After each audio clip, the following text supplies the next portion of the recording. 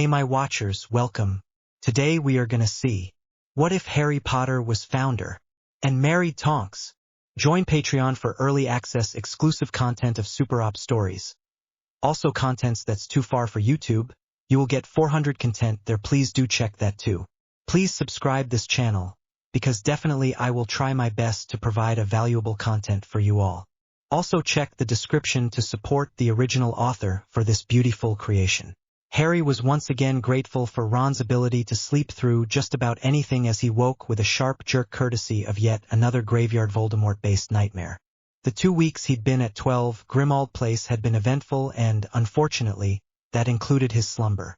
His recent trial had been a minor distraction, stressful, yes, but at least it changed his nightmares for a while.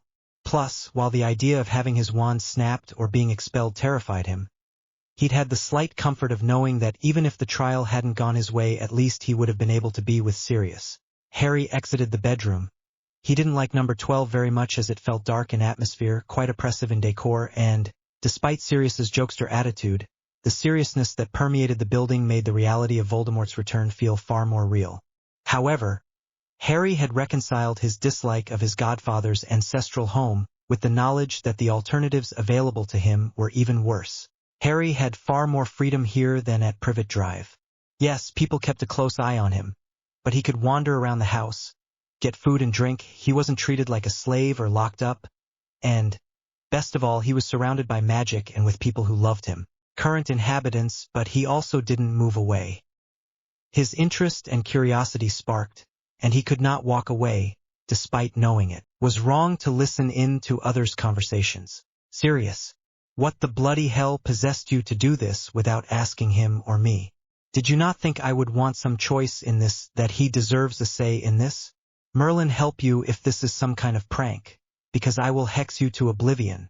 I can't believe that Mum and Dad would agree to this nonsense. It was unmistakably one Nymphadora Tonks talking to, or rather shouting at Harry's wayward godfather. Harry wondered what Sirius had done this time, and decided to continue listening. If nothing else, it would amuse him and distract him from the memories of his latest nightmare. Harry heard Sirius start, when I explained my situation. Harry didn't the next bit, after all, you are a black by blood, making any inheritance unchallengeable. He needs stability, love, and a strong woman who can lighten him up a bit, and who isn't intimidated by who he is. You, my dear cousin, could give him that. It wouldn't be bad for you, either.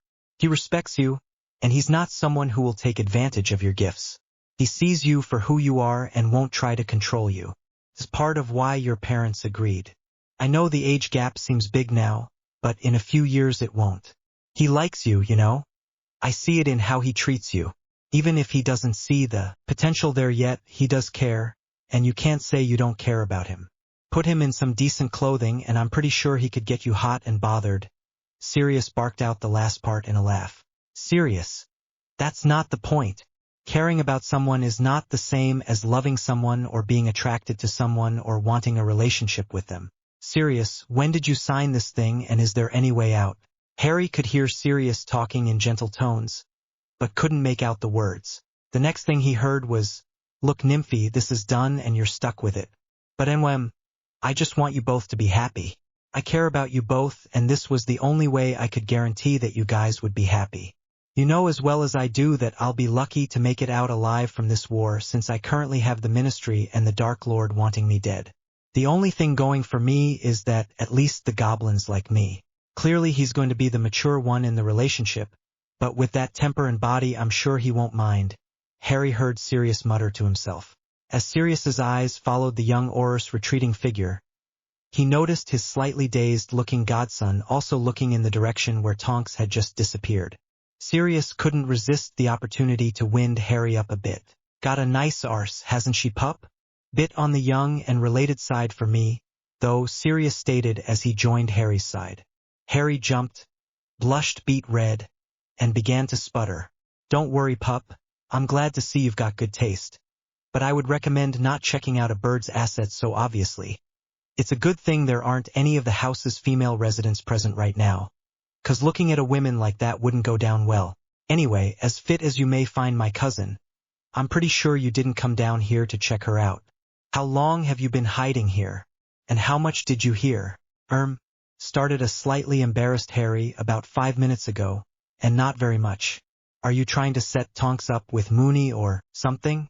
Sirius chuckled. Something like that, pup. Needless to say, Miss Nymphadora isn't too impressed by my actions. But I think she'll come round eventually. Anyway, enough about her, what are you doing up? I had a nightmare and thought I'd get some water, supplied Harry. Want to talk about the nightmare? Sirius asked. No thanks, but I'm not feeling up to trying to sleep again yet. Can you keep me company? Harry asked shyly. Of course, pup. Why don't I tell you about your dad's way with the ladies before your mum caught his attention? Sirius and Harry spent the next couple of hours discussing James, girls, and his parents before Harry headed back to bed. Both the nightmare and the overheard conversation all but forgotten. Reviewer Alex33, who spotted a couple of now-fixed errors 14412. Bonding. Chapter 2 Bonding. The next couple of weeks were very busy for Harry. Although he did not leave 12 Grimmauld Place, between Molly Weasley's efforts to make the house habitable, trying to overhear the order meeting, spending time with the younger Weasleys and Hermione, and bonding with his godfather, it came as a shock to Harry when he realized there were only a couple of days until Harry's return to Hogwarts. Although they had had some degree of success with tidying up the house, the younger housemates had not succeeded in getting much information on the order or its activities, but at least now Harry had some idea of who the order members were. Late last week, as they were watching the order members' departure from the latest meeting, Hermione shared her observation with the others that she had not seen Auror Tonks for a few weeks. Harry scoured his memories for the last time he'd seen the spunky metamorphmagus and concluded that it had been the night he had overheard her argument with his godfather over Remus. Harry and Sirius and sometimes Remus had chatted often since his arrival at his godfather's house. Although it was clear that Molly didn't trust Sirius with Harry, she also didn't stop them from spending time together. Even with her concern, though, Molly seemed to understand that Harry needed Sirius along with the information and support he could give. Despite that, Molly often stayed within obvious earshot much of the time. Harry didn't mind Molly's concern too much as he was thoroughly enjoying finding out about the escapades of his mother and father in and after school from Sirius and Remus. It was a great distraction from the darkness that seemed to be encroaching on his life, and for once he wasn't in a rush to get back to Hogwarts. Harry's favorite chats with his godfather had been the late-night kitchen ones that had started after the night of the argument between Tonks and Sirius. During Harry's relatively brief time in the wizarding world so far, he'd only really heard short snatches about either of his parents, and those mainly focused on James. His mother Lily was mainly a mystery to him. If it wasn't for the Mirror of Erist and the few photos Hagrid gave him in first year, he'd have little idea about what his parents even looked like. Harry felt his understanding of who his parents were and who he was as Harry James Potter, not the boy who lived with each late-night conversations. The conversations also made him a little sad as it fully dawned on him how much he'd lost on that Halloween night in 1981. Not just a mum and dad, but two amazing people. Sirius seemed to be enjoying their time together, too, but Harry noticed that the closer he got to going back to Hogwarts, the more aloof his godfather was becoming. Harry knew Sirius was sad about his departure, but it felt like more than that. However, for the time being, he couldn't work out what. It was 2 days before Harry was set to leave for the new school year and, as was now tradition, it was the middle of the night and he was sitting with his godfather in the kitchen nursing a butterbeer. Sirius had just finished retelling a story of one of his and James's Hogwarts escapades involving a dung bomb, a bubblehead charm, the invisibility cloak, and a staff meeting. The story over with, Sirius seemed to retreat back behind the walls erected in recent days. He seemed distracted and dejected. He and Harry sat in companionable silence for about 10 minutes before Harry remembered to ask about Tonks, in part hoping that discussing his vibrant cousin would re-energize his godfather, or, at the very least, distract him from whatever was causing his current malaise. Sirius, Harry uttered quietly, yes, Harry. Do you know what's happened to Tonks? Hermione noticed she's not been around for a couple of weeks. She's not hurt or anything, is she? Sirius chuckled mirthlessly before replying. This calmed Harry slightly, as his godfather wouldn't react that way if she were hurt or in danger. No, pup, she's not hurt. From what I gather from Remus and Kingsley, she hasn't yet forgiven me for my actions last month, and is not ready to be in a room with me just yet. And, given that I cannot leave these four walls, she's avoiding the house. What did you do to cause her to fight with you? Does she not like Remus? No, she likes Remus well enough. She just doesn't agree with my latest course of action or the implications it has for her. But I'm sure she'll come round in time. For the time being, however, can you not mention the argument you overheard? Harry thought this was weird, but knew his godfather wouldn't ask without a reason, and just assumed that the request was to do with Remus, either because he is a werewolf or that he is unaware of Sirius's meddling in his love life. Okay, what about the work Tonks does for the Order? From what King has told me, she's been doing a lot of overtime at the Ministry. Apparently, she needs the money, and has requested that Dumbledore doesn't send her on missions for a few weeks. The worst thing about all of these changes, as far as she was concerned, was being so confused. She felt so helpless. It had been 2.5 weeks and she still didn't know exactly how she felt about the implications for her love life courtesy of the contract that her parents and Sirius had bound her to. There were two things she was sure of. 1, for the time being she was telling no one who didn't already know. 2, she hated the situation. She was 22 years old, and her parents had chosen to decide her future without even consulting her. It was times like this she suspected life would be easier as a muggle. The muggle world had, for the most part, moved on from these traditions, and at least women could use legal support to get out of situations like this if they needed to. Unfortunately, magic and the wizarding world were not always so progressive on these issues. Magic had its own rules, and she'd established from her short discussion with Sirius that death was essentially the only way out of this one. But she didn't want to die. She was pretty sure Harry didn't, either. She was certain he would never kill her, and she certainly would never kill him either. Sirius, maybe, but Harry didn't deserve any of her wrath. After all, this was as much against his will as hers, and he would have no choice either. Harry. There was the main source of the confusion. He was 15, hero of the wizarding world, seemingly with a target on his back. To the best of most people's knowledge, he was one of the most eligible bachelors in the wizarding world, heir to the Potter title and estate, current heir apparent to the Black estate, and he was easy on the eyes. She had to admit, if he was a little older physically, he was definitely her type, but that alone would not be enough for a happy marriage, friendship, or potentially love. That came with knowing someone and spending time with them, but she didn't really know him other than a few meetings this summer. She had never really been alone with the guy. Most of what she knew of who Harry was through a combination of what she read in the papers, the rumors she heard in the Ministry, what she was told in Order meetings, and what Ginny Weasley gushed about the boy. There was no way he could be all of what she had heard. There were too many contradictions, and, short of having a personality disorder as the prophet were now inferring, no one could have such polar opposite traits. She had always identified with the emerald-eyed young man since he was judged on his looks, more specifically, his scar. People always seemed to want him to be someone, but the public always changed their minds. He had women fawning over him to be with him, even if he seemed somewhat oblivious to it at the moment. But these women did not fawn over him, but rather the idea of him, Harry Potter, the boy who lived. Not Harry Potter, the scruffily dressed, shy, and uncertain young man who was not quite yet comfortable in his own skin. It reminded her of a male version of herself at 15 and partly of herself now. Did she, a clumsy, metamorphed tomboy, really deserve someone who, whether they like it or not, looked set to have a very prominent role in the future of the wizarding world? Could she be what he needed in that role? She doubted it.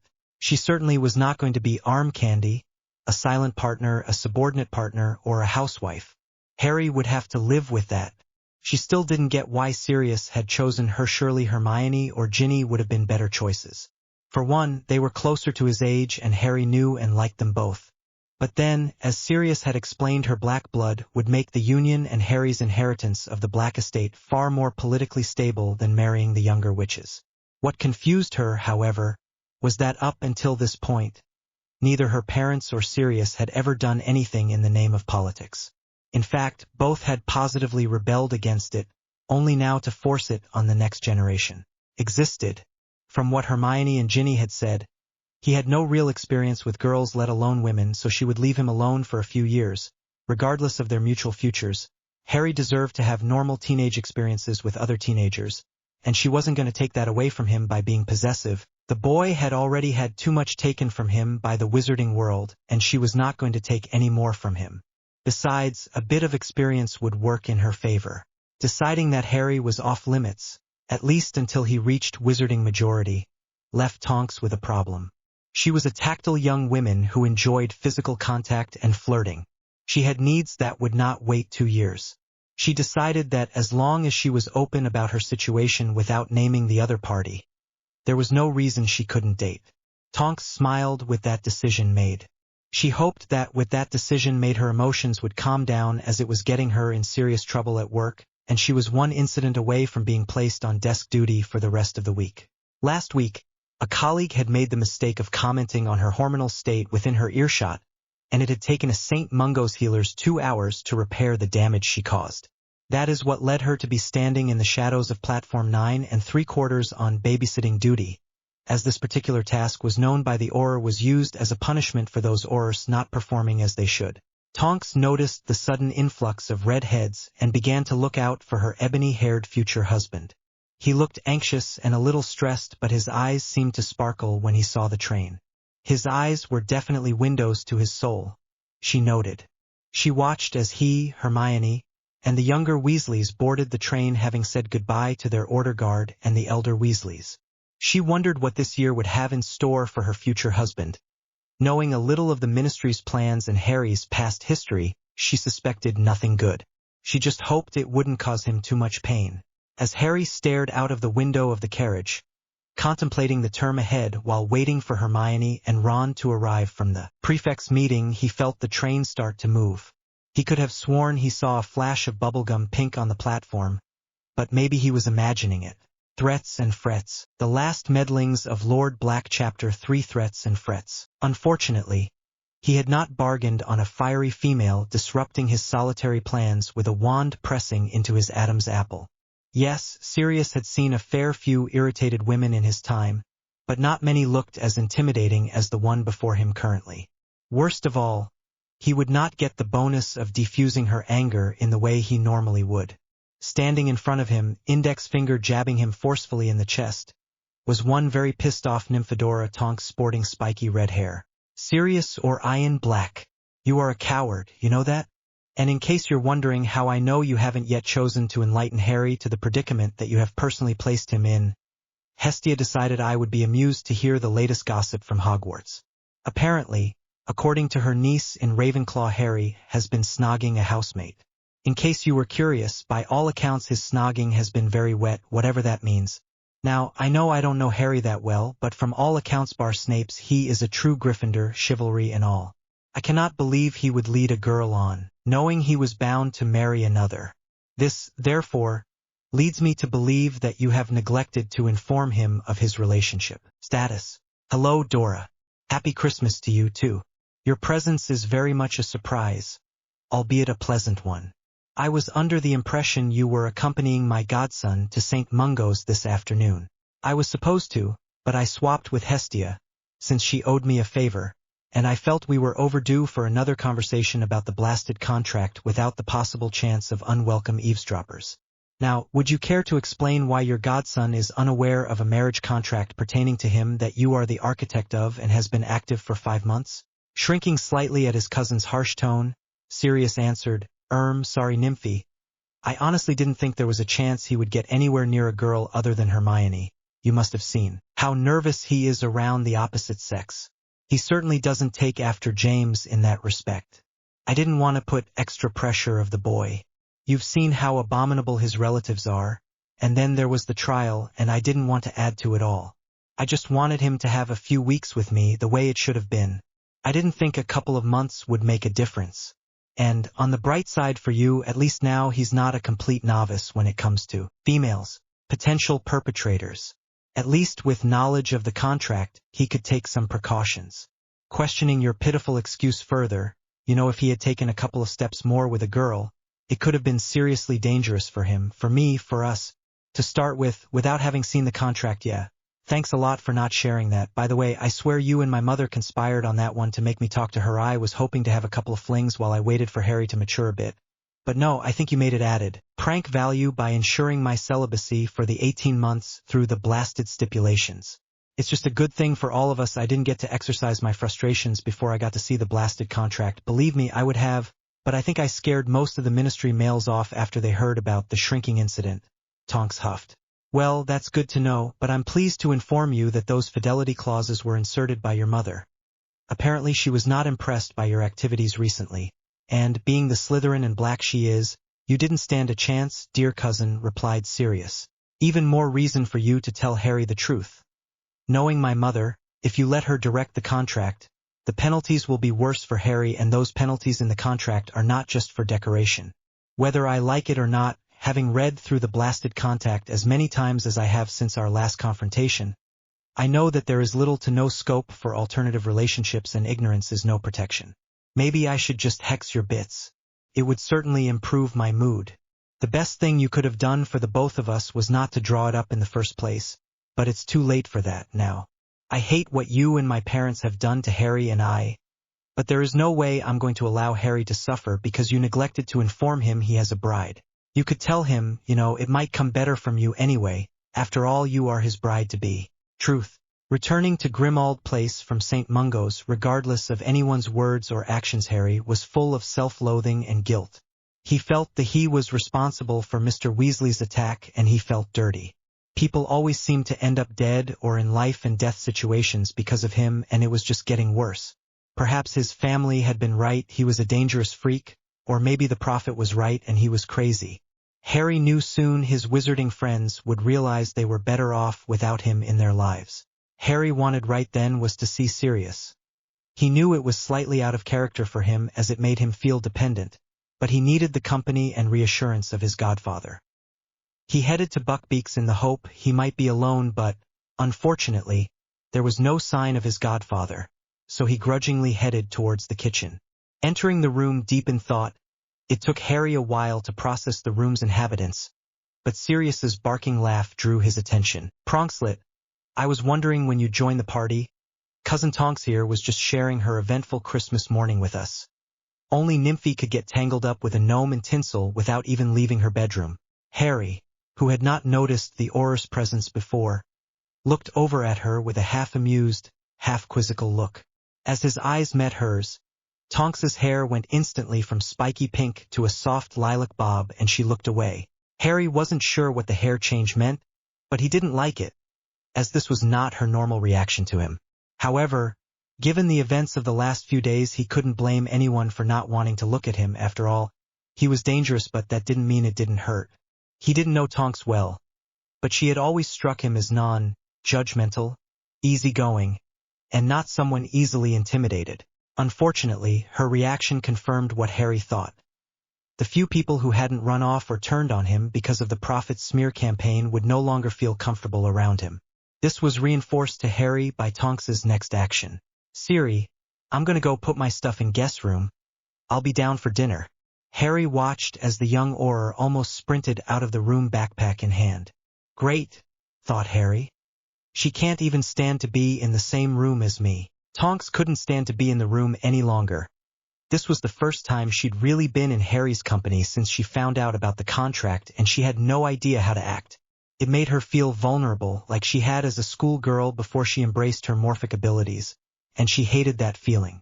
To make matters worse, when Harry looked her in the eye, she immediately felt guilty and had to look away before she confessed all that she knew about their future. Tripping up the stairs, and cursing her lack of coordination, she headed to the room Sirius had assigned her to. She had no doubt the room's proximity to Harry's was intentional. After her ultimatum and rant earlier, Tonks had suggested to her cousin that she should stay for the remainder of the holiday to get to know her future husband better without the pressure of the contract or Harry's reaction and probable rejection. Now, however, she wasn't sure it was such a wise idea. She couldn't even survive 5 minutes in a room with Harry before bolting. She was glad Harry was currently oblivious to what her hair changes meant about her thoughts and mood. That would have been truly awkward. Boxing Day flew by for Tonks, who had yet to work out how to be around Harry and behave normally. As the house's inhabitants headed to bed, Sirius pulled Tonks aside and, in a surprisingly harsh whisper, commanded Nymphadora, "A word in the library, please." Tonks followed Sirius, unsure what to think. When they arrived at the library, Sirius directed Tonks over to a pair of armchairs while starting a series of complex wand movements that Tonks recognized as privacy charms, which caused her anxiousness to grow. Joining her, comfortable, Tonks cringed. Sirius, I didn't mean to cause trouble, I'll leave, and started to rise. Sirius cut her off. Nymphadora, you will do nothing of the sort. If you leave, that will just confirm to Harry everything he has constructed, whether it's true or not. Now, I know your reaction to Harry has nothing to do with the attack and everything to do with the contract, but, as you kindly pointed out yesterday, Harry doesn't right now, but you're staying. You asked to come, and your actions will not be the thing that tips him over. The next few days Tonks tried hard to overcome the awkwardness she experienced around Harry. She pushed herself to socialize with Harry and his friends. It broke her heart to see Harry's self-loathing evident in even the smallest actions. Harry came across as quiet, introspective, and humble, nothing like any of the Wizarding World stories painted him as. She could hardly believe that the Harry she'd spent the last few days getting to know was the same Harry Potter who had faced dragons and Voldemort less than a year ago. Harry was intriguing, and she wondered if she would ever fully understand him. She could see there were many similarities between them. Both were judged on things they had no control over, both had few people that they trusted, and they were both in the front lines of the upcoming war, albeit for different reasons. This last few days had been the first time since the contract had been revealed to her that she thought this marriage might actually work, and maybe she could come to love Harry. But the thought that constantly nagged her was, could he love her when he clearly didn't even like himself? One thing that was bothering Tonks at the moment was the mark on Harry's right hand. Whatever it was, it certainly wasn't good. Whenever Tonks tried to get a covert closer look, Harry would self-consciously cover it up, and she vowed to mention it to Sirius. The Order meeting's contents made Tonks want to hex Dumbledore even more. Who in their right mind would let the bat of the dungeon, a man who was known to have a hostile relationship with Harry, teach him the highly personal skill of occlumency? Occlumency relies on trust, especially in the beginning, when shields were weak, non-existent. When she supported Sirius's objection and, 3 hours later, Tonks was sweaty but having the time of her life, having danced her anger out. The Order meeting was a distant memory when, suddenly, the hippogriff ended abruptly mid-song, meaning one thing. Midnight was quickly approaching. 10. Tonks noticed someone familiar moving towards her. Moving in for the midnight kiss. 3, 2, 1. Oh, Merlin, Tonks thought as he moved towards her. As mortifying as it was, Sirius had somehow persuaded, or maybe it was the fire whiskey, Bill to help him give Harry the talk this morning. Sirius was currently questioning his sanity. Who in their right mind would do this on New Year's Day? They had let Molly know, who asked them to give it to Ron as well, and she decided to follow their example and have a similar discussion with Ginny and Hermione this morning. After all, Hermione's parents couldn't help explain wizarding protection.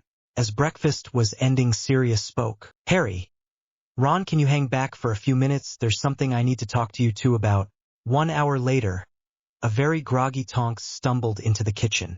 As she opened the door, she heard chairs scraping across the floor, but in her hungover state she didn't really process what was going on. Her eyes were virtually shut, as if she was desperately trying to avoid the harsh lighting of the kitchen. With none of her normal enthusiasm, she blurted, Sirius, where's the hangover cure? She asked, still not processing the room and blissfully unaware of what she had interrupted or the discomfort her unexpected presence had caused at least 2 of the kitchen's inhabitants. Fun night? Cupboard above the sink. Nymphadora, uncorking the potion bottle and gulping the content down. The herd of hippogriff currently stomping on her brain quickly receded, and the Sirius, can we go yet? Harry stuttered. Yeah, I guess that about covers it. If you've got questions, you know where I am. With that, Harry and Ron exited the room at the speed of lightning, mumbling something as they went. What have you done to them, Sirius? Tonks asked with some mirth. Well, before you unexpectedly decided to grace us with presents, we were catching the boys up on the facts of life, and I'm pretty sure that your entrance, being the prefect female form that you are, gave them some ideas that probably belong in the gutter. Men, egg. I hope you two didn't corrupt them too much. The last thing the wizarding world needs is those two trying to emulate your record. Cousin, you wound me. I am a prefect gentleman. If that's true, I'm Merlin. Tonks shot back immediately. Suddenly, the flue flamed up, and all three inhabitants trained their wands on the fireplace.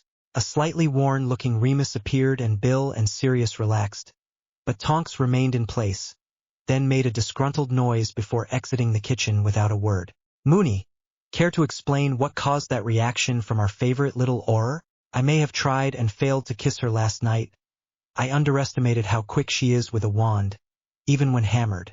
Remus replied sheepishly. A barking laugh was heard across the house.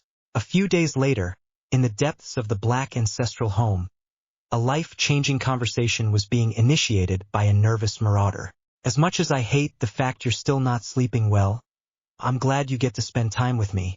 Pup, trying to get alone time in this house has become near impossible.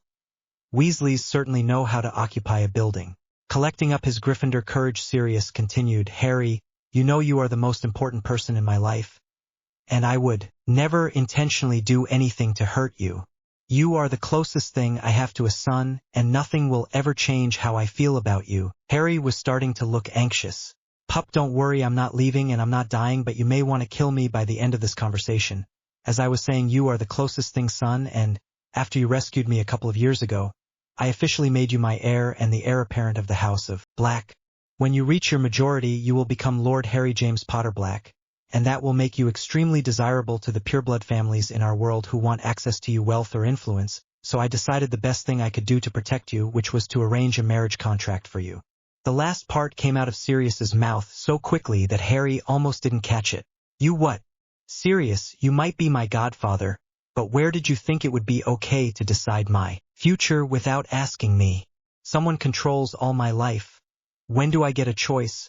Why does no one trust me? I thought you were different, Padfoot, but you're just the same as everyone else. Emotionally wrought, Harry stormed from the room. The next few days were uncomfortable for all the inhabitants and visitors. 12 Grimmauld Place. The tension was palpable and nobody was spared Harry's wrath or surly attitude. But only 3 people had any idea what had caused transformation in Harry's temperament.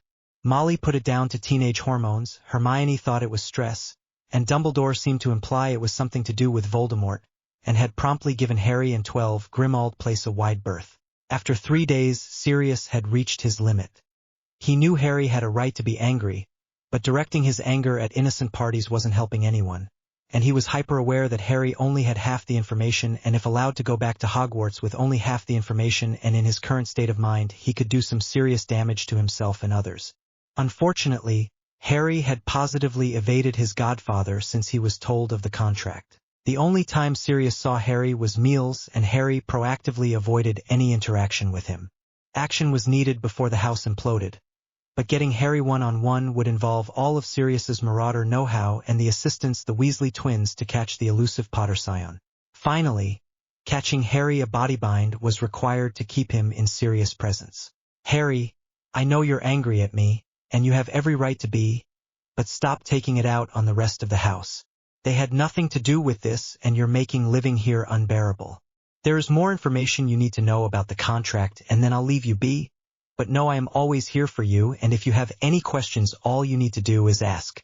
I will release you from the bind, providing you hear me out, okay? Unfortunately, traditions in these kinds of contracts have meant that there have to be rewards, stipulations, and penalties for both parties. The only way out of the contract is death, and even then a party needs to have been dead for 2 years before the surviving party can freely enter into a marriage without consequence. When you come of age, you will get a full version of the contract. Only the signatories and the contracted couple can read the details of the contract, although others will know you are contracted when you reach 17. Until you are of age or I am dead, I am responsible for meeting all of the additional stipulations outside of the actual marriage. However, the contract has very strong penalties around infidelity, which you are covered by. Sirius went on to describe these to Harry before finally letting speak. In case you hadn't noticed, I'm still not okay with this. I don't understand how you could do this to me. Worse, how could you do this to a woman? I'm dangerous. No woman should be bound to me. It's not fair on them. I have a target on my back and a group of madmen after me. I understand I don't have a choice and I have to accept it, but it's going to take me a while to forgive you. For now, I have 3 or 4 questions. How long has the contract been active? Since your 15th birthday, but I started drawing up the contract about a week after the 3rd Triwizard task.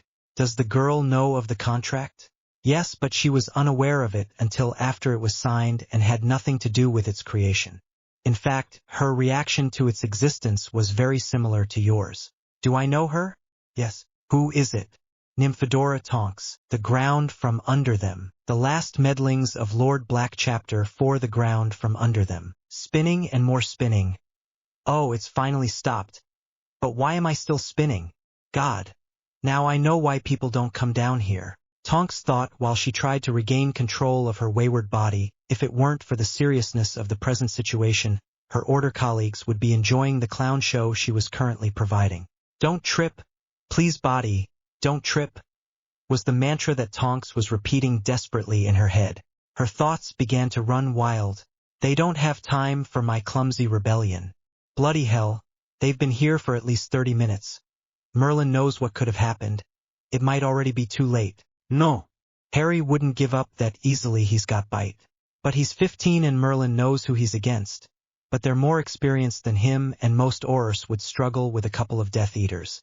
Why, then, in Merlin's baggy breeches should I expect more from him? 'Cause he's Harry Bloody Potter, that's why. The guy who could cast a fully corporeal Patronus at 13. The guy who survived Moldy Shorts 4 times.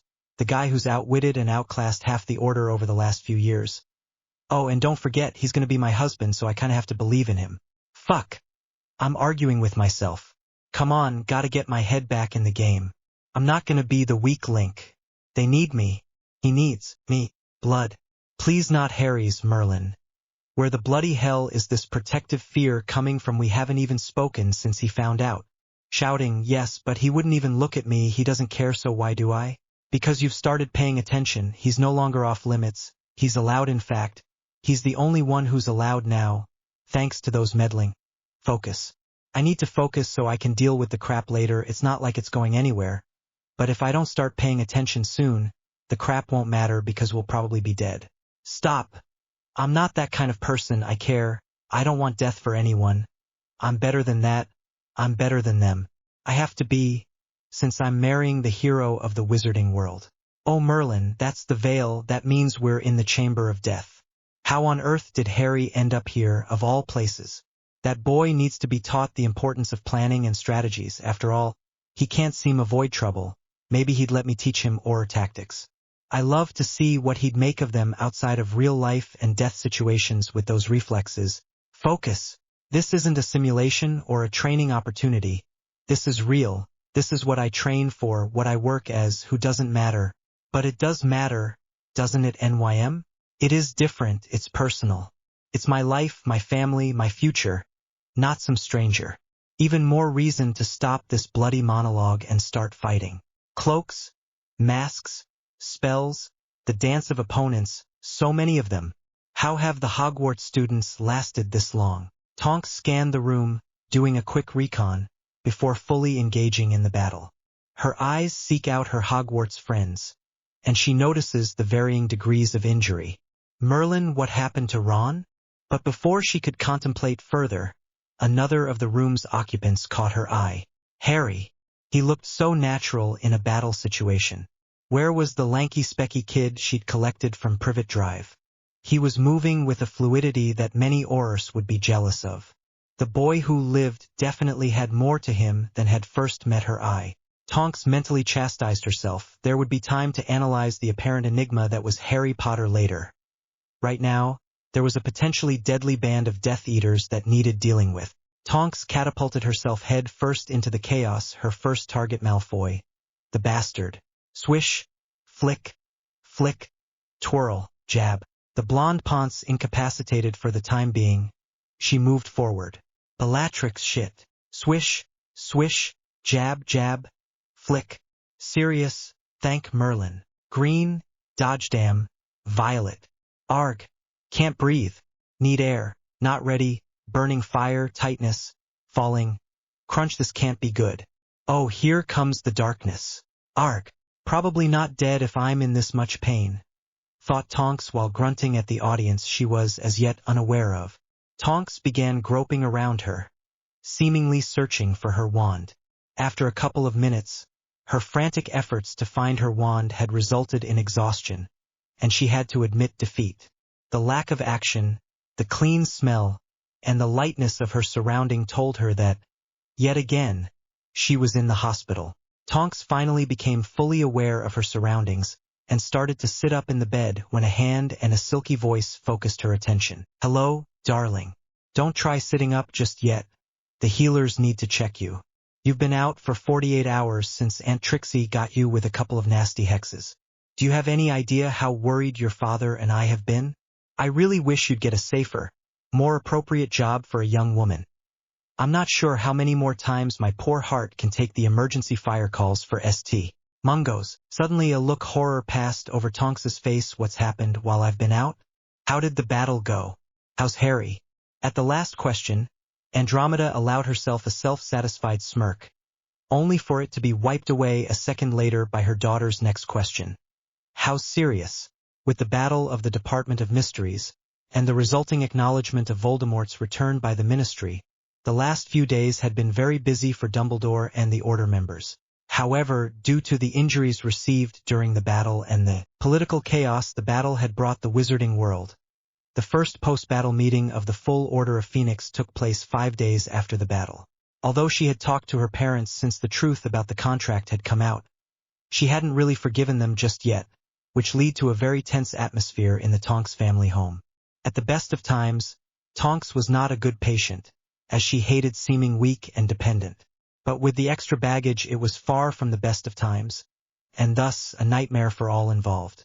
The latest argument had led to the whole Tonks family being sat in the kitchen of 12, Grimmauld Place waiting for the latest Order meeting to begin.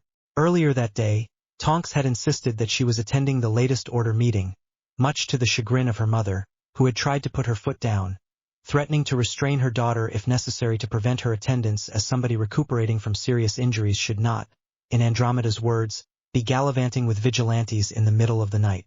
However, Tonks had played her trump card, pointing out very politely to her mother that the Order's business concerned her husband-to-be's safety and future, and, therefore by association, her own courtesy of their actions. The first topic of the Order meeting saw a dozen or so new members join the Order, including the Tonks seniors. Evidently, the events of the last few days had shown many that a fight was on its way, that action was needed, and that the Ministry couldn't be relied upon. Then there were the normal, boring status reports, and Tonks switched off for a bit, hoping her recent injury would serve as a believable excuse if anyone picked up on her inattentiveness. Next, Tonks listened as Shaq and Moody delivered their reports of the events in the Department of Mysteries. At one point she was asked if she had anything to add, but she had to admit that everything about the battle was a bit hazy. Dumbledore proceeded to disclose the events around Harry and his confrontation with Voldemort.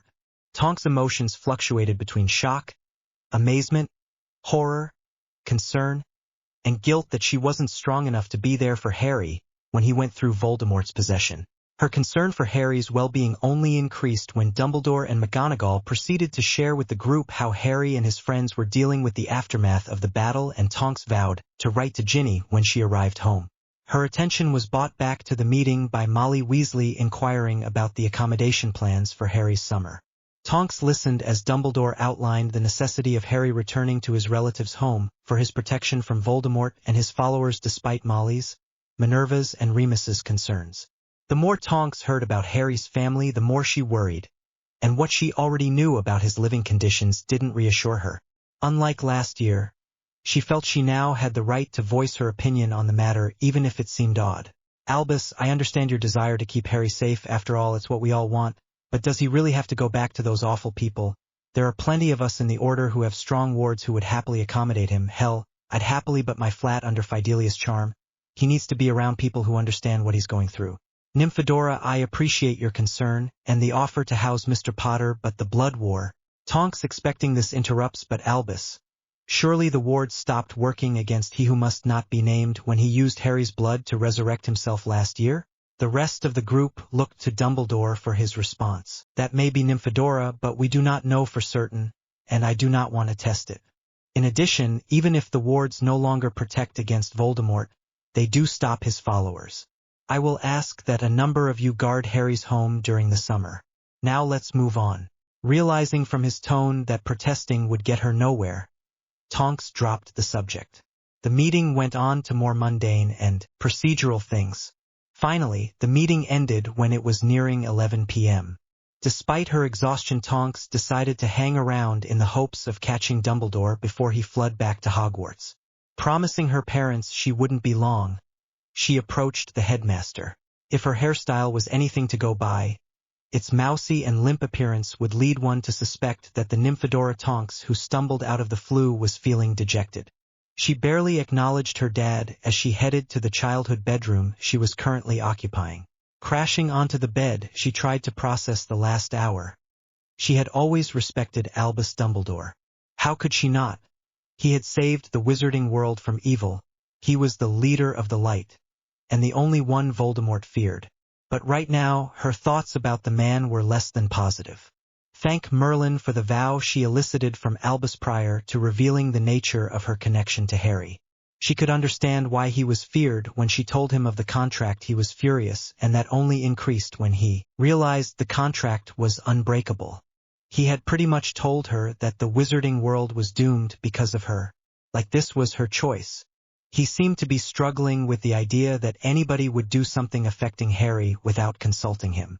She had to admit the look on his face at that point was highly amusing and, she imagined, rarely seen. It had been somewhere between surprised, confused, and unsettled. She couldn't understand why this was quite such a big deal to him. Her and Harry, yes, but what she still couldn't get her head around was why Dumbledore cared so much. Of course, he already realized he was not going to see the contract after all. He was one of the most knowledgeable people alive on wizarding laws and customs.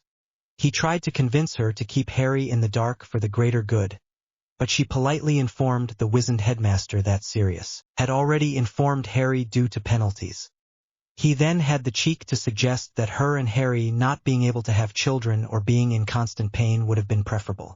Apparently, Dumbledore thought that Harry's power of love was going to save the world, and this contract had made that impossible. Clearly Dumbledore was panicking based on some of his suggestions during their conversation, as if having sex with Harry would make him fall in love with her, and a love potion would not be helpful in the long run considering they were stuck together for life. Anyway, surely they both deserved a real chance at love and happiness rather than a superficial substitute. So her rejection had been less than courteous. Was it so unbelievable that Harry could fall for her? Over the last couple of months, she'd been gradually coming round to the idea of being married to Harry. Yes, this situation wasn't what she dreamed of. But the more she learned about Harry, the more she realized Sirius might be right. They were well suited. Now that she had allowed herself to view Harry as a romantic prospect, she couldn't deny she found him physically attractive, and she definitely cared about him. She truly believed that she could come to love Harry. She just hoped Harry could love her, and of that she was currently uncertain given Harry had ignored her completely while escorting him back to school.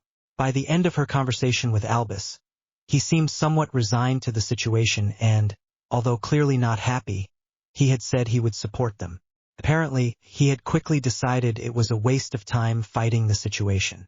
Unfortunately, this did not mean he would change Harry's summer accommodation, but Albus had agreed to Harry spending his birthday with her, and it was on that thought she drifted off to sleep, the letter she intended to write all but forgotten. No time like the present. The last meddlings of Lord Black Chapter 5. No time like the present. You could be forgiven for thinking that a temperature charm had been unleashed in Hogwarts, or that maybe a Dementor had been let loose in the corridors if you were to see the way students were skirting around the corridors at the moment. You might suspect that this behavior was the result of the Ministry of Magic admission that you know, who had indeed returned. However, you would be wrong. The uncomfortable atmosphere and behavior by the majority of Hogwarts students lay firmly at the feet of one Harry James Potter. It had been a few days since the incident at the Ministry of Magic, so, as expected, the whole school knew what had happened. Of course, that did not stop the Hogwarts rumor mill from adding its own embellishments to the tale. Over the last few days, the residents of the castle had quickly learnt to give Potter a wide berth after several students had found themselves at the business end of his wand after little provocation. Poor Professor Flitwick had been called to the hospital wing a couple of times to reverse some pretty complex charm and jinx combinations. Even Snape and Dumbledore seemed to be giving Potter a wide berth. Rumor had it that Harry had destroyed the headmaster's office in a fit of anger. Harry had spent most of the last 3 days alone, since Hermione and Ron were still inhabiting the hospital wing, and his demeanor was scaring everyone other than Ginny, Luna, and Neville away. He had avoided all meals for the last 2 days after one too many insensitive questions had caused him to lose his head and hex a couple of third years during breakfast. Harry had since taken to hiding under his cloak or squirreling himself away in the room of requirement for much of the day to escape the looks and the questions and to give him a chance to process his warring emotions. For once, Harry was grateful for the Dursleys' treatment of him, growing up as it was this experience that was now facilitating his self-enforced seclusion. A couple of days without regular food was nothing, although Dobby had popped up at least once a day bearing food, insisting that the great Harry Potter must eat sirs. But Harry had rarely taken more than a couple of bites. It wasn't actually the prophecy that was so devastating to Harry. It was the fact that Sirius died for it needlessly that hurt the most. Why hadn't Dumbledore told him sooner? After all, Voldemort already knew the important part of it. What did the rest really matter? Why did Dumbledore need to have all this intrigue? Surely Harry deserved the truth? Harry still respected Dumbledore, especially after his display in the atrium, but that didn't mean his anger towards the man would dissipate soon or that he would trust him at face value ever again. For someone who was neither his parent nor his guardian, Dumbledore had influenced his life a ridiculous amount for the greater good. While that was annoying, Harry decided he couldn't really hate him for it. At least unlike 90 of the wizarding population, he was trying to do something about Voldemort. It was just bloody annoying that those plans had him at their center. He would respect the man's wishes to limit those who knew the prophecy to Hermione, Ron and Tonks for now, but when this was all over, he would be. Now, Tom Riddle was determined to get him, so if he wanted a chance at life, he would have to fight. But did he want to? Maybe not, but if he gave up, would his friends be safe? Certainly not. Also, if they knew what he was thinking, they would kick his arse, especially Tonks. Thinking about the pink-haired woman brought a whole load of conflicting emotions. What was Sirius thinking? Harry questioned in his mind, his anger at his godfather spiking for a second. Why did you leave me to handle all this alone? I can't do this. How the hell am I meant to deal with this bloody contract without you? How can I marry a woman like Tonks? I know nothing about girls, let alone women, and keeping them happy. I can't tell anyone about it, especially now, as I don't want to put her in the firing line. I can't stand the idea of another death in my name. Even if I did tell people, no one in their right mind would believe a runt like me had to marry someone as awesome as Tonks. That thought took Harry back to the night the identity of his future bride's identity was revealed.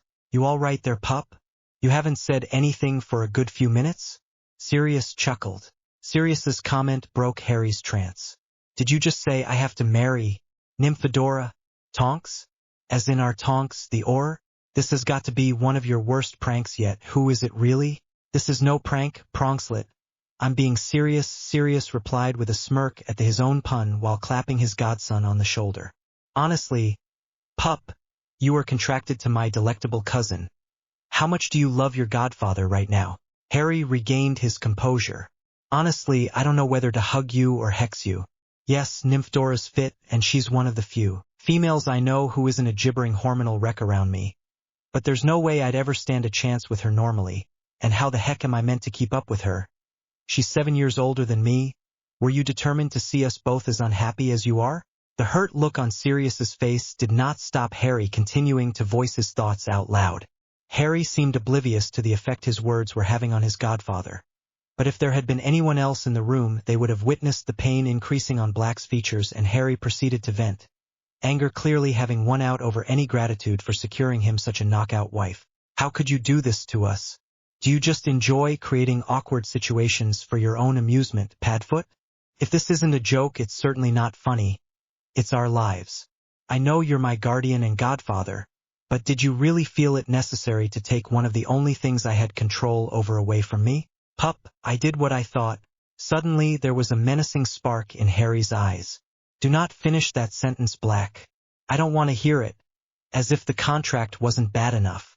To make matters worse, you lied to me. That argument in the summer with Tonks wasn't about Moony, was it? Sirius confirmed his suspicions with a sheepish look. It was about me. Why didn't you tell me then? I didn't lie to you, pup.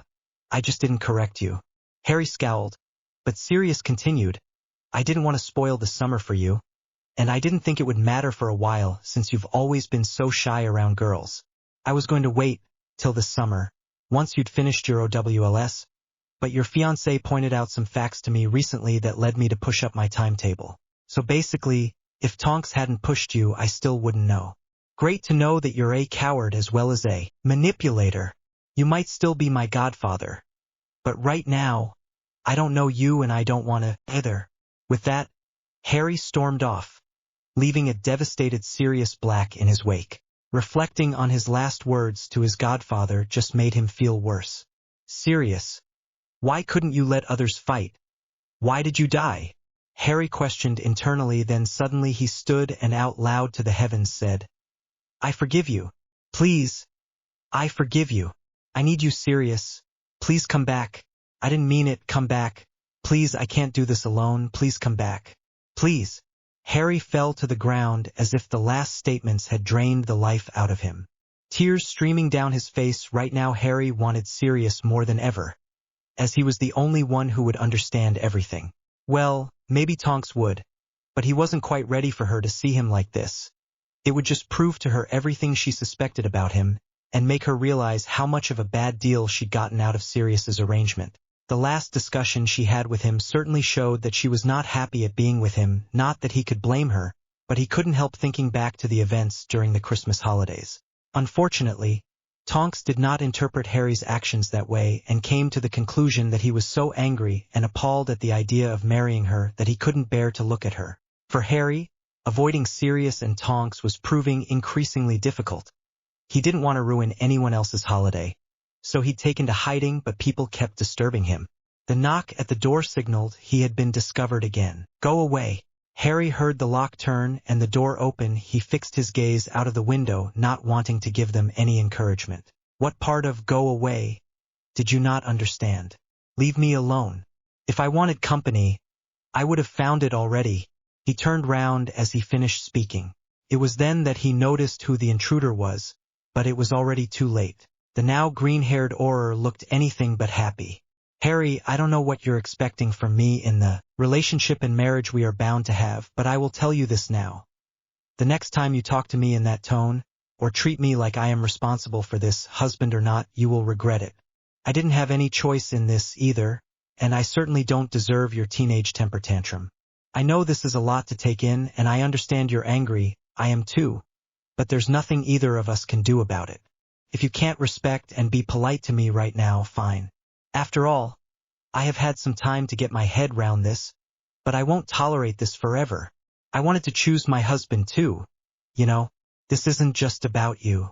As Tonks paused to calm herself, Harry could help but think about how attractive she was when angry. We are going to need to sort this out, but right now I don't think either of us will get very far, as I don't like who you are being right now. With that, she stormed out, on the verge of tears. Harry felt so alone, and the irony in that didn't pass him by. 6 months ago, all he wanted was to be alone, and, for once, he got his wish, except now that he had it, he really didn't want it. Part of him wanted to talk to Tonks, but she was now a large part of the problem. How could he be what she needed and deserved, even without the implications of the prophecy? The last time he saw Tonks was when she escorted him and the Weasleys back to Hogwarts on the night bus, and it was the most uncomfortable he'd ever been in her presence. Neither looked at nor acknowledged the other. Harry felt so bad. He couldn't stop thinking about how he treated her. He was so distracted. Even Ron noticed. As he was getting ready to leave Hogwarts for the summer, Harry contemplated the one thing he decided to do as a result of Sirius's death and the prophecy coming to light. He had decided in the aftermath of Ministry that the only way he could continue was to. Tonks was nervous. She really didn't know how it was going to be, seeing Harry again, especially after everything that had happened since they last spoke. How was she supposed to act? How would he act with her? Would he avoid her? Should she talk to him? Probably, but what should she say? Should she mention Sirius?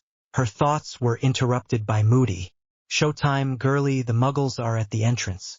It had been decided by the Order members present that Harry's relatives needed a bit of threatening in order to ensure their cooperation and ensure Harry receive at least basic care given recent events. Following Moody, she was met with, "What are those ruddy freaks up to now? It's bad enough we have to put up with the boy, and now they have the check to come. Tonks did not like these people, and that was currently exhibited by her red hair. She wanted to remonstrate with them, but she knew it wouldn't help Harry.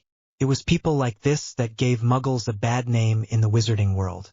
Having muggle grandparents, she knew that it didn't have to be like this, that there didn't need to be hatred. In Tonks's mind, it was reactions like this that furthered the pureblood cause. When faced with the likes of the Dursleys, was it really surprising that wizards wanted nothing to do with muggles?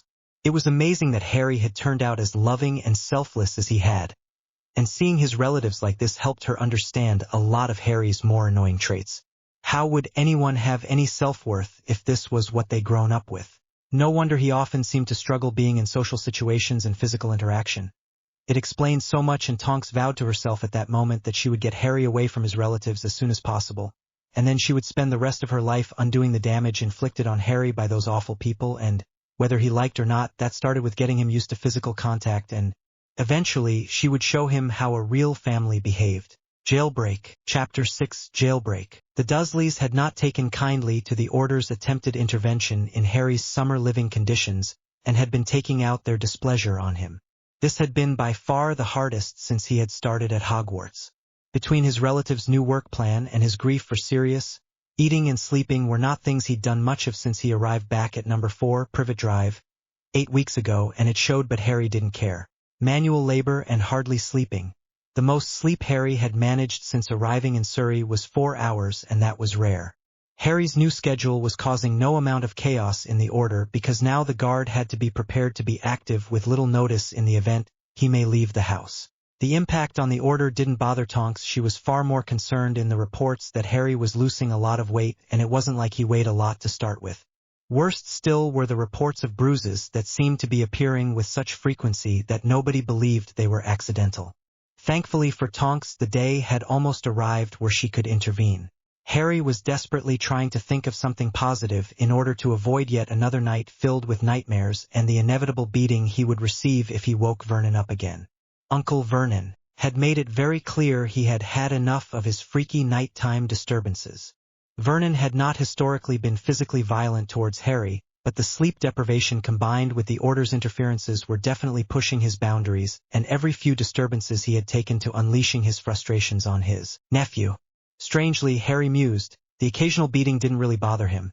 In fact, part of him felt like he deserved it for all the pain and devastation he caused to others over the last few years. His mom, Dad, Ron, Hermione, Ginny, Sirius, Cedric, Dudley, Mr. Weasley, Cho, and Tonks were just few he'd hurt. That being said, he really wanted a decent night's sleep. The problem was whenever he tried to think happy thoughts, he was brought back to Sirius and any progress was destroyed. Small smile to his lips as his mind reverted back to their last encounter. Exiting the train, Harry just wanted to get on with it. Keeping Uncle Vernon waiting is not a good idea, especially after the Dementors thought Harry, having quickly said goodbye to Ron, Neville, Luna, Ginny, and Hermione despite the latter two's fussing. Quickly shuffled through the awaiting crowds, trying not to draw attention to himself as he headed to the main station, to his traditional pickup point, designated by his uncle as being far enough away from all that unnaturalness. Sorry, Tonks, Harry mumbled quietly as he began to turn back to his abandoned trolley, but a hand stopped him. A second hand gently placed itself under his chin, forcing Harry's gaze upwards until he was now in eye contact with Tonks. He noticed a slight blush and smile across her facial features.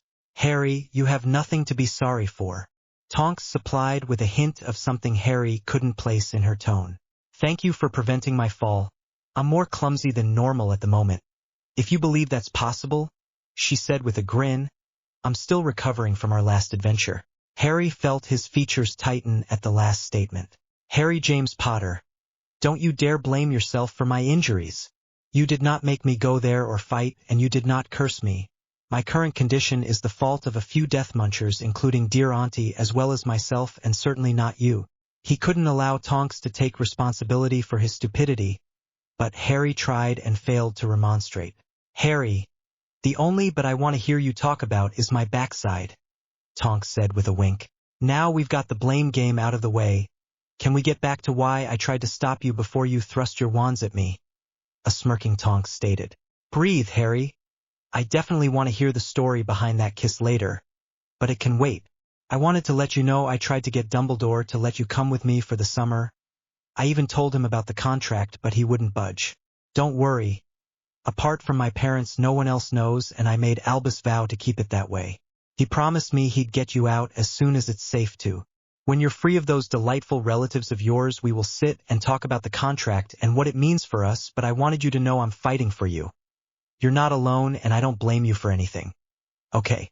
Harry nodded. I wanted a chance to properly meet the future in-laws instead of sneaking round their home in the middle of the night, and I must say they live up to all the descriptions.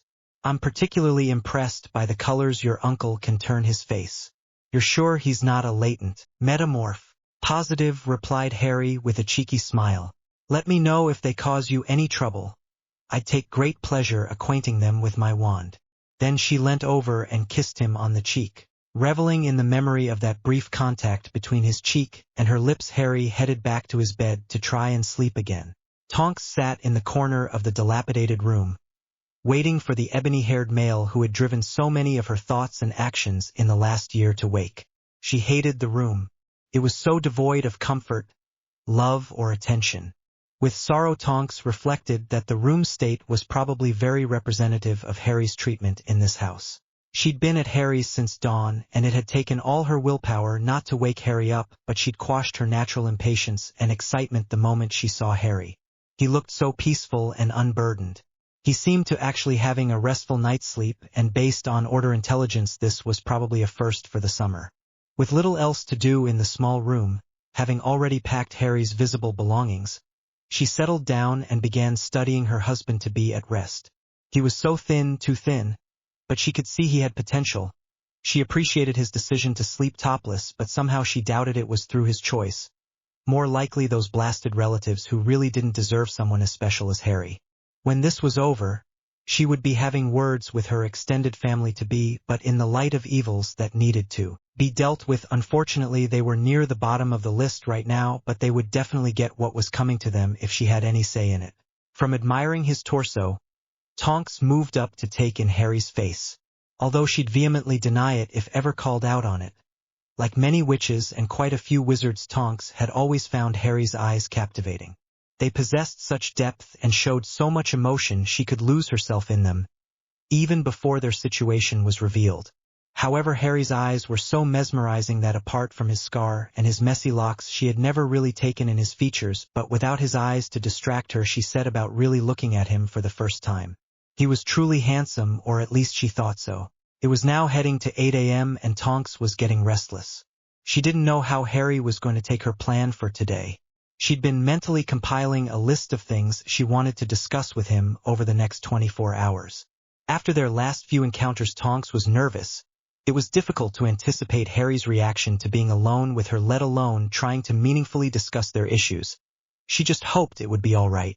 The events of the last few weeks had been a reality check, and she knew she wanted to make the most of life, including her relationship with Harry, whatever that was. After Dumbledore had come to terms with the revelation that Tonks was contracted to Harry and had stopped panicking, Albus had been trying to get Tonks on side and had suggested Tonks be the one to collect Harry.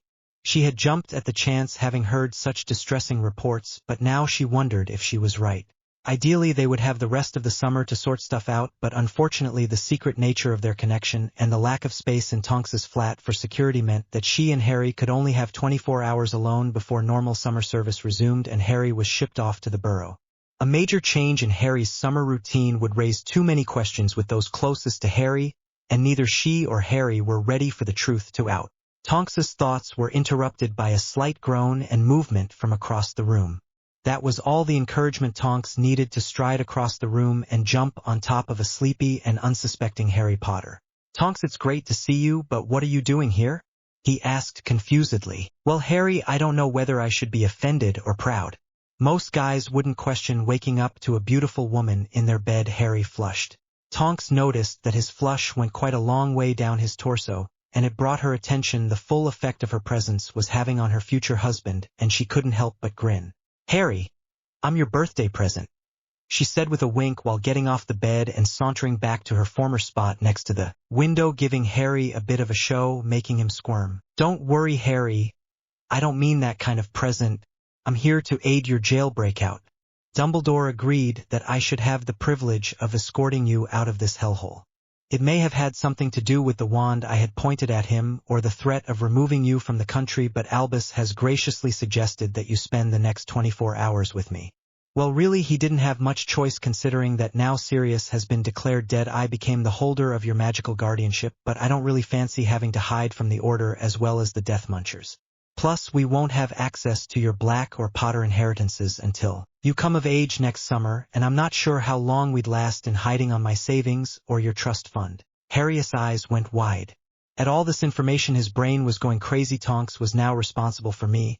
Well, that's weird. How many guys have their wife-to-be as their guardian? Does that mean she can order me to do stuff? Tonks wouldn't do that, would she? Yeah. Sorry, do you mind waiting outside while I get changed? No probs, Potter, although I'd been looking forward to a preview all morning, Tonks stated as she was exiting Harry's room. Almost as soon as it began, it ended and Harry noticed he was no longer in Privet Drive. In fact, he had no idea where he was, but he was currently suppressing the urge to be sick. Winning his battle, he turned to Tonks and yanked his hand out of hers. Tonks, what the hell was that? Harry almost screamed. A sheepish-looking Tonks replied, "Oops, I guess you've never sighed a long operette before." More to herself than Harry, she added, "Makes sense, I guess." Harry, apparition is a common magical means of magical transportation. In fact, this year you'll receive lessons in school to learn how to do it. It's a bit like the muggle idea of teleportation. In fact, I think that's where the muggles got the idea from after seeing a few careless magicals appear out of nowhere. Well, I don't want to do that again in a hurry. I think I'll learn to drive, thanks. That's worse than the flu. This earnestness of this statement made Tonks burst out in laughter. I'm serious, Tonks. That was horrible. It gets better. You'll get used to it. Ignoring Harry's grumbled, "Don't want to get used to it," Tonks pulled him forward, and it was clear they were standing in front of a muggle shopping center, but it wasn't familiar to Harry, so certainly not one that Harry had been made to wait outside of before. Where are we, Tonks? This is Meadow Hall, Harry. Muggle shopping at its best.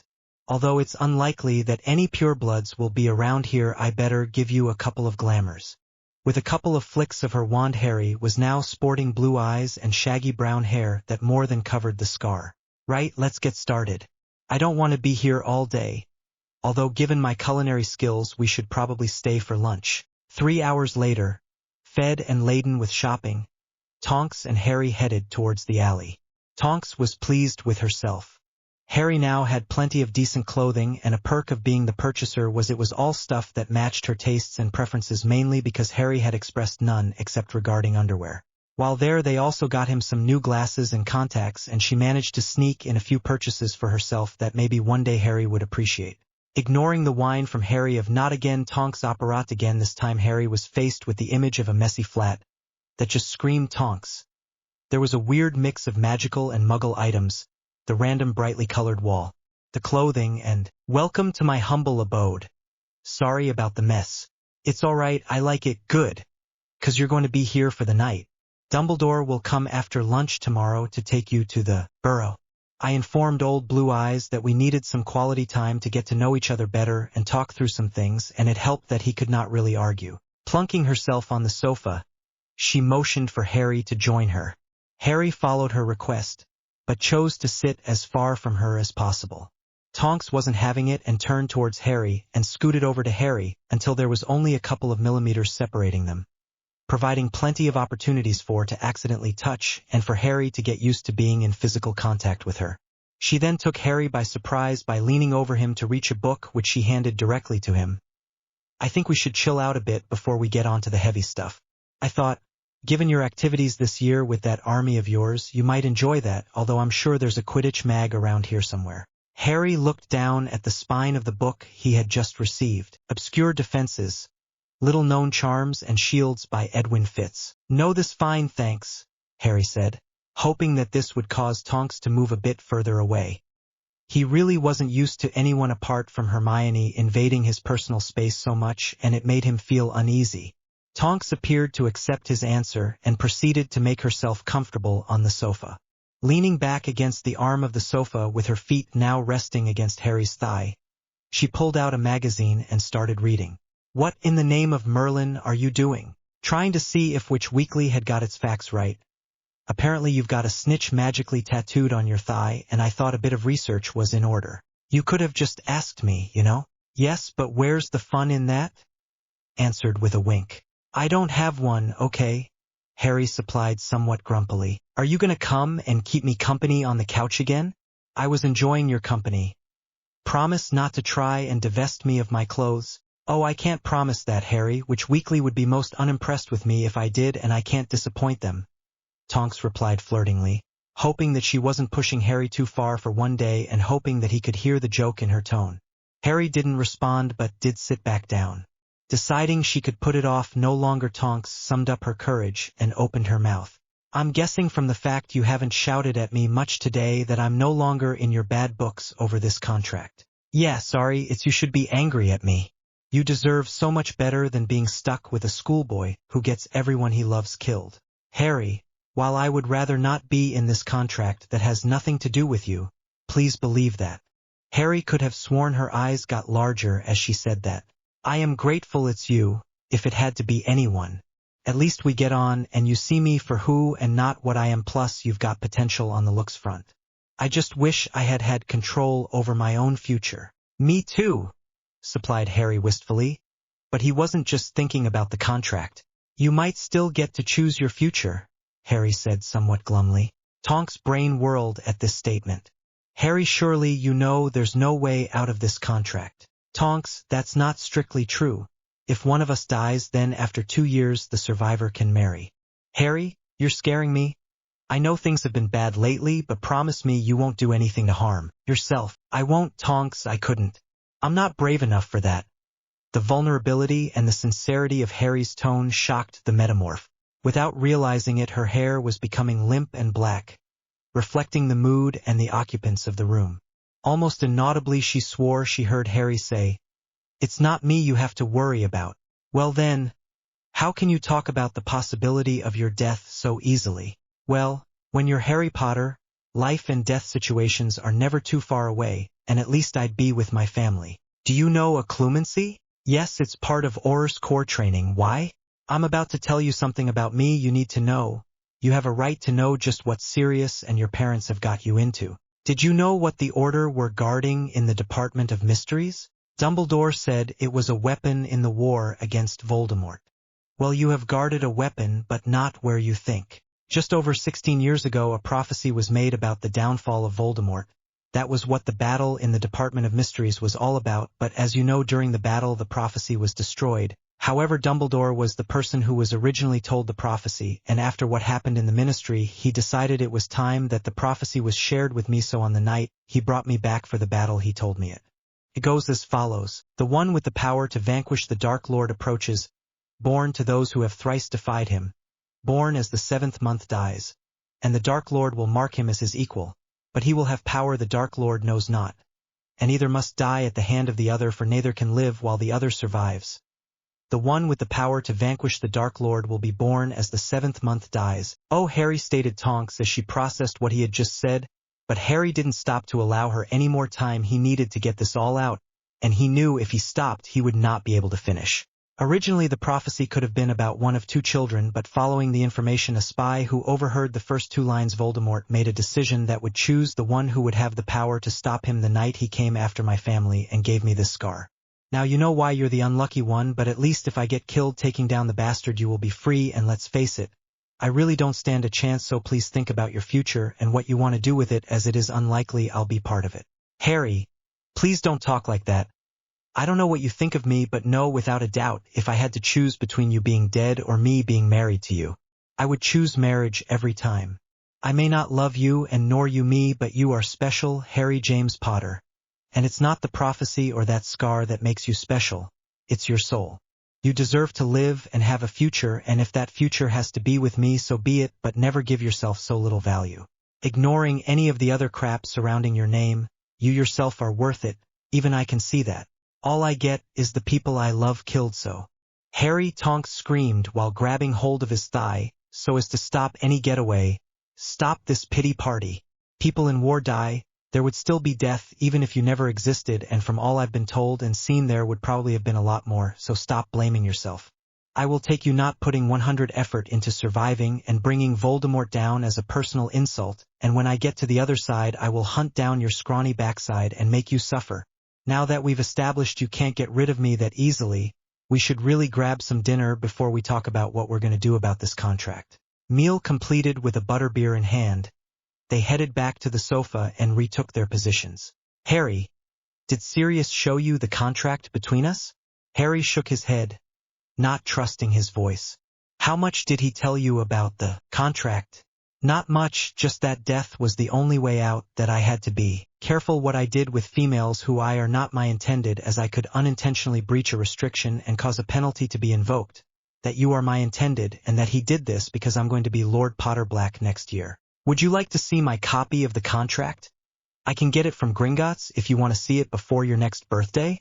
No, it's all right, I trust you'll tell me the important bits. She proceeds to explain most of what she understood of the contract.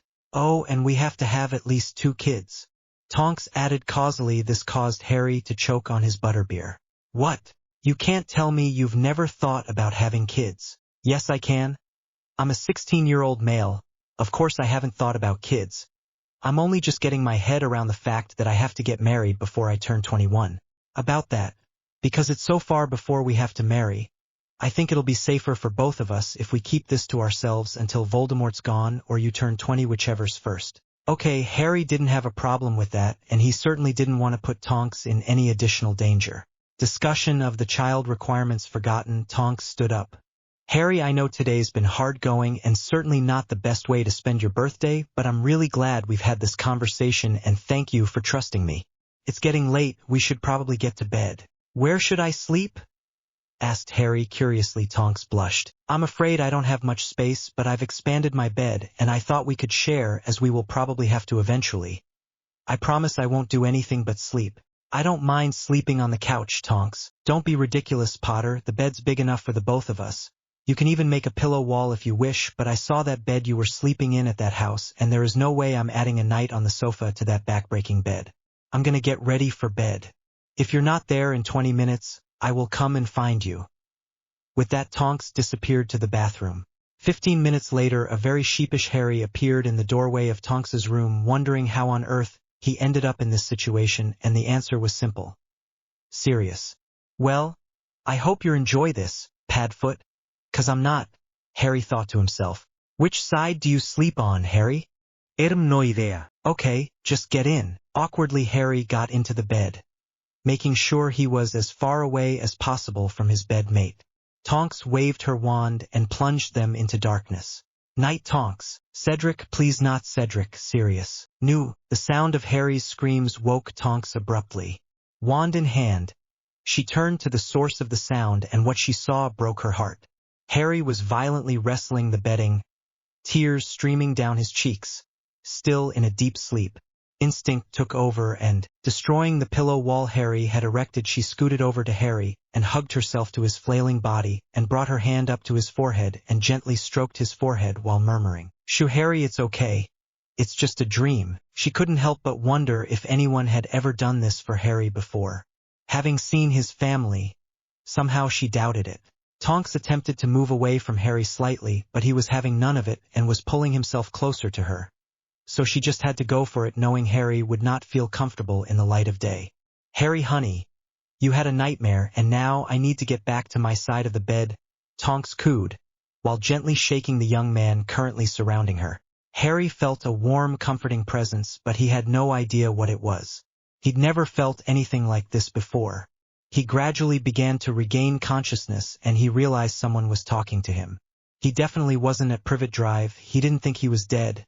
It didn't smell like Hogwarts. Slowly his mind began processing his last memories. Tonks coming to collect him being Tonks' real dress-up doll, telling her the prophecy and going to bed.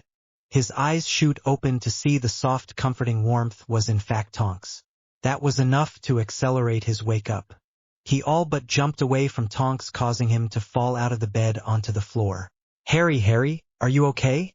You were having a nightmare, and I was comforting you, but you didn't seem to want to let you go," Tonks supplied, blushing. "Tonks, I'm so sorry, I didn't mean it."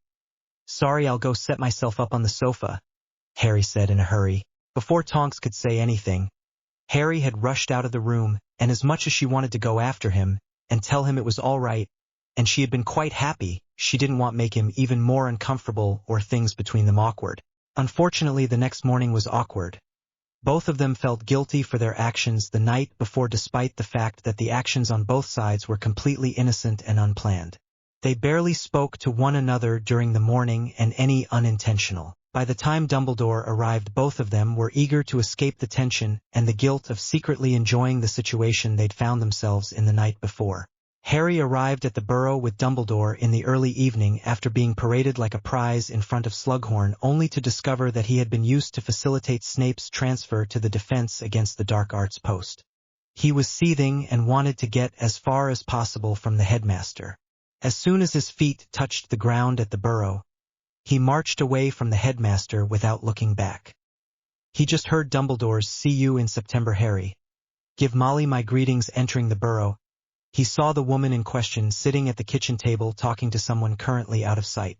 Moving closer, he made himself known to the Weasley matriarch. "I'm sure it will work itself out, dear. Things always do." Getting closer, he realized Molly's companion was one he really didn't want to see right now. "Oh, hello, Harry dear. I didn't see you there. Did Dumbledore just drop you off?" Molly asked. Harry nodded. "Oh, happy birthday, dear. We wanted to get you here earlier so that you could have a party here. But Albus said it wasn't possible this time. No mind though, we'll have a party tomorrow instead." Molly continued, unaware of the discomfort the room's two other occupants were feeling right now. "You look awfully thin, dear. Did you get any food while out with the headmaster?" Harry shook his head. He could have sworn he heard Molly mutter something like, "irresponsible. You think he'd know better? Well, we'll have to do something about that. There's some soup on the stove. Take a seat and I'll get you some." Molly fussed. Harry took the seat opposite Tonks but looked anywhere but her. "Hiya, Harry," Tonks supplied coyly. Harry looked up to see Tonks was not sporting her normal neon pink spikes. Instead, her hair was limp brown and shoulder length. "Tonks, how's your summer been?" Tonks asked, aware that their conversation was probably being overheard. Harry was confused, but played along same as always. "Dumbledore picked me up and dragged to recruit a new potions master, and my success now means I'm stuck with Snape and Dada," Harry ended, barely suppressing his annoyance. Tonks felt sorry for Harry. She knew how acrimonious his relationship with the Slytherin professor was, and now he'd be teaching Harry's most important subject. Did Albus want Harry to learn nothing? "What's that about a new professor, dear?" Molly said as she entered, soup in hand. "There's a new potions master, Professor Slughorn. Oh, I remember him. He taught Bill in first year. Speaking of Bill, Nymphadora, you really must pop round next time he's home. I know he would love to see you." Tonks shifted uncomfortably at Molly's unsubtle matchmaking. That was her fifth or sixth comment this evening. Very obviously looking at her watch, Tonks said, "Oh, look at the time. I really better be off." "Thanks for the tea and advice, Molly." "Any time, dear. Any time." With that, Tonks stood and, securing her cloak, she headed to the back door, contemplating what she should do about Harry. "Bye, Molly, Harry. See you soon." With that, Tonks exited into the night, unaware of the emerald eyes that were following her departure with a great deal of interest and a little bit of longing.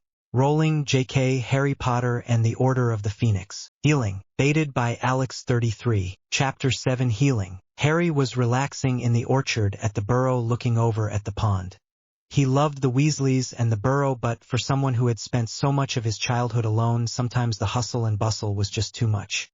Knowing that quiet contemplation was likely to be hard to obtain once back at Hogwarts, Harry had taken to wandering around the Burrow's land whenever the opportunity presented itself, which hadn't been frequent. Fortunately, when he had managed to find some alone time, the Burrow's other inhabitants seemed to sense Harry's desire for solitude and rarely disturbed him. Despite the recency of Sirius's death and being overwhelmed at points, the last 3 weeks had been some of the best Harry had spent at the Burrow. They had been filled with Quidditch, daydreaming, and food. Molly seemed to be on a mission to fatten Harry up.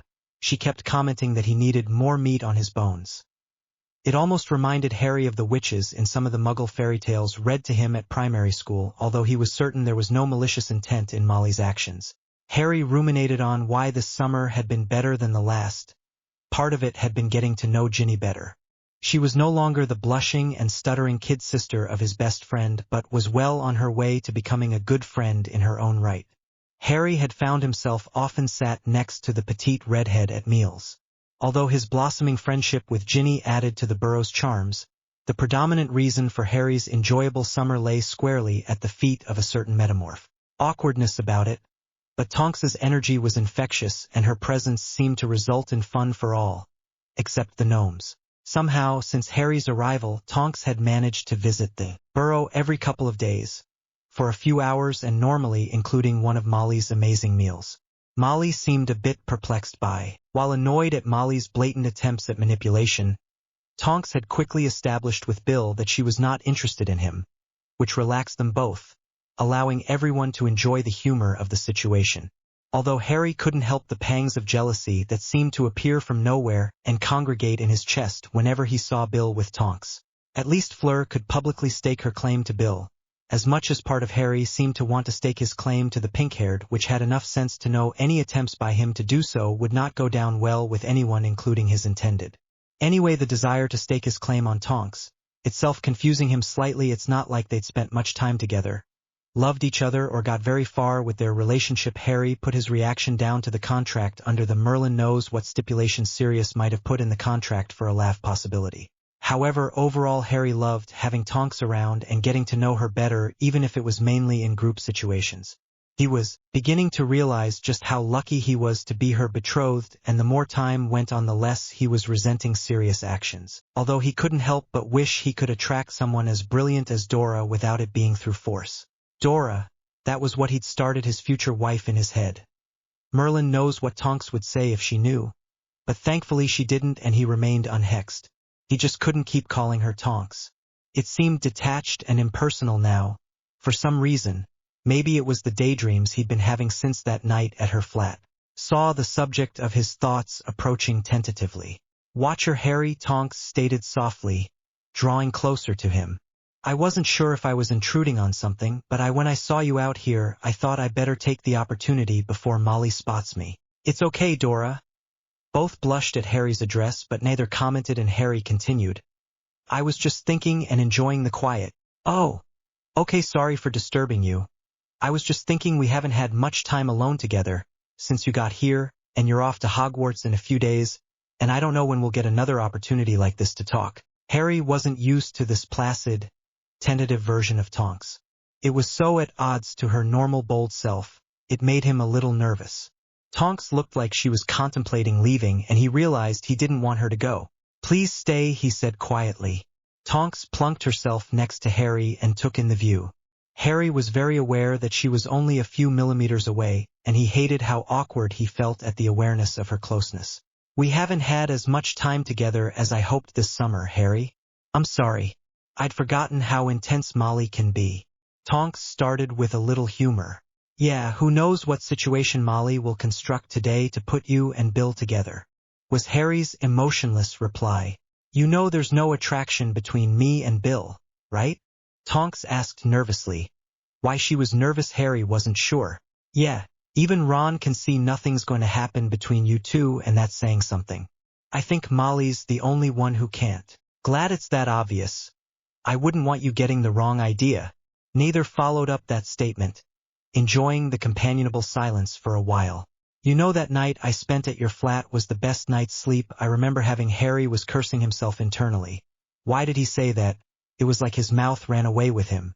During his self-chastisement, he missed the contented look that passed over Tonks' face at the memory. One awkward sentence seemed to clear away the discomfort that they'd felt around one another since that night. With the awkwardness gone, they started talking amicably to one another, and Ginny found the pair playfully shoving each other while laughing away 2 hours later. She'd been here 5 weeks, and the most excitement and fear she'd felt was on her second day. Yet again, the focus of this activity had been her Harry, but then again he was the whole reason she'd volunteered to be stationed in the village in the first place. Revel in just being included, and the who guy who enjoyed nothing more than flying on lazy summer afternoon. Without any more bombshells, Harry, had actually learnt to relax a bit over the summer despite the feeling of impending doom that was spreading across the wizarding world, and she certainly liked what she saw of this Harry.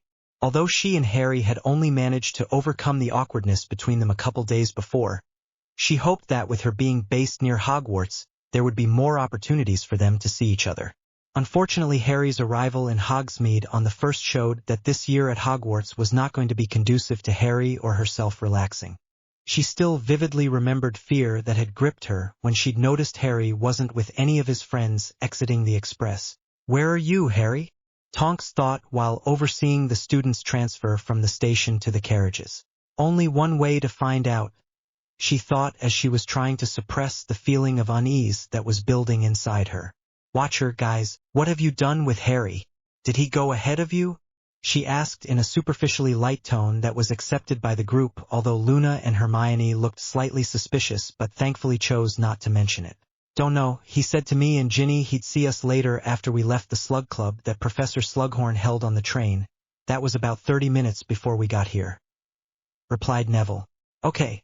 Well, say hi from me when you see him and let him know he might see me around as my team's been stationed here at Hogsmeade for the school year as a security measure now you know who has officially returned. Anyway, I'm on duty, so better get back to work. See ya."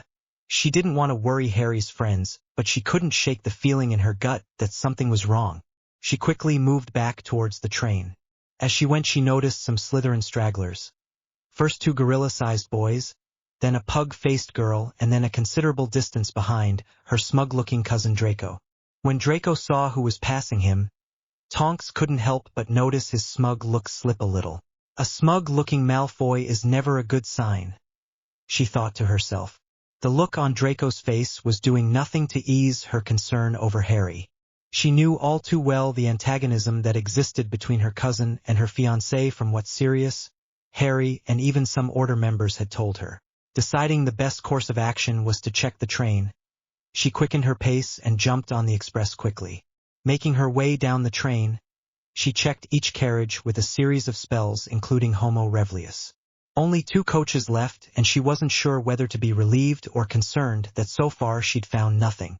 Entering the last passenger carriage, she immediately noticed the blinds were all closed, which was odd and set her on edge. She proceeded to cast her spells and swore under her breath. She crouched to the ground and began groping the ground in front of her. Feeling a silky substance, she gently lifted it off. The image before her elicited a sympathetic moan of "Oh, Harry," from the young Auror before she could stop herself. Tonks quickly followed it with a ridiculously upbeat "Watcher, Harry." Unfortunately, the greeting also signaled the starting up of the Empress's engine. Tonks quickly muttered the counter curses and dragged Harry to the end of the train. "Come on, we'll jump," Tonks said quickly. Once they'd landed on the platform, Tonks took the chance to look Harry over more thoroughly. At a minimum, he definitely had a broken nose. She gently brought her hand up and stroked his face. If anyone asked, she'd claim that she was checking his injuries, but the shiver that touch sent through her suggested it was anything but medical in intent. Unfortunately, Harry flinched at the touch. "Sorry. Did I accidentally hit a sore spot?" Harry nodded somewhat dumbly. "Do I need to ask who did this to you?" Tonks asked. The dark look that crossed Harry's face said it all. "The ferret, of course," Harry all but growled. Tonks could see he needed calming, so tentatively, she began to rub Harry's back, hoping nobody was watching. It seemed to have the desired effect as the next sentence from his lips was said in a much calmer tone. "There's no point complaining. Even with Daddy in the company of Dementors, he will find a way to blame me." Wanting to avoid a Malfoy-based rant, Tonks changed that subject. "It's a good job Auror training includes basic healing training, as I think with you as my husband I'm going to need it. Let's get you fixed up. Are you hurt anywhere else apart from your face?" Harry shook his head. "Okay. This will hurt. I'm afraid, Episky." Tonks couldn't help herself. Her hand instinctively reached for his face again. It was like she was magnetically drawn to him. She hated the thought that she was causing him pain, but he needed healing. "There you go, Harry, good as new," she said breezily while reluctantly moving her hand away. Regaining her senses, Tonks sent her Patronus off to the castle, informing them of Harry's location and imminent arrival. "What are you doing up here, anyway?" Harry asked. I asked to be stationed up here for the year, replied Tonks, hoping Harry would realize the unspoken to be closer to you. Is it just you who's stationed up here? Or Dash? No, Proudfoot, Savage, and Dawlish are here too. Okay, Harry said somewhat quietly as they proceeded towards the castle. It was a long walk without the carriages, but both of them seemed to be enjoying the walk. Out of nowhere Harry put a hand on Tonks to stop her and looked deep into her eyes as if studying her. Her brain was telling her he was going to kiss her, and she leaned in only to be disappointed when there was no kiss.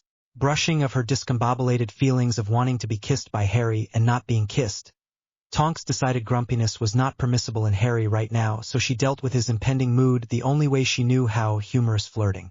Oh, Harry, as much as I love that broody expression you're sporting right now, we don't have time for you to get in my knickers.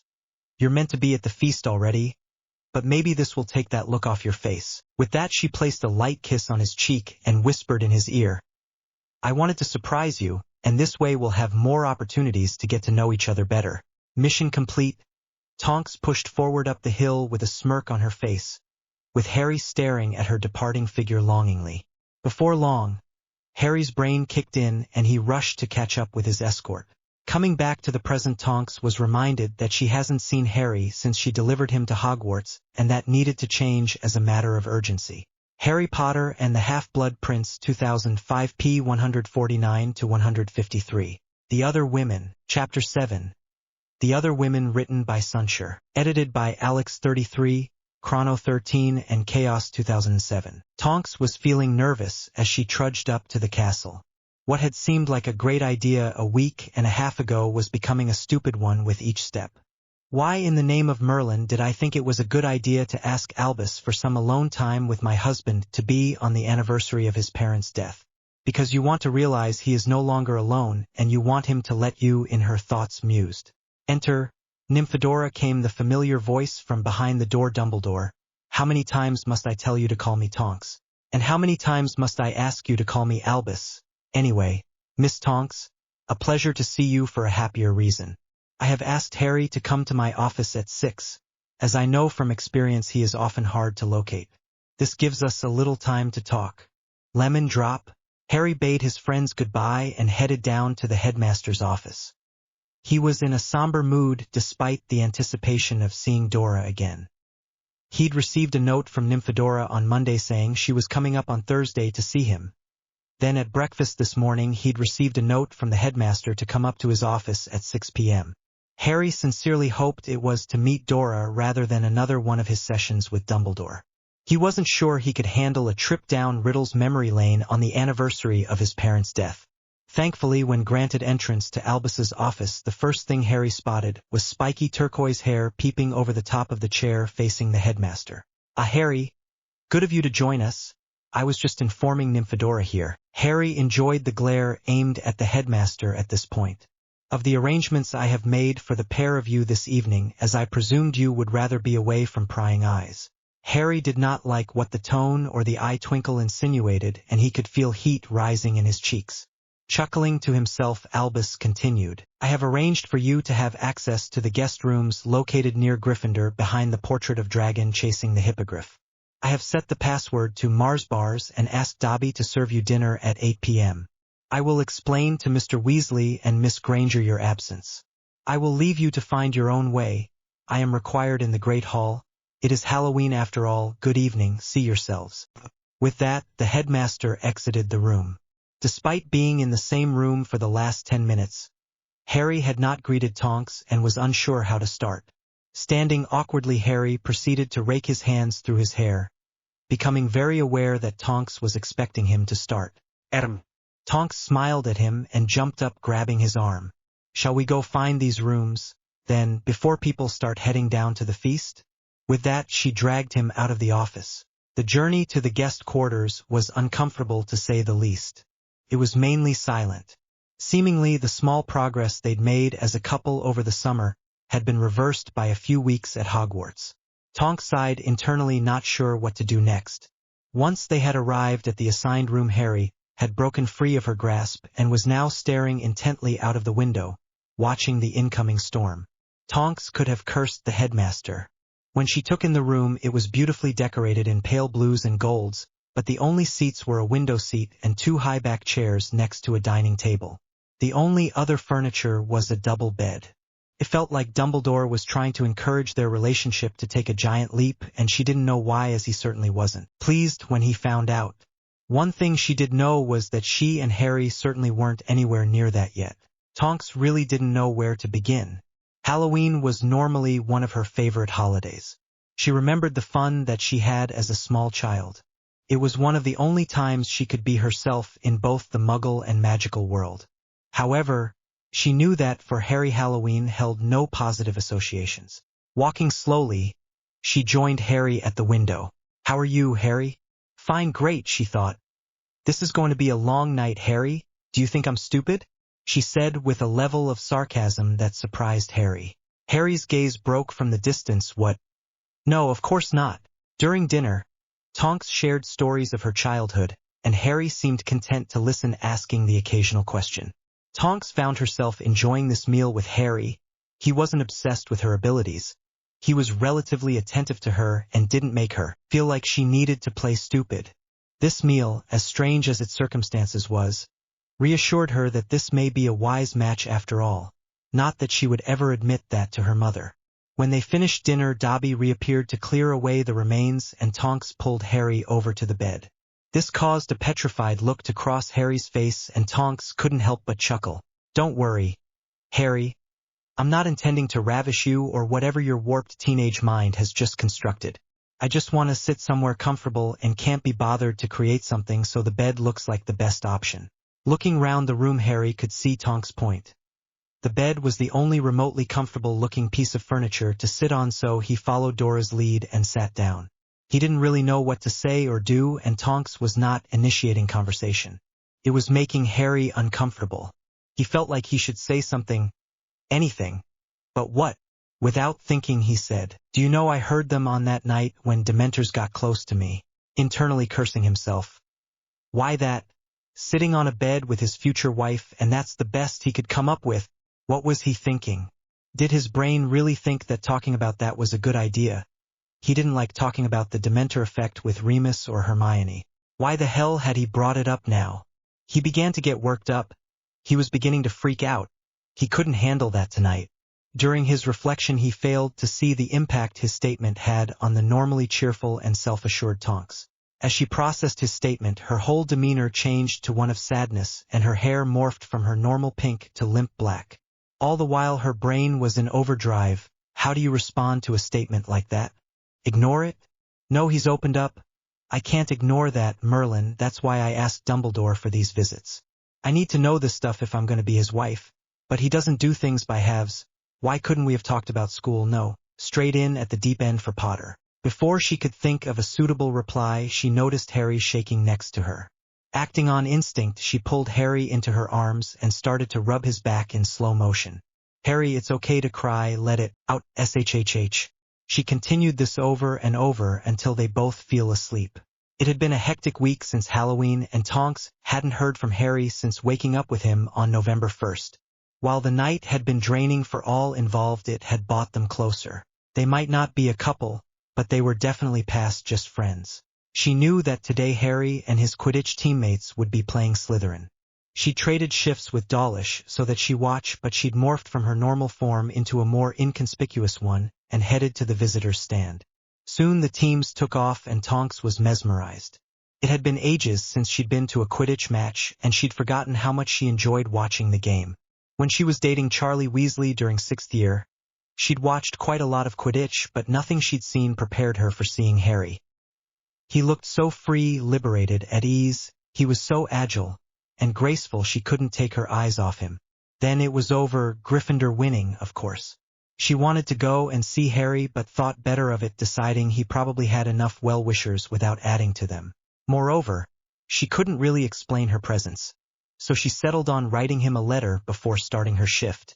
It had been approximately 2 minutes since the owl arrived, and right on schedule came Hermione's questions. "Harry, what's going on? That owl keeps coming, and it's not from Gringotts or the Ministry. Whose is it?" "Sorry, Hermione, I can't tell you. That's not going to change no matter how many times you ask." Hermione huffed. Harry ignored her and settled down to retrieve his letter from the unusually agitated owl, who nipped at his fingers, nearly drawing blood. Ow! This caused both Hermione and Ron to look concernedly at him. Harry normally got on so well with owls, especially this one. Harry should have taken Barney's unusual behavior as a sign, but he didn't. Dora's letter wasn't her normal smile-inducing light relief. She seemed pissed. Her tone was cold and detached, very un-Dora-like. And to begin with, he couldn't entirely understand why. Spoken for. Luna was the only girl in the school who he trusted not to try and turn the invite into a romantic entanglement, and their friendship was well enough known to not cause too much gossip. Unfortunately, Dora did not see it that way. Her sentiment in the letter seemed to be why had he spoken to her first instead of being a... He wished he could ask Hermione for her advice on how to resolve the disaster he'd inadvertently created, but as with so much of his navigation of this relationship, he was on his own. Merlin help him. Harry set about responding to her letter without adding to her displeasure, although he thought that was nigh impossible considering that he had decided to do the honorable thing and stick with Luna as his date. He wished he could see Dora. It was easier to have arguments face-to-face than in letters. He was never very good at expressing himself in written form, as Snape could certainly attest. He hadn't seen Tonks for weeks, and now when they did meet he'd be lucky not to be hexed. The correspondence between Harry and Tonks slowed considerably after the Luna revelation. They went from almost daily to weekly, something that was not unnoticed by Hermione, but Harry remained grumpily tight-lipped, much to her continued annoyance. Tonks liked Luna. She was her own person, and that was something Tonks admired and respected in people. She could see herself and Luna becoming friends at some point, but her developing possessive girlfriend streak meant that Luna was currently, through no fault of her own, in Tonks' bad books. Although she would never admit it, Tonks acknowledged to herself she was jealous of the platinum-haired girl. Even after pointing out his oversight to him, Harry had still chosen to accompany Luna, and it hurt no matter how honorable it was. -00000. She retrieved a glass of wine and headed towards a man who looked roughly her age and was alone. It was only when she got close she realized it was the Tornado's chaser, Brevis Birch. She summoned up her courage and started chatting to the strapping star. She was pleasantly surprised as the conversation flowed. Quidditch stars weren't normally known for their conversational abilities, but Brevis was so charming. She almost forgot where she was until Slughorn interrupted them with his gushing greetings. Slughorn asked Birch several questions and gushed about several current students before unfortunately turning his attention to Tonks. "Ah, Nymphadora, so good you could make it. Although I'm surprised you didn't bring a date with you. Looking as wonderful as you do tonight. I find most men are intimidated by my aura credentials. Oh, such a shame, dear. I am sure I could set you up with someone that would certainly increase status through your black heritage and your other talents." The appreciative look he was currently giving her body made her shiver in distaste, and her reaction flashed between anger and embarrassment, but Slughorn continued down his inappropriate subject line. The poor guy looked so uncomfortable. The belief systems of Slughorn's generation weren't that of hers, but the longevity of magical folk meant that it would be decades before a woman's value as something other than a babymaker was truly accepted in the British magical community. Brevis stuttered, which Slughorn took as agreement. Tonks had calmed down enough to politely decline Slughorn's matchmaking. "Oh well, dear, if you change your mind you know where I am with that." The professor scuttles away. Harry can't help but notice Dora the minute he enters the party. She's radiant and was mesmerizing. If Luna hadn't asked him to get her a drink, he mused, he could have stayed watching her all night. Unfortunately, Cormac and Malfoy had other plans. Christmas, ignoring the minister's visit, and Percy, was one of the best Harry had had in his life. Harry felt part of a family, something he relished. The presence of a certain metamorph was particularly welcome. Although Tonks' Christmas invitation to join the Weasleys was not for Harry's benefit, it did give him the opportunity to spend time with his future wife. Although Tonks enjoyed the opportunity to spend some quality time with Harry when he was relatively relaxed, spending the holidays at the Burrow had not been overly pleasurable for her. First, she had to put up with Ginny's constant chattering about how amazing Harry was, and several times she had to inquire about Ginny's boyfriend to shut the girl up. Then the appearance of her boss and the plonker formerly known as Percy caused a scene that certainly did nothing for her holiday spirit. Her family Christmases were usually a great deal more uneventful and relaxing than this. When she had originally told her parents of her intention to spend Christmas at the Burrow, they had been understandably disappointed, especially now it had been 2 Christmases in a row. However, when she pointed out her desire to spend the holidays with her betrothed, they ceased their complaints. Hopefully next year she and maybe Harry could have a Tonks family Christmas. 0000. Relationship, even when alone, had stalled at hand brushing and pecking kisses. She wanted more, but Harry seemed oblivious. She had arranged with Dumbledore to be present at Valentine's Day breakfast, and she was looking forward to watching Harry receive her gift. Sat at the end of the top table, she watched the half-asleep students enter the hall. Scanning the crowd, she saw Harry near the rear, flanked as normal by Hermione and Ron. Suddenly a house elf popped in front of her. "Miss, I was asked to bring you this." "Thank you," Tonks said, accepting the gift from the elf. She opened it to discover a box of honeydukes with a handwritten note. She recognized the handwriting anywhere. "Dear Dora." Well, at least he didn't go for nymph, she thought. "I know this isn't the most original Valentine's Day gift, but I've got to start somewhere, and I wasn't sure if there was protocol for things like this in our situation, but at least you can enjoy these." Not the most romantic or original gift and message she'd ever received, but it was sweet and it made her smile. Picking out a pink and white confectionery, she tentatively bit into it. It tasted so divine she let out a small moan of appreciation before remembering where she was and hoping no one had noticed. She looked up from her chocolates. Thankfully, it seemed her actions had been lost in the growing Valentine's Day excitement. Owls, cherubs, and elves were popping up everywhere. Suddenly she saw Barney approaching Harry. She wasn't sure how Harry would take her gift, but she was looking forward to finding out. -0 Harry had sat at the Gryffindor table as normal, although he was somewhat dreading today, as it was always odd. He was also a little anxious. Would Tonks like his gift? Overhearing the girls in the common room for the last couple of weeks, he knew that Valentine's Day was important, but what he was meant to do for a woman like Tonks, Merlin only knew, but everyone liked chocolates, right? "What's Tonks doing here?" Ron asked through a mouthful of breakfast. "Isn't it obvious, Ron? She's here to make sure none of the external gifts are cursed or dangerous."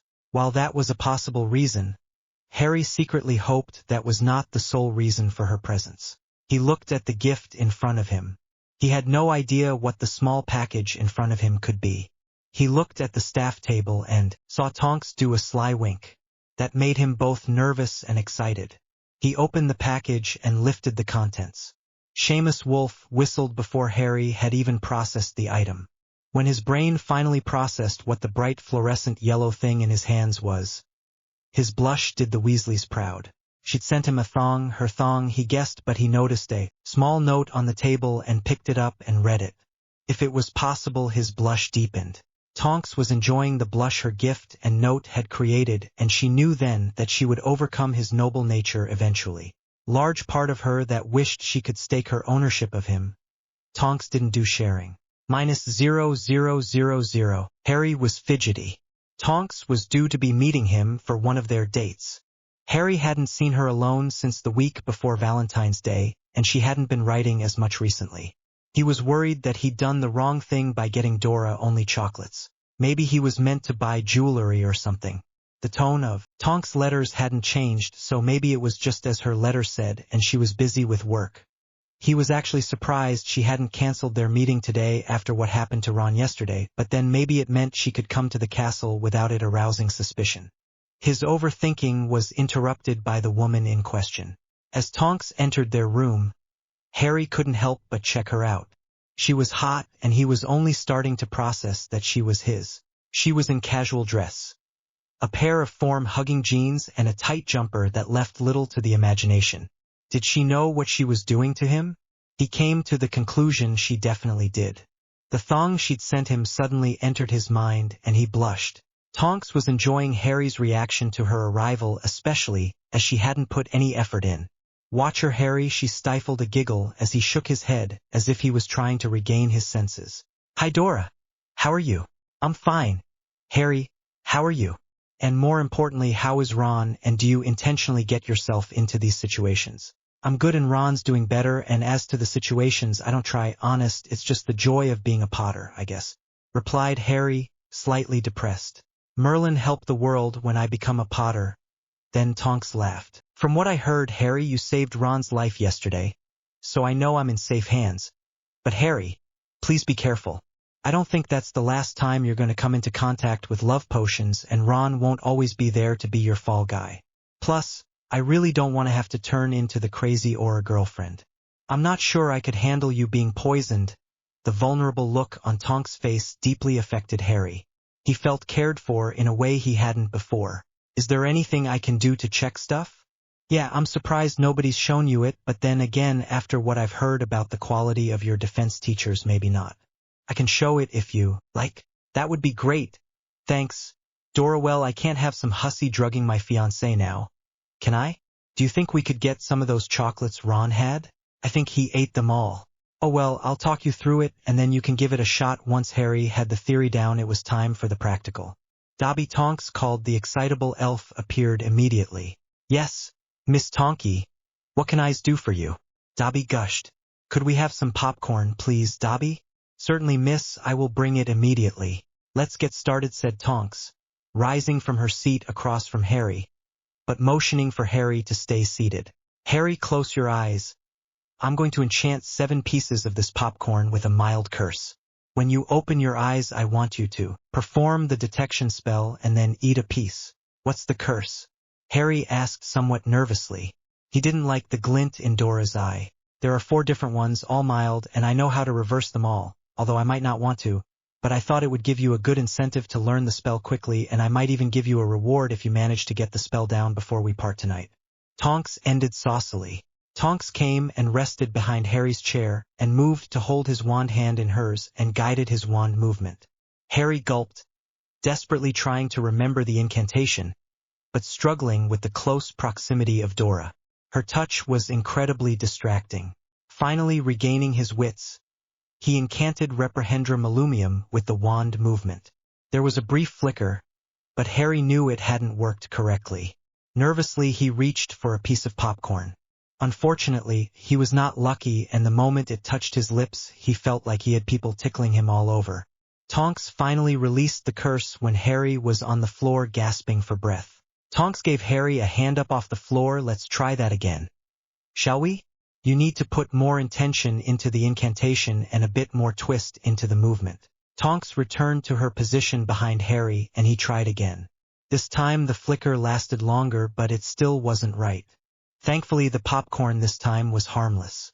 "Quidditch seems to work for you, honey. I almost don't want to give you your shirt back. But if you want to get this spell down tonight, I think I'd better." Harry blushed at the predatory look he was currently getting.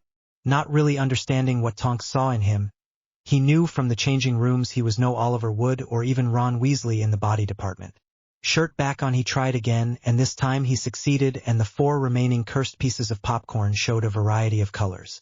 "Do it again," Harry. Tonks urged. It worked perfectly. As their lips met, it felt like electricity was going through Harry's whole body. This was nothing like Cho.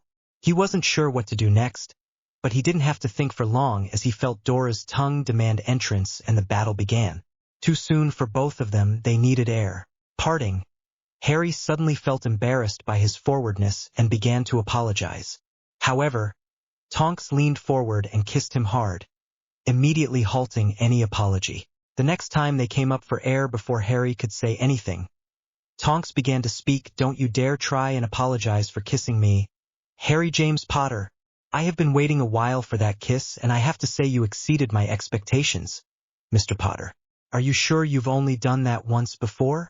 Harry nodded gormlessly, his eyes still transfixed with her lips. "You're clearly a natural. It makes me wonder what else you're a natural at." Harry blushed at the insinuation. "But I think we might have to wait a while before testing that theory, unfortunately. I think it is a good job you aren't a ladies' man, Harry. You'd have the entire female population of the school attempting to pull you into a broom closet even without being the boy who lived. But thankfully your lips are mine and mine alone." Tonks couldn't stop thinking about kissing Harry. It was a very distracting and frustrating 6 days waiting to taste those lips again. She was hoping to nab her emerald-eyed betrothed for a much-needed snogging session after the match, even if it meant morphing into a schoolgirl. She watched as Harry took to the skies again, wishing she could join him. It was going so well, and then that idiot McLaggen hit him with that bat. Her world went into slow motion. She knew she couldn't go to him now. There were too many people watching, and she wasn't sure could control herself enough. Needing to do something, she discreetly headed to the hospital wing to await Harry. A few minutes after her arrival, the hospital wing's doors banged open and Poppy rushed in with Harry following on a stretcher. Dead to the world, Hagrid and Dumbledore bringing up the rear. It took all her self-control to not run to Harry's side. Right, Hagrid, now that Mr. Potter has been safely delivered to hospital wing, I believe your assistance is required to help people vacate the grounds. I am going to act as doorman for a while and keep the curious minds away. I am sure Harry will be fine in Nymphadora's and Poppy's capable hands. They exited, leaving Harry, Tonks, and a slightly confused Poppy alone in the hospital wing. Nymphadora, I am not sure why you are here, however. I am sure that Albus has his reasons, and once we have stabilized Harry, I would very much like to know them. What can I do to help, Poppy? With her orders, Tonks proceeded to turn Harry onto his side, giving Poppy access to the injury. A couple of wand swishes later, and Poppy trotted off to her store cupboard and returned with several containers. She placed them on the bedside cabinet next to Harry and plucked out a balm and a bandage. While wrapping his head, Poppy spoke again. With the severity of his injury, he's going to be lucky if he makes it out by Monday. So if you could get him out of his clothing, clean him up a bit, and put him in some suitable nightwear, while I continue his treatment, I'd appreciate it. It's okay to use magic, but can you avoid his head area? Tonks used her wand to spell Harry in place and proceeded to remove his clothing carefully. In other circumstances, Tonks mused, she would thoroughly be enjoying her current activity. Having removed his shoes, socks, and trousers, she froze. Did she really want to get her first view of the whole of him like this? Unfortunately, Poppy removed the decision. Come on, dear. It's nothing I'm sure you haven't seen before, and he won't thank you if he wakes up wearing 3-day-old underwear. Poppy sounded like she was holding back a chuckle. Tonks gently moved her hands to his waistband and removed the offending garment. She couldn't suppress her smile at what she saw, but not wanting to draw attention to her reaction, she continued with her assigned task, scourgifying his lower half. She carefully put on his pajama bottoms and pulled up the sheets and blankets to his waist and started on his top half.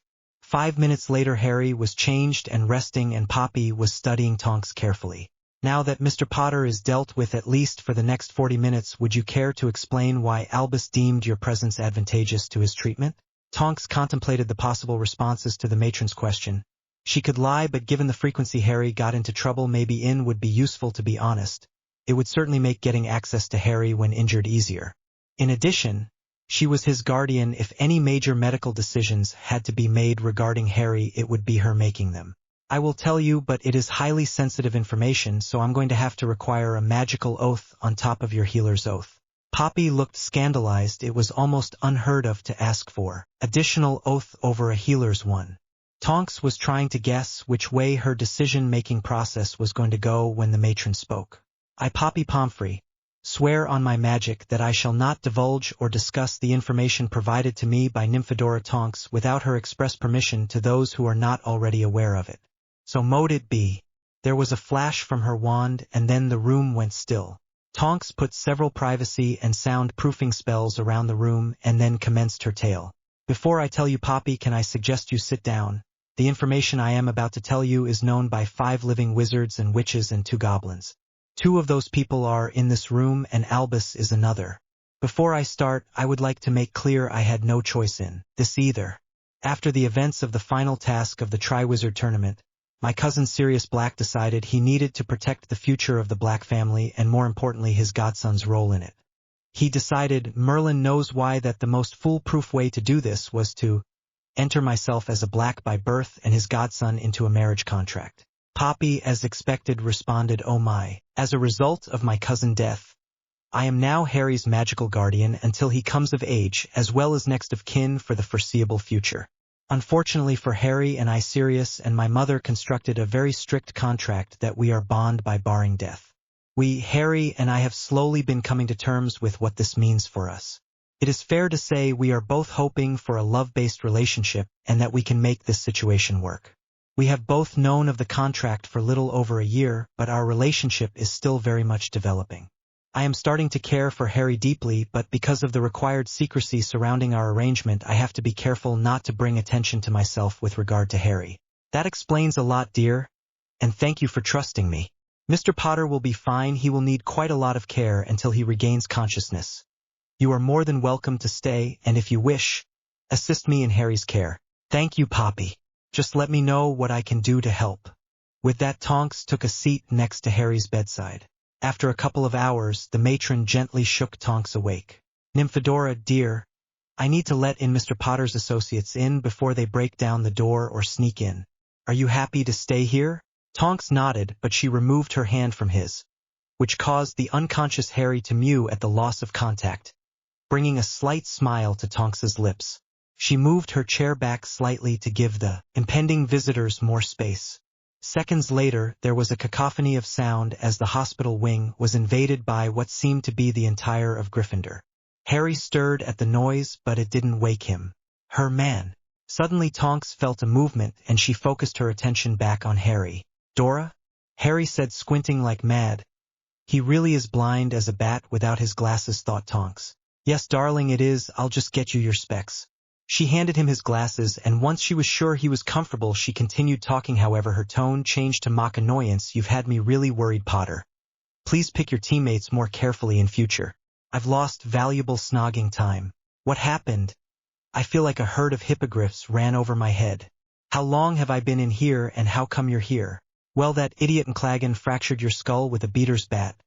It's about 2 a.m. of Sunday morning, and I'm here, you daft boy, 'cause I care about you and you scared the life out of me. Madame Pomfrey will want to know you're awake.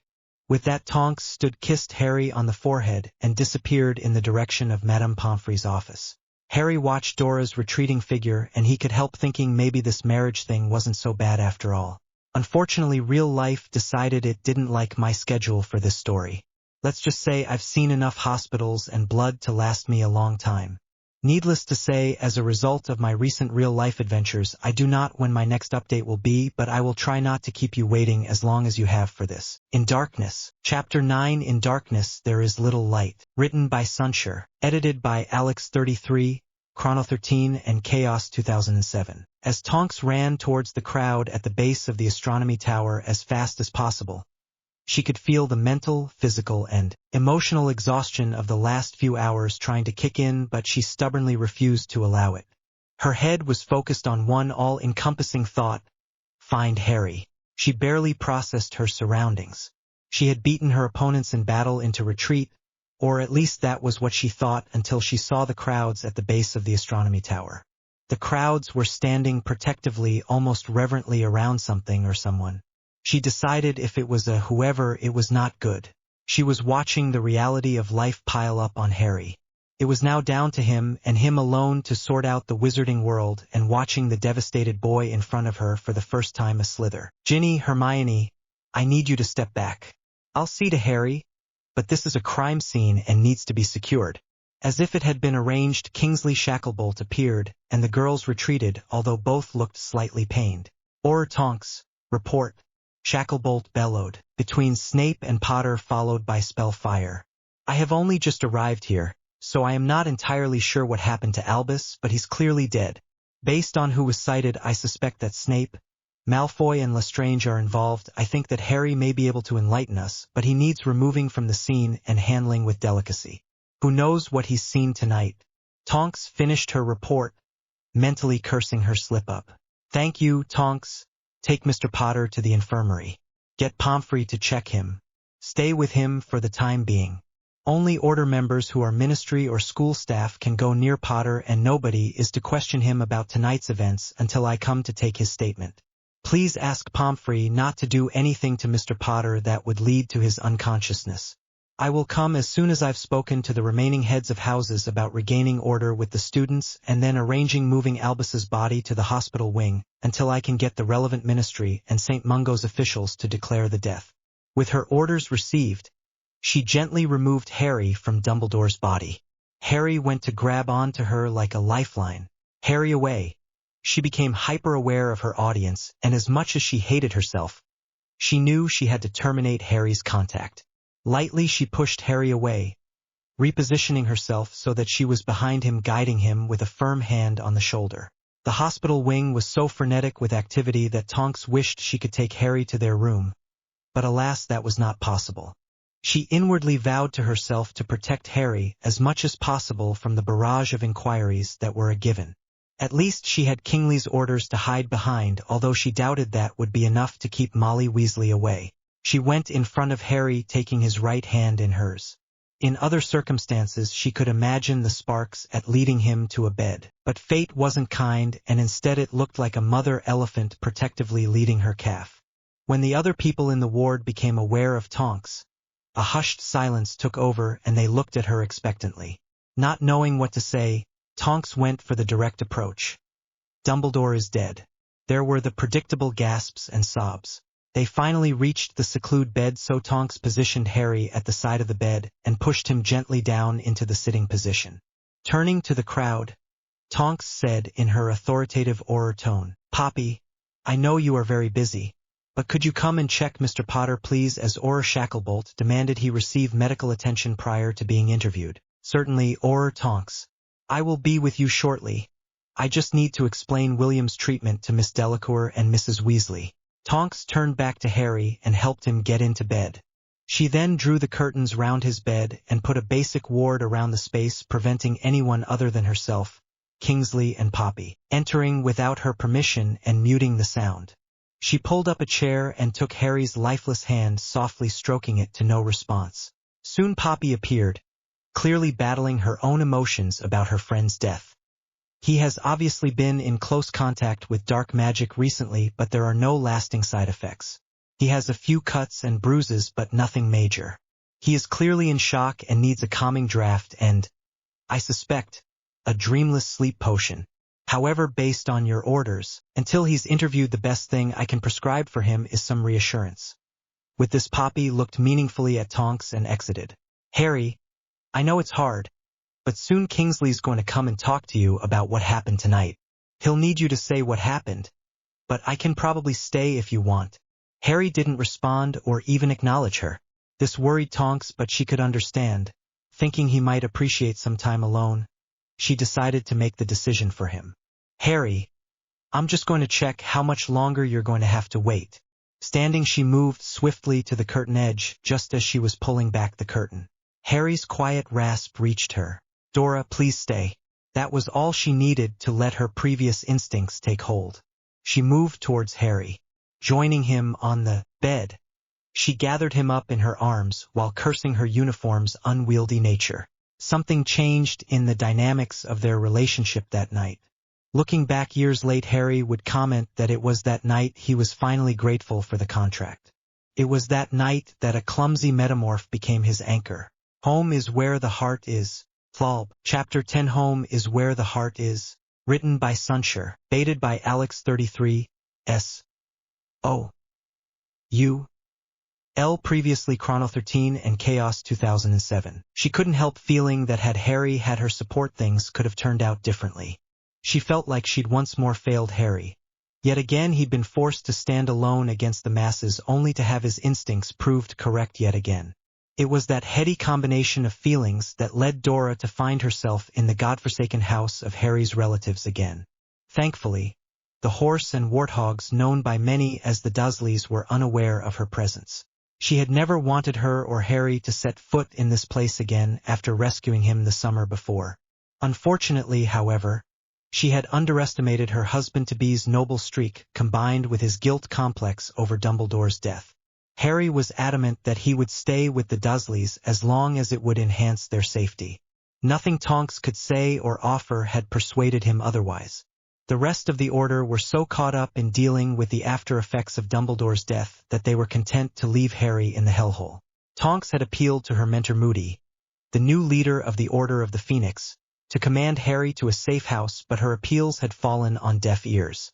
Harry, the chosen one, may be the focus of this war and by extension the Order's war effort, but for her it was going to be Harry, the slightly lanky teen who she was falling for. That was the focus of her actions. The war be damned. She suspected that Harry's decision to hide the nature of their relationship was primarily based on the fear that those he considered family would disown him if they found out about the contact. However, the reason he'd given her was that he didn't want her being put in more danger because of him. Unfortunately, neither reason was one she could argue with as much as she wanted to. The fallout of Dumbledore's death had led Tonks to resign from the ministry. She could see the direction of the war was going, and she knew it was going to come to a head sooner rather than later, and she would be in the eye of that storm. So here she was at the entrance to Harry's room for the 6th time this week. It was earlier than her normal guard shift started, a little after 5 a.m., but she didn't. Unfortunately, this meant Harry's move was being delayed for 4 days so Hestia and Diggle could find somewhere suitable to house the idiots that were to be her extended family one day. The thought of being related to the Dursleys, however distantly, made her shudder in revulsion, but Harry was worth it. Being unemployed and a trained Auror meant that with little persuasion Tonks had convinced the Order to appoint her in charge of Harry's protection while with the Muggles. This meant that over the last 5 weeks she'd spent all but 3 days with Harry, mainly training and talking with the odd kiss here or there. Their relationship hadn't progressed very far physically, but over that time their friendship had grown massively and amazingly. Despite the circumstances, she and Harry rarely argued. Clearly Sirius had seen compatibility between them that she would never have noticed had the contract not demanded it. Maybe Sirius was wiser than she thought. She watched Harry sleeping restlessly but resisted the urge to comfort him just yet, as in his current state that would probably end with a wand up her nostril. Shortly after Harry had returned to number 4, they had a very frank discussion about the Horcruxes and the task Dumbledore had left Harry, Ron, and Hermione. She was furious with Dumbledore for not sharing that knowledge with her and immediately started developing a training plan for Harry while he was trapped in Surrey. They would run for 2 hours a day, have a couple of hours downtime, then she would give him books to study while answering questions. For the first 2 weeks they would practice hand-to-hand combat, but as Harry's body and skills improved it became apparent he was unwilling to use his full potential against Tonks for fear of hurting her. Much to her annoyance, Tonks was bought out of her quiet observance of Harry by a whimper from the subject of her attention. Looking at watch and seeing it was just before 7 a.m., she decided to intervene in what she was sure to be the start of a nightmare. She slowly approached Harry's bed. Gently removing his wand from his grip, she leant over and kissed his scar. Harry jerked awake. "Morning, handsome," Tonks said gently. "Morning, Dora. What time is it? And how long have you been here?" "It's a little after 7 a.m. and about 2 hours, but they were well spent admiring you," she replied cheekily.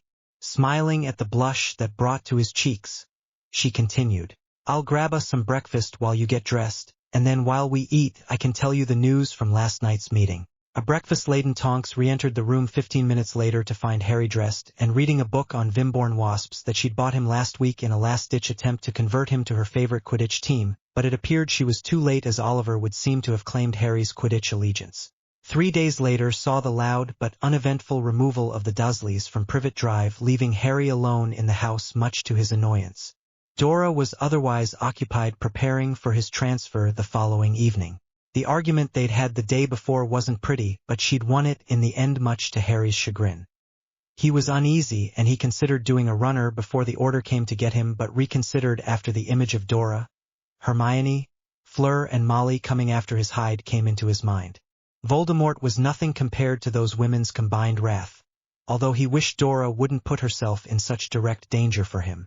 Harry's thoughts moved on to the impending Weasley wedding he was about to be thrown into. He really didn't know what to expect from a wizarding wedding. Part of him was glad he had the opportunity to witness one before his own, but he was slightly nervous of the idea of Molly Weasley in wedding mode. He was glad Fleur had found someone to see her for her and not her Vila heritage.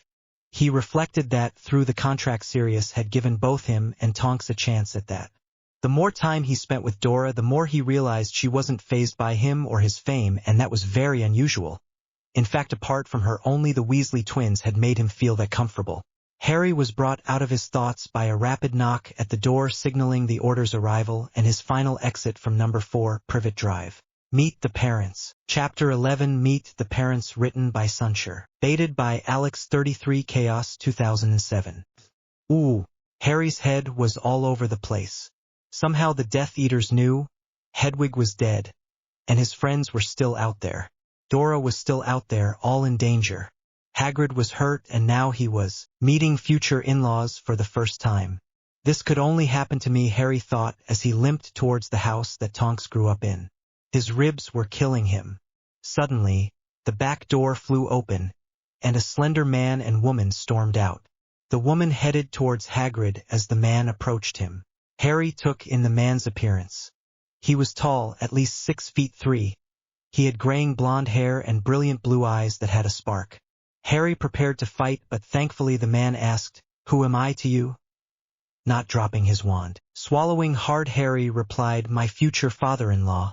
I think, with this declaration, the man's features softened and he put his hand out. As they entered the modest detached house, Harry took one last look at back garden to see Hagrid and Andromeda slowly making their way. Harry focused his attention back on the house. It was bigger than for Privet Drive, but not by much. Felt homely. The kitchen looked to be a weird combination of muggle and magical, but it seemed to work. Let's head up to the study. If we have time, I'll show you NYM's room if you want. Ted set to work on Harry's injuries, patching him up as best he could so that Harry could safely portkey. He worked mainly in silence, and Harry wasn't sure what to say, so he stayed silent unless asked a question. After 5 minutes, Harry's main injuries were dealt with, and Harry began to rise with the intention of finding Hagrid. He was stopped by Ted's gentle voice. "You know, Harry, I wish we were meeting in more normal circumstances where I could have given you a proper grilling as the boy who has stolen my daughter's heart, but I guess I lost that right as soon as I signed that archaic contract. I don't know how much my daughter has told you about our family, but I'm a muggle-born, and when my wife first suggested we agree to Sirius's proposal, I thought she was mad. I love my daughter, and as I hope you are aware by now, she is a very special person, and not because of her abilities. I always hoped she'd find someone worthy of her own accord, but as my wife pointed out, it didn't look likely. When I was first told it was you Sirius intended to contract NYM to, I was worried, not because of the war or the rubbish the prophet was spouting, but because I didn't think someone of your age and status would value my daughter for who she is. Nevertheless, everything I've heard of you so far makes me think I was wrong. I don't think NYM would have found as good a match as you on her own. She's too rebellious, like her mother." At this, Mr. Tonks smirked, but Harry decided he didn't want to know why. Mr. Tonks' expression went serious again, and it made Harry nervous. "I want you to know I expect you to look after my daughter, and when I signed that contract I was giving you the thing I treasure the most. I know given the circumstances love may not be part of your marriage, but I hope it is. I'm not sure how much you know about the traditions of the wizarding world, Harry, but as Sirius and your parents are no longer with us, I feel the need to tell you what I know of the Wizarding Society so you can do the best by Nymphadora. As a pure-blood lord, you will need to protect the women of your family with your status.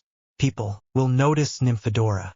In some respects, the wizarding world is stuck in the 19th century.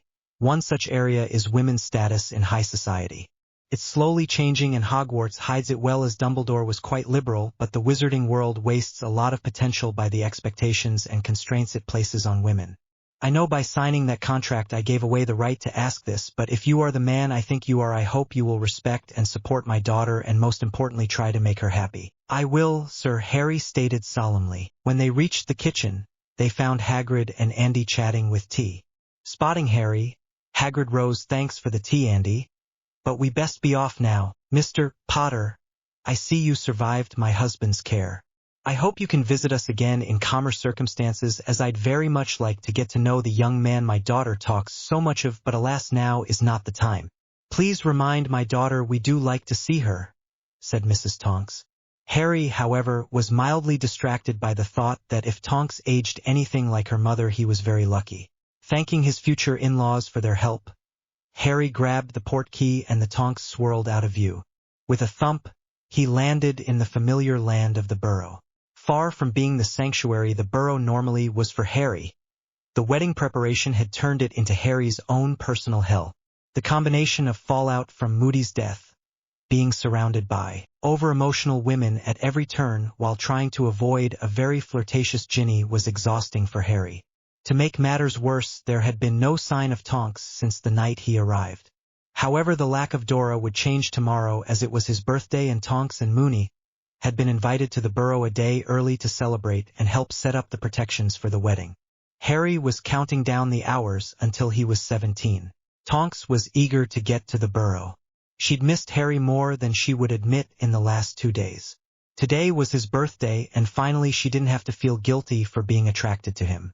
Although odd for there to be such a big age gap, at least they were both adults now and any relationship would at least be accepted. Arriving at the Burrow, she was greeted by a frazzled-looking Molly Weasley and directed to the kitchen table. Molly bustled off into the kitchen soon. Tonks was joined at the table by a topless dozy-looking Harry who appeared to be unaware of her presence. She decided to alert him. "Do you always come down to breakfast shirtless, birthday boy? If you do, I think it may become my favorite meal of the day." Harry suddenly became very aware of his company, but before he had a chance to reply, Fleur and Hermione joined the table. "Happy birthday, Harry," they stated in near unison. Hermione noticed Tonks and added, "Morning, Tonks." A half-awake Arthur and Ginny sat down just as Molly brought in breakfast. The table broke into a near-silent breakfast routine when a knock at the window disturbed them. Waiting on the other side were 2 aggressive-looking owls. Molly moved to let them in and both headed straight to Harry. He retrieved both letters and sent the owls on their way. The first was a short missive from the new Minister of Magic saying he wanted to deliver Dumbledore's bequests. The second was from Gringotts, asking Harry to come in so they could sort out his inheritances and to inform him of the fact that he was contracted for marriage, to whom was public knowledge as of 0:01 this morning. Just as Harry finished reading the letter, the prophet owl flew through the window, depositing the paper in front of Hermione and Arthur. The gasps that emanated from Ginny and Molly's mouths drew Tonks' attention away from Harry, and she immediately spotted the cause.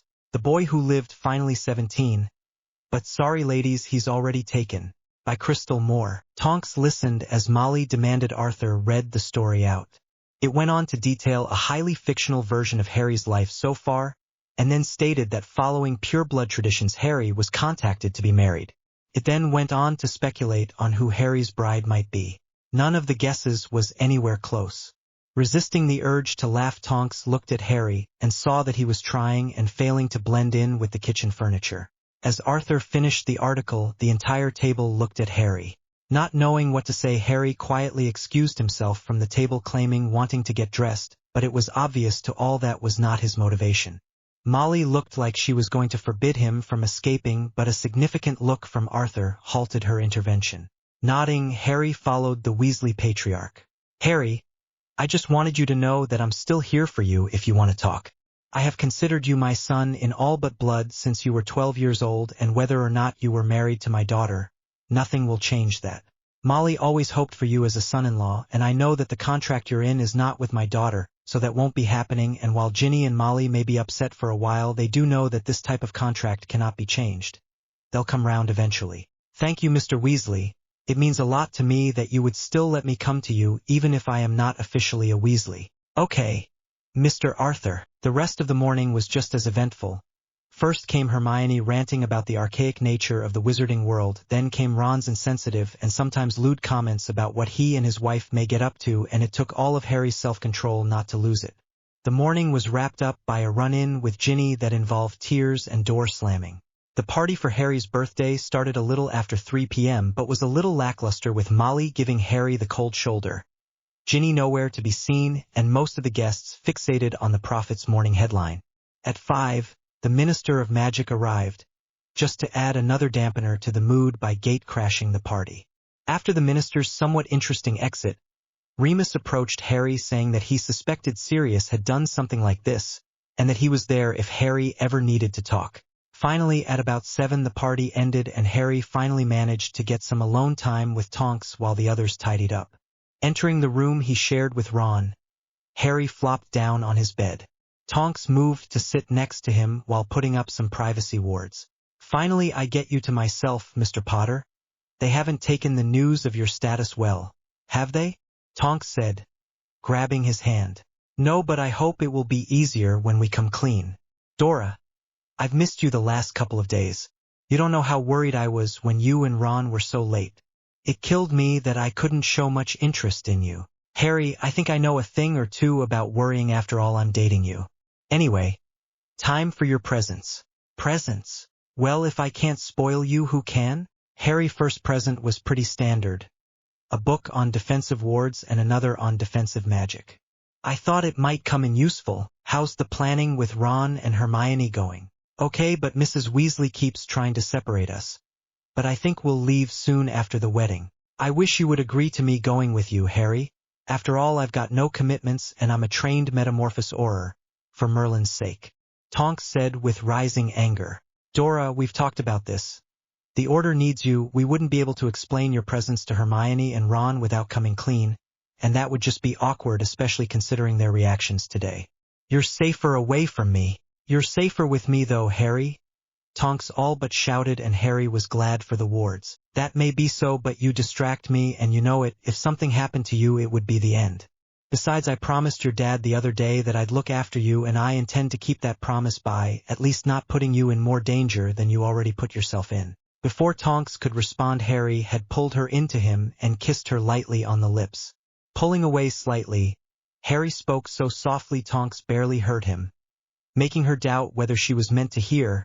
If I had my way, you wouldn't even be in the country. As much as she loved the feel of closeness to Harry, Tonks knew that their time together was limited, so she decided that it was time for the next present. Harry, I was wondering if you might be willing to try something for me? Tonks asked tentatively. Yes, sure, Harry responded, nervously wondering where this was going. He really was ready for more than kissing. Harry, it's not what you are thinking, although it will involve a little pain. This statement really didn't help Harry, but it did amuse Tonks. I really like piercing, and I was wondering if you'd get one for me? I think I like them because I can't really wear them with the morphing. No, I can't openly claim you, but I really want you to have a sign you are mine, even if only we know the significance. She blushed a bit at her possessiveness, and nervous of Harry's reaction, she was uncharacteristically still.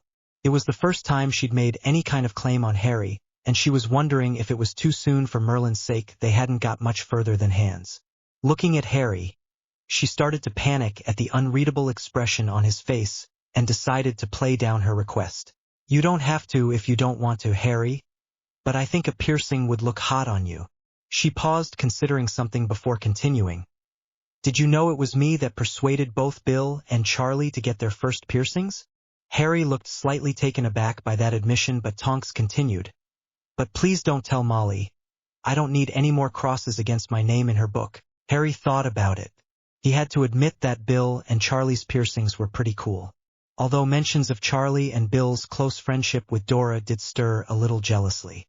After a little more consideration, he concluded that he really liked the idea of having a visible physical reminder of Tonks, even if only they knew its significance.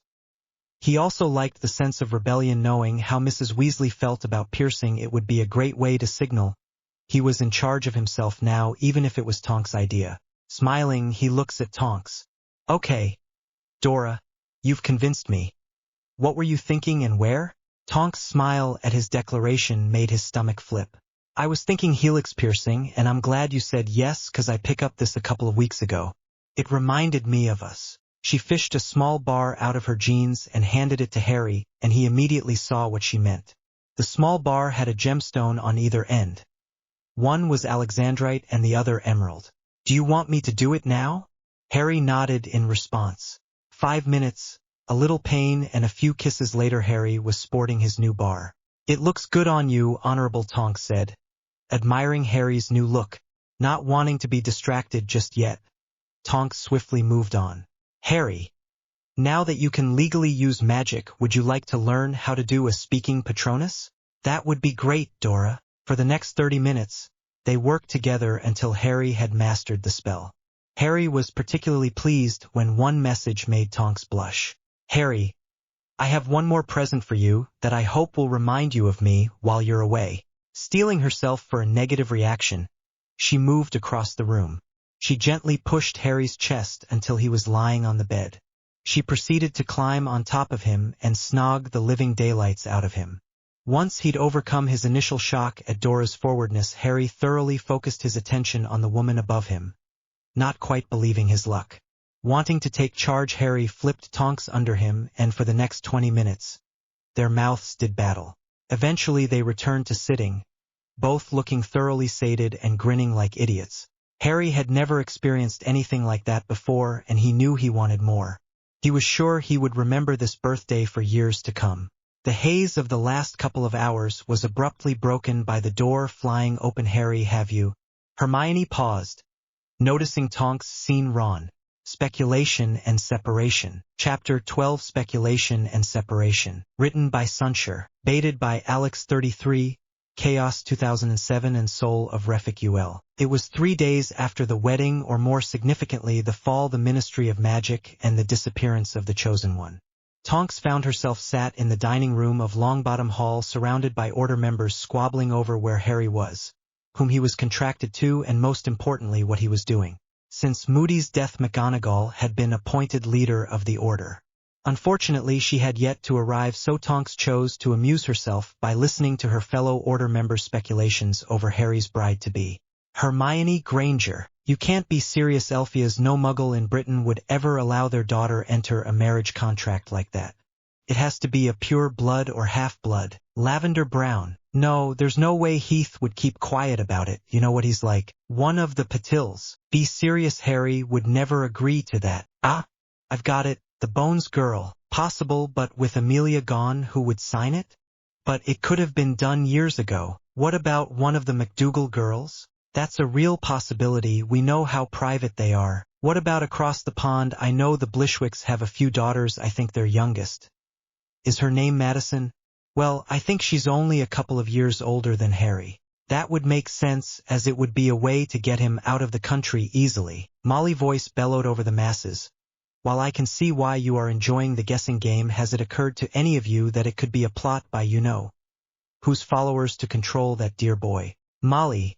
Just because you wanted Harry for young Virginia doesn't mean that it's a dark plot. I doubt either Lily, James, or Sirius would agree to a contract with a dark family. We shall discuss this later in the meeting. Now our first order of business. Has anybody heard from Mr. Weasley, Ms. Granger, or Mr. Potter? Molly? Arthur? Remus? Nothing to me. Remus stated dejectedly. Well, I sent them a Patronus telling them we were safe, but not to contact us, said Arthur. Tonks decided to put her head above the parapet and spoke to the group, but focused her gaze on her parents. Harry sent me a Patronus message yesterday to let me know they were safe, and that we shouldn't expect to hear from them for a while. She finished speaking, and you could hear a pin drop and many Order members looking confused. Whether it was that Harry could do a talking Patronus or that Harry had chosen to contact her, she didn't know or care. She looked around the room, despairing that something so simple could render the group speechless. Chancing a glance at Remus, she saw a particularly inquisitive look. She made a mental note to be careful around him in future. Thank you, Miss Tonks. The Order moved on a pace, but Dora wasn't really paying attention until they got to assignments. Charlie, would you be able to continue the information gathering and recruitment of the continent? Of course, but I think my absences are beginning to be noticed. Suddenly Tonks heard her dad speak. What about sending Nymphadora with Charlie? She speaks fluent German and Russian, and would easily blend in. Tonks wanted to protest, but Molly interjected too quickly. That's a good idea. She could stay with Charlie on the reserve. Okay, those in favor? Stated McGonagall. Everyone but herself, Charlie, and Remus raised their hands. That's decided. When are you planning on returning to Romania? Charlie? Day after Ginny's birthday. Do you think you can house Miss Tonks? Asked McGonagall. Shouldn't be a problem. Should it, New York? Charlie said with a wink. Before Tonks could protest, McGonagall continued. Right, Miss Tonks. Can you be ready by the 12th of August? Sparing a glare at her father and Charlie, she nodded.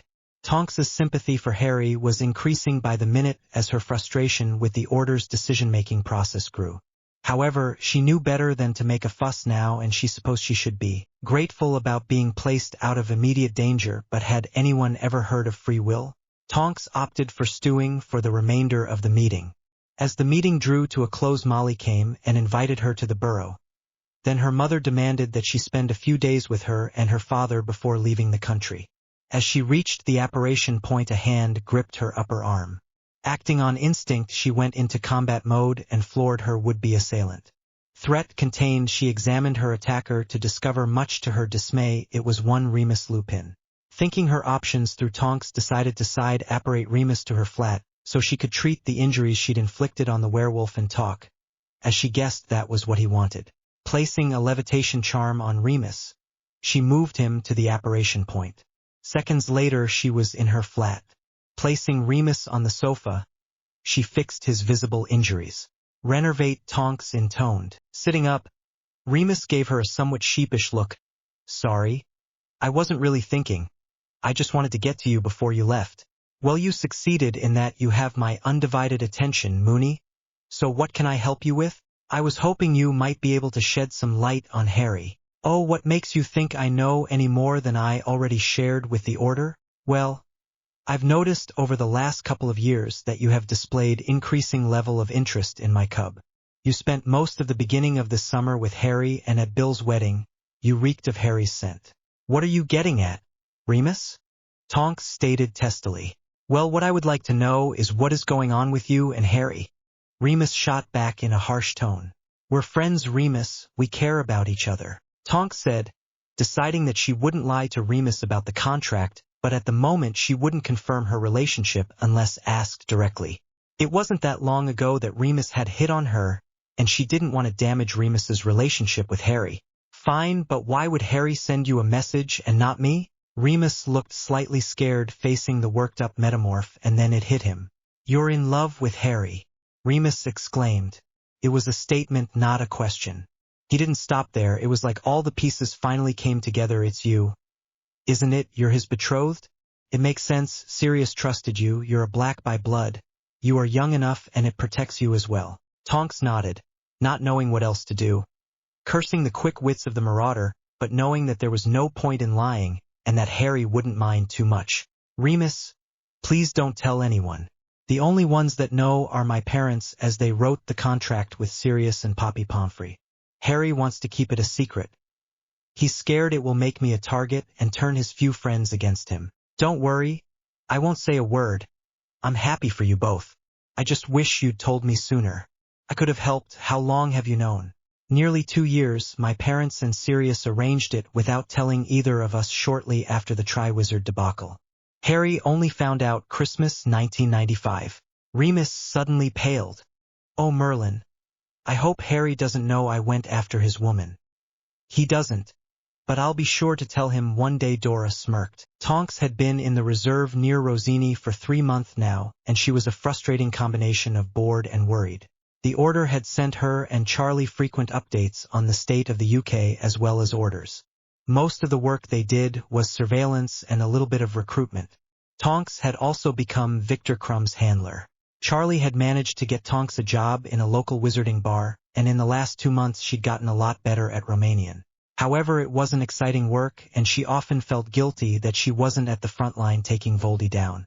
Her relationship with Charlie was weird to say the least. It was clear that even before they left the UK, Molly was trying to push them together, and awkwardly Charlie didn't seem to mind. She lived with Charlie in a moderately sized 2-bedroom apartment about 30 minutes walk from the reserve. She'd successfully avoided the elephant in the room since she arrived in Romania. Until this morning.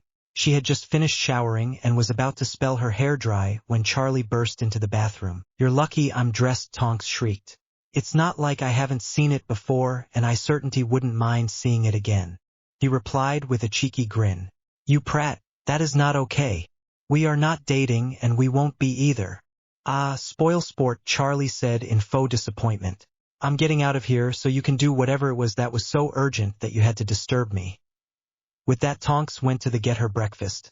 5 minutes later, Charlie came into the kitchen and wrapped his arms round Tonks' waist. To start with, it felt natural. After all, they dated for 3 years. Then she remembered Harry and tired to wriggle out of Charlie's hold. Charlie, however, was having none of it and bent to whisper in her ear. For a few seconds her body took over and followed the established routine before her brain kicked in, and she did the only thing she could think of and kneed him in the crotch. It had the desired effect, and Charlie stopped his ministrations and fell to the floor. However, to answer your question of sorts, we broke up 'cause you wanted dragons more than me. But now I have both, so what do you say? Charlie said as smoothly as possible for someone kicked in the jewels. Tonks chose to ignore the latest question.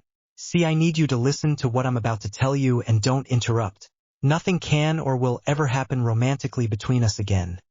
See, the kiss you just stole was the last taste of me like that you'll ever get. Charlie, I love you but not the way you want, need or deserve. I haven't loved you that way for a while. We had our chance at 19 and we blew it. You are one of my best friends and I hope it stays that way. I know you, Charlie, and right now you are concocting a plan to woo me but you're wasting your time. I know the only way to truly stop you from trying is to tell you why and plan will fail. What I'm about to tell you is known by 6 living people and needs to stay that way. See, I'm betrothed to Harry Potter. Charlie's eyes almost popped out of his head, and he looked like he may fall off the bench he was perched on. Bloody hell. Did you just say you're betrothed to Harry Potter? My little brother's best friend and Ginny's lifelong crush. Yep, the one and the same. How? When? Why? And shit, my mother and sister are going to hit the roof when they find out. We think a lot of people might, hence the secrecy. As for how and why, it was my parents and Sirius's idea, so you'll have to ask them. I had nothing to with it, but the rules of the contract are pretty tight. As for the when, just before Harry's 15th birthday. I really missed the boat then? Yep, big style. Tonks smiled. New York, you and Harry don't ever do things the easy way. Do you? Does Harry know you're the lucky lady he's stuck with? Yeah. It scared the living daylights out of the both of us for a while, but we're getting along better than I expected, all things considered. Well, I'm happy for you, New York, and I promise no more attempts at kissing or groping. Harry is a lucky bastard to get you. I hope you've let him know that, and I'll make sure he knows if he doesn't treat you like you deserve, I'll set dragons on him. You know what I said earlier about my mum and Ginny? I think when this comes out it's going to be unpleasant for a while. My mum's had her heart set on Harry as a son-in-law since he was 12, and Ginny has been dreaming of marrying him since she was 5. The women in my family are not accustomed to not getting what they want. I think Harry will need you, and I doubt they'll think through their words for a while. I'll support both of you no matter what. I hope you know that. Thank for the support, and heads up, Charlie. You're really a great friend, and if I have to be away from Harry, I'm glad I'm stuck with you. With just herself and Harry in the tent now, Hermione has taken to discreetly observing her best friend at every opportunity. There's one thing she's noticed a lot lately. He's always playing with his piercing, but why? She chalks it up to yet another Harry Potter mystery that she solve at some point. Thinking about that piercing brought a smile to her face.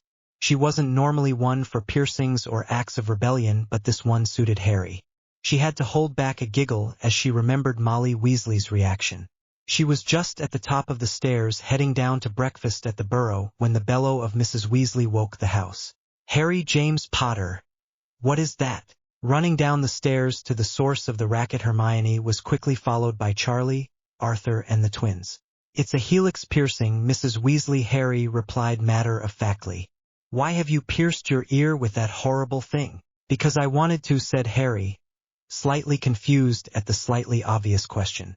Well, I never. Why must perfectly respectable young men insist on making themselves look like hoodlums? Molly asked to herself. Well, you're going to take it out, young man.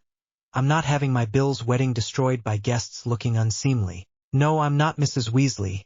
I like it, and I'm sure more people will be paying Bill's ears than mine. Hermione could feel Charlie silently shaking with laughter behind her. How dare you? And oh, son, Molly started only to be cut off by a now irate Harry. But that it, Mrs. Weasley, I'm not your son, and I'm never going to be one no matter how much you might want it. I love your family, and you have been the closest thing I've had to a family since Sorry for the extra stress I've caused you this morning. I certainly didn't think such a small thing would cause such a problem. I understand if you want me to give back Fabian's watch. I know it's important to you, and you might want it to stay in the family, and if don't want me at the wedding, I can stay out the way. It was Bill, who had appeared mid-argument, who answered, Harry, I want you in my wedding. We probably wouldn't be having a wedding if it wasn't for your actions in the tournament. I don't care if you had tattooed your whole body and insisted on attending in the buff. You are always welcome. Thank Bill, but I think I'll wear clothes, was Harry's response.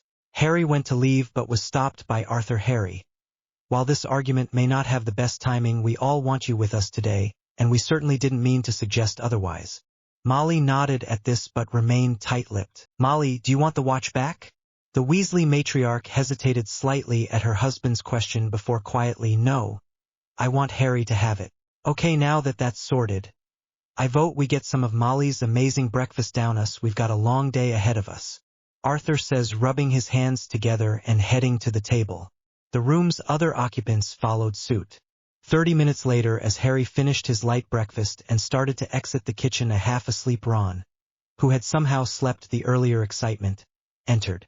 "Cool earring, Harry," said Ron, utterly oblivious of the groans that statement elicited from the rest of the room. England Calling. Baited by Alex 33 and Chaos 2007. Chapter 13. England Calling. It was the end of March, but the weather reflected her mood. Gray skies with indications of a storm brewing, and the spring breeze was more of a gale as she headed to her family home. Her breath seemed to leave her lungs as the house finally came into view. It seemed so long since the last time she was here, although it was only a few months. She headed up the path, wishing she was back here for a different reason. Stopping at the front door, she composed herself, trying to project a non-existent strength, before ringing the doorbell and alerting her mother to her presence. Yes, she had a key, but it didn't feel right to use it. Tonks cringed as she remembered her agitation at seeing her parents during her last visit. The unwanted advice and interference that was eating into her packing time. Now she wished she'd paid more attention. Her thoughts went to her father. Always the relaxed parent, the calming influence and the splash of humor to defuse the estrogen-fueled rants. Tonks wondered how her father survived when she was living under the same roof. Although she was loath to admit it, she was, in a lot of ways, her mother's daughter. Fiery, opinionated, determined, and rebellious, any father's nightmare. "Oh, what am I going to do without you, Daddy?" she thought as the door opened. Her mother looked awful, as she expected given the circumstances. But one look in her mother's eyes and whatever composure Nymphadora had vanished. She always knew her parents loved each other. After all, you don't walk away from the Black family lightly, but seeing her mum now was not something she was prepared for. Her mum was a shell of her normal commanding self. She seemed lost, and Dora knew there was nothing she could do to ease her mother's pain. She felt so useless. Charlie had offered to come back with her, but she had refused. It was better for Harry that Charlie stayed where he was, but at this moment she wished she hadn't refused. She needed someone to be there for her, to support her, so she could be strong for her mum instead of the wreck. With a pang she realized she wanted Harry, but she did not even know where he was. The only reassurance was she knew wherever he was alive. The connection to his life force she had created through his earring told her that much. Entering the house she now once again called home, she went in search of her mother to reassure her of her safe return. She found her mum drinking tea in the living room, seemingly staring into space again. Putting thoughts of Harry and the contract aside, she joined her mum on the sofa, and Andromeda gave the first inclination that she'd registered her daughter's presence by moving up to give Tonks space to sit. "Hi, Mum. How's today been? I found our wedding photos today. I don't know how to do this, Dora. Your dad and I have been a team as long as I remember." Dora gathered her now shaking mother up in her arms and joined her in tears. Eventually they regained their composures and Andromeda spoke. "I know this is a bit unexpected, but in the uncertainty of current times I want to make sure you know this. I'm sorry, Nymphadora, for not giving you the freedoms I and your father enjoyed. Recent events have made me realize just how much I've forced you to sacrifice by drawing up the marriage contract with Sirius, and I am truly sorry." Dora felt vindication at the apology, but she couldn't allow her mother to add another regret to her conscience. She was about to tell her mother of growing feelings for her betrothed, and how while she didn't find Harry in the way she would have wished, she was glad to have him, when her mother began to speak quietly as if she was speaking a prayer. "I can but hope that one day you will get to experience what your father and I had." Tears filled Andromeda's eyes. "But as Harry is at the eye of this storm, you may have freedom from this contract sooner than I could have imagined." Her words weren't said with malice or hope, but with a finality that rocked Tonks to her core. Her mother's causal statement of Harry's likely demise from outside of her own fearful thoughts was too much for her to handle. Releasing her hold on her mother, the room had suddenly become claustrophobic. She had to get out. Rising from her seat, she all but ran out of the house, fighting the tears that were determined to fall, passing the wards Tonks apparat to the first place she could think of. Sanctuary. Chapter 14. Sanctuary. Fleur was on guard. Somebody was approaching her husband's carefully crafted wards. She wasn't expecting a visitor and most people fled now for security reasons. She was making her way to the ward boundary with wand out in front. Who is there? That's when it hit her, a guttural sob. Ignoring protocol, Fleur went to her side. Mon ami. Let's get you in the cottage and then you can tell me what happened. This broke Tonks out of her misery, and with the assistance of Fleur she got off the floor and started to pull herself together. When they arrived at the cottage, challenging the Weasley matriarch, Fleur ushered Tonks into the lounge and headed into the kitchen to make some tea and discreetly call Mrs. Tonks. "Hello, Madam Tonks, are you there?" "Non, madam. Nothing has happened to your daughter. I just wanted to let you know that she will be staying with me and Bill for a couple of days." Fleur decided this on the spur of moment. She'd tell Tonks later, but clearly her friend needed some headspace and she wasn't going to say no to some non-Weasley company. "Oh, okay. Thank you, dear. Knowing my daughter, she wouldn't be so thoughtful." With that, the call ended right on time for the whistling kettle. Wandering back into the lounge, Fleur took the opportunity to take in her friend's appearance. At best, it was bedraggled. Tonks had flat shoulder-length ebony hair with mousy brown eyes. The puffy eyes and tear-stained cheeks and the fact that Tonks had done nothing to hide them was a clear sign of depth of the metamorphosed distress. Registering Fleur's presence, Tonks began talking rapidly. "Sorry. I didn't know where else to come. I didn't mean to intrude. I just needed to get away from. My dad's dead. I wasn't here and I didn't do anything to stop it. I was so caught up in the war, Harry, and the order that I wasn't even here to protect my own bloody father." Fleur quickened her step and pulled the emotional witch into her embrace. "It's okay, Tonks, you are welcome here anytime. Bill and I are happy to see you."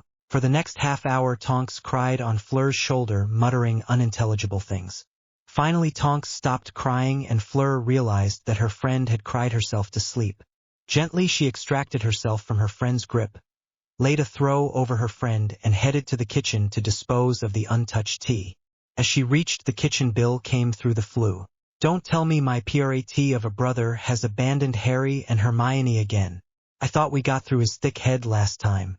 Where is he? I'm not letting him off easy this time." "Shh, Bill. It's not Ron and she's currently asleep on the sofa, and you better hope you haven't woken Tonks up, because if you have, the sofa is where you will be sleeping tonight." The couple poked their heads around the doorframe, and thankfully for Bill, Tonks was still dead to the world. "Flower, what happened to her?" "I flood Mrs. Tonks and said that Nymphadora will be staying with us for a few days. As long as it isn't Ron, the more the merrier. I wonder what dirt she has on Charlie from her stay in Romania." Tonks woke up in shock. Where was she? What time was it? What day was it? How did she get here? Then it flooded back. Her mother's words, her trip to Fleur's, and her breakdown. She looked around. It was now dark outside. Someone had put the fire on. She could hear noise coming from the kitchen. Getting up, she almost tripped on the Egyptian rug covering the stone floor. Carefully moving to the door, she experienced a pang of jealousy when she laid eyes on Bill and Fleur enjoying a moment while preparing dinner. Bill was stood behind Fleur, arms laced though hers as they worked, preparing vegetables in unison. She wanted this easy companionship with Harry. Instead, all she had was uncertainty and the unknown. Looking at Bill and Fleur, Tonks found it hard to reconcile the torment outside of the cottage's wards with the love that radiated throughout the cottage. Deciding she needed to make herself known before the couple in front of her decided to up their activities, she cleared her throat. "Ahem," the couple in question jumped apart. "No, you didn't. But I should be getting back. It's late and Mum doesn't know where I am, and after all that has happened I know she'll be worried." Tonks didn't need telling twice. She headed up to the bath. When she returned, dinner was already on the table, and she settled down to a delicious meal with light conversation. "Bill has set up one of the guest bedrooms for you. I hope it's okay," Fleur stated as she dismissed Tonks' attempts to help with the cleanup. "Just how many guest bedrooms do you guys have?" "For at the moment, but we hope that there will only be one in a few years' time," Bill replied with a grin at his wife. "Well, I don't want to know any more about your nocturnal activities, so could you show me to my room? And please remember the silencing charms later. You wouldn't want to explain to my mother how you managed to corrupt her only child," Tonks said, smiling. A lazy Saturday turned into a pleasant evening. Tonks was enjoying Bill and Fleur's easy and distracting company. Unfortunately, the relaxed atmosphere was not to last. Twice in as many days the ward alarms echoed through the cottage. This time Tonks and Bill went to investigate. It better not be Ron again. It was bad enough we had him for 3 weeks over Christmas, but if he's left Hermione and Harry again, he'll learn what happens when you piss off your big brother. Bill all but growled. Why'd he leave them? That doesn't sound like the famous Gryffindor trio? Tonks asked, trying to ask casually. Hunger and jealousy, I'm guessing. He was stick-thin even by his standards. The daft prat mentioned he thought something was going on between Harry and Hermione. But I suspect dear Ronnie is a bit too used to our mother's coddling and not so patient roughing it. Also, you'd have to be blind not to see he's got a bit of a thing for our bushy-haired genius but doesn't know what to do about it. Tonks felt a pang of anger at Ron and jealousy at Hermione. But she reminded herself nothing could have happened between Hermione and Harry if for no other reason than the contract. Deciding that the current thoughts were too distracting, she decided to file this information away for later. Exiting the cottage, there in the grounds of Shell Cottage stood a worse for wear Luna Lovegood, the wand maker Ollivander, and a young man Tonks remembered from Harry's dorm. Just as Bill and Tonks got the group to Fleur's care, Tonks heard a scream from a voice she both longed to hear and dreaded. Dobby! Dobby! No, help! Help! The sound of his voice was all she needed to pelt towards the sound. Bill was hot on her tail. Soon a bloodied Harry Potter and Hermione Granger appeared in her line of sight. Ron looked okay if a little distraught. The goblin and house elf looked the worst of the bunch, and if Harry's screams were to be believed, the excitable elf named Dobby was dead. Tonks couldn't contain her concern. Harry looked like shit. Forgetting herself, she rushed to Harry, ignoring all the others, and began to check him over. Gradually, as she established he was in no need of immediate healing, she regained some control. Before releasing Harry from her grip, she whispered to seemingly no one, "Why does it always have to be him?" Stepping back and looking him in the eyes for the first time, she could see that he had heard her and was asking the same. She was suddenly hyper-aware that they were not alone and that Fleur, Bill, and by the looks of it, in spite of her current condition, Hermione, would certainly have questions later. That could wait. Right now she could see Harry was past breaking point and needed help. What? She wasn't sure. Seeing him again had thoroughly discombobulated her thoughts. Bouncing into action, she entered aura mode and authoritatively dismissed the others, saying she would sort out Harry. Ron was reluctant to leave his best mate, but in a move that if Dora hadn't known better would have sworn Hermione planned, the bushy-haired bookworm convulsed in a way that screamed to Dora recent cruciatus exposure. Ron was now so preoccupied with Hermione that he forgot his objections and allowed Fleur to lead Hermione and himself to the safety of the cottage. Taking that as his cue, Bill moved towards the goblin, scooping him up. As he departed, he shot Dora a look that signaled the gig was up. Now, however, Harry and the other drop-ins were the immediate priority. Hermione? Where is she? Not the first thing Dora was hoping Harry would say, and certainly it did nothing for her ego, but she was grateful for Harry saying anything. She'd been sat next to him for the last 30 minutes while he stared almost as if in a catatonic trance at the dead house elf. She wanted nothing more than to hug him, but at the best of times Harry wasn't great with affection, and instinctively, even with so many months apart, she knew while it would make her feel better now was not the time. Harry, I'm gonna ask Bill or Fleur if there's a spade or two, and then I think we should find somewhere with a good view as a final resting place. Exhausted, he was mentally and physically. All Harry wanted to do right now was to make it stop. Make everything stop. Hitting the bed, he remembered Dora forcing him to shower and making him eat. Not that he ate much, but she didn't seem to understand the impact only eating mushrooms had on someone's stomach after a couple of weeks. He'd lost the battle with Dora and Fleur over talking to Griphook or Ollivander tonight, so why not sleep? He woke with a start as he felt someone enter the room. Where was he? Malfoy Manor? No, he was on a bed that ruled out the tent, Shell Cottage. He didn't know what time it was, but whoever had opened the door was definitely still in the room. Harry laid as still as possible, hoping his intruder hadn't noticed his return to consciousness. Harry geared himself up for attack. Just as he was about launch when he heard bugger, the unmistakable sound of Tonks attacking furniture, or as she preferred, furniture attacking her. It brought a smile to Harry's face. He realized in that moment how much he'd missed her. While her intrusion caused him to be very much awake and aware of his surroundings, he still couldn't work out why she was here. Dora, what time is it? 1 a.m. Go back to sleep. Darling, I didn't mean to wake you. Blame the idiot who thought a bedside cabinet was a good idea. Dora, what's going on? I'm going to bed. Silly, unless you want me to suffer on the sofa? Noi. Fleur, did you know about this? Non, but after yesterday I guess there might be something, and I guess this confirms it. Tonks needed to get them to shut up. Harry needed more sleep regardless of how high the sun might be in the sky. With some degree of regret and resentment towards her current observers, she gently extricated herself from Harry and retrieved her wand. Waving it gently at Harry, she turned to face the door. A quick shower and dress later, and Tonks found herself facing a mug of coffee and two very expectant faces.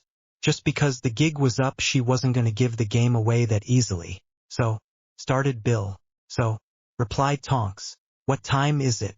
Tonks attempted to ask innocently. 7:30, but cut the crap. And what's going on? Tonks mused that since his run-in with the werewolf Bill was a lot less patient.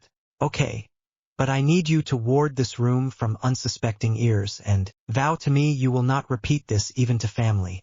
With a stern look at Bill, who she knew at heart to be a bit of a mama's boy. After a grudging agreement mainly on Bill's part, they sat back down. Let the grilling begin, Tonks thought to herself ruefully. The sunlight streaming through the curtains finally put paid to one of the best nights of sleep Harry could remember having. He turned over hoping to see his sleeping companion, only to be disappointed. But there was enough evidence to prove that Dora's presence hadn't been a creation of his overactive imagination. -0, finally making it down to the kitchen, Harry was surprised to see it, full of people. As he entered, the occupants of the room stopped their chatter. Harry, you must be hungry. Please join us for lunch, Fleur welcomed. At the table Harry could see Ron, Hermione, Dora, Fleur and Bill. His mind began to race. Where were Dean, Luna and Ollivander? As if reading his thoughts, Hermione spoke, albeit shakily. Harry, before you ask, Luna and Dean have gone to Ron's Aunt Muriel's. Griphook and Ollivander are upstairs resting. Ron made sure they stayed around. At that, Harry started towards the stairs. Sleepyhead, they'll still be there after you've eaten. Sit down, Tonks said, and Harry knew better than to argue with her right now, so he plunked himself in the open seat next to Hermione opposite Tonks. Lunch continued sedately, and Harry was grateful.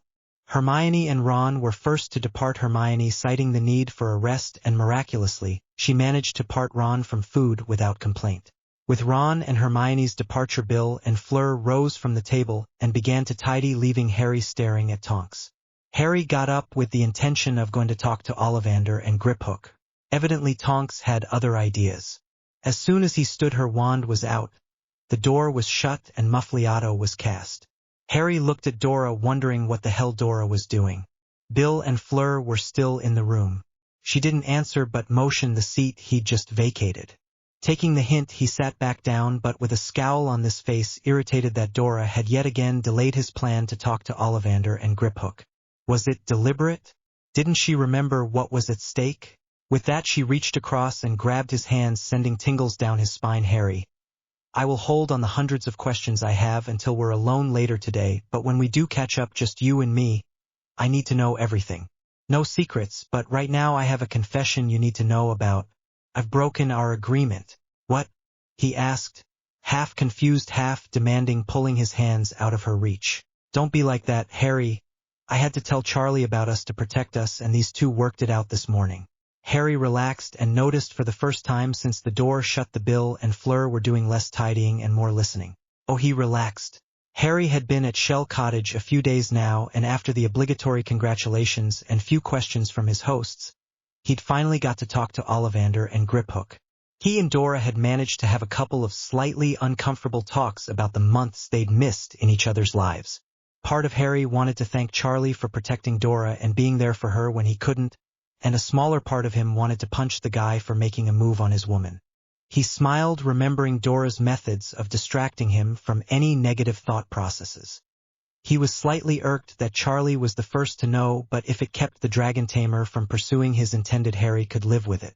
Bill and Fleur knowing definitely worked in his favor, as they became co-conspirators in getting he and Dora some alone time. He shivered at the thought of having to try and evade them too. It did sadden him that he still hadn't told Ron and Hermione yet, but when talking to Dora they decided it was best that way until his task was complete, as Ron's reaction temper could derail the mission's progress and put Tonks in danger. Harry suspected Hermione had put the dots together but was discreetly avoiding the topic, but some of the knowing looks she was sporting suggested that when this was over they would be having words. Hermione's recovery seemed to be going okay if the vociferous way she was arguing with Ron was any indication. On Ron's part he was trying, but Harry mused that was the problem. Since they had escaped Malfoy Manor, Ron had been incredibly protective of Hermione. Somewhat understandably in Harry's opinion, if it had been Dora he knew he'd be worse.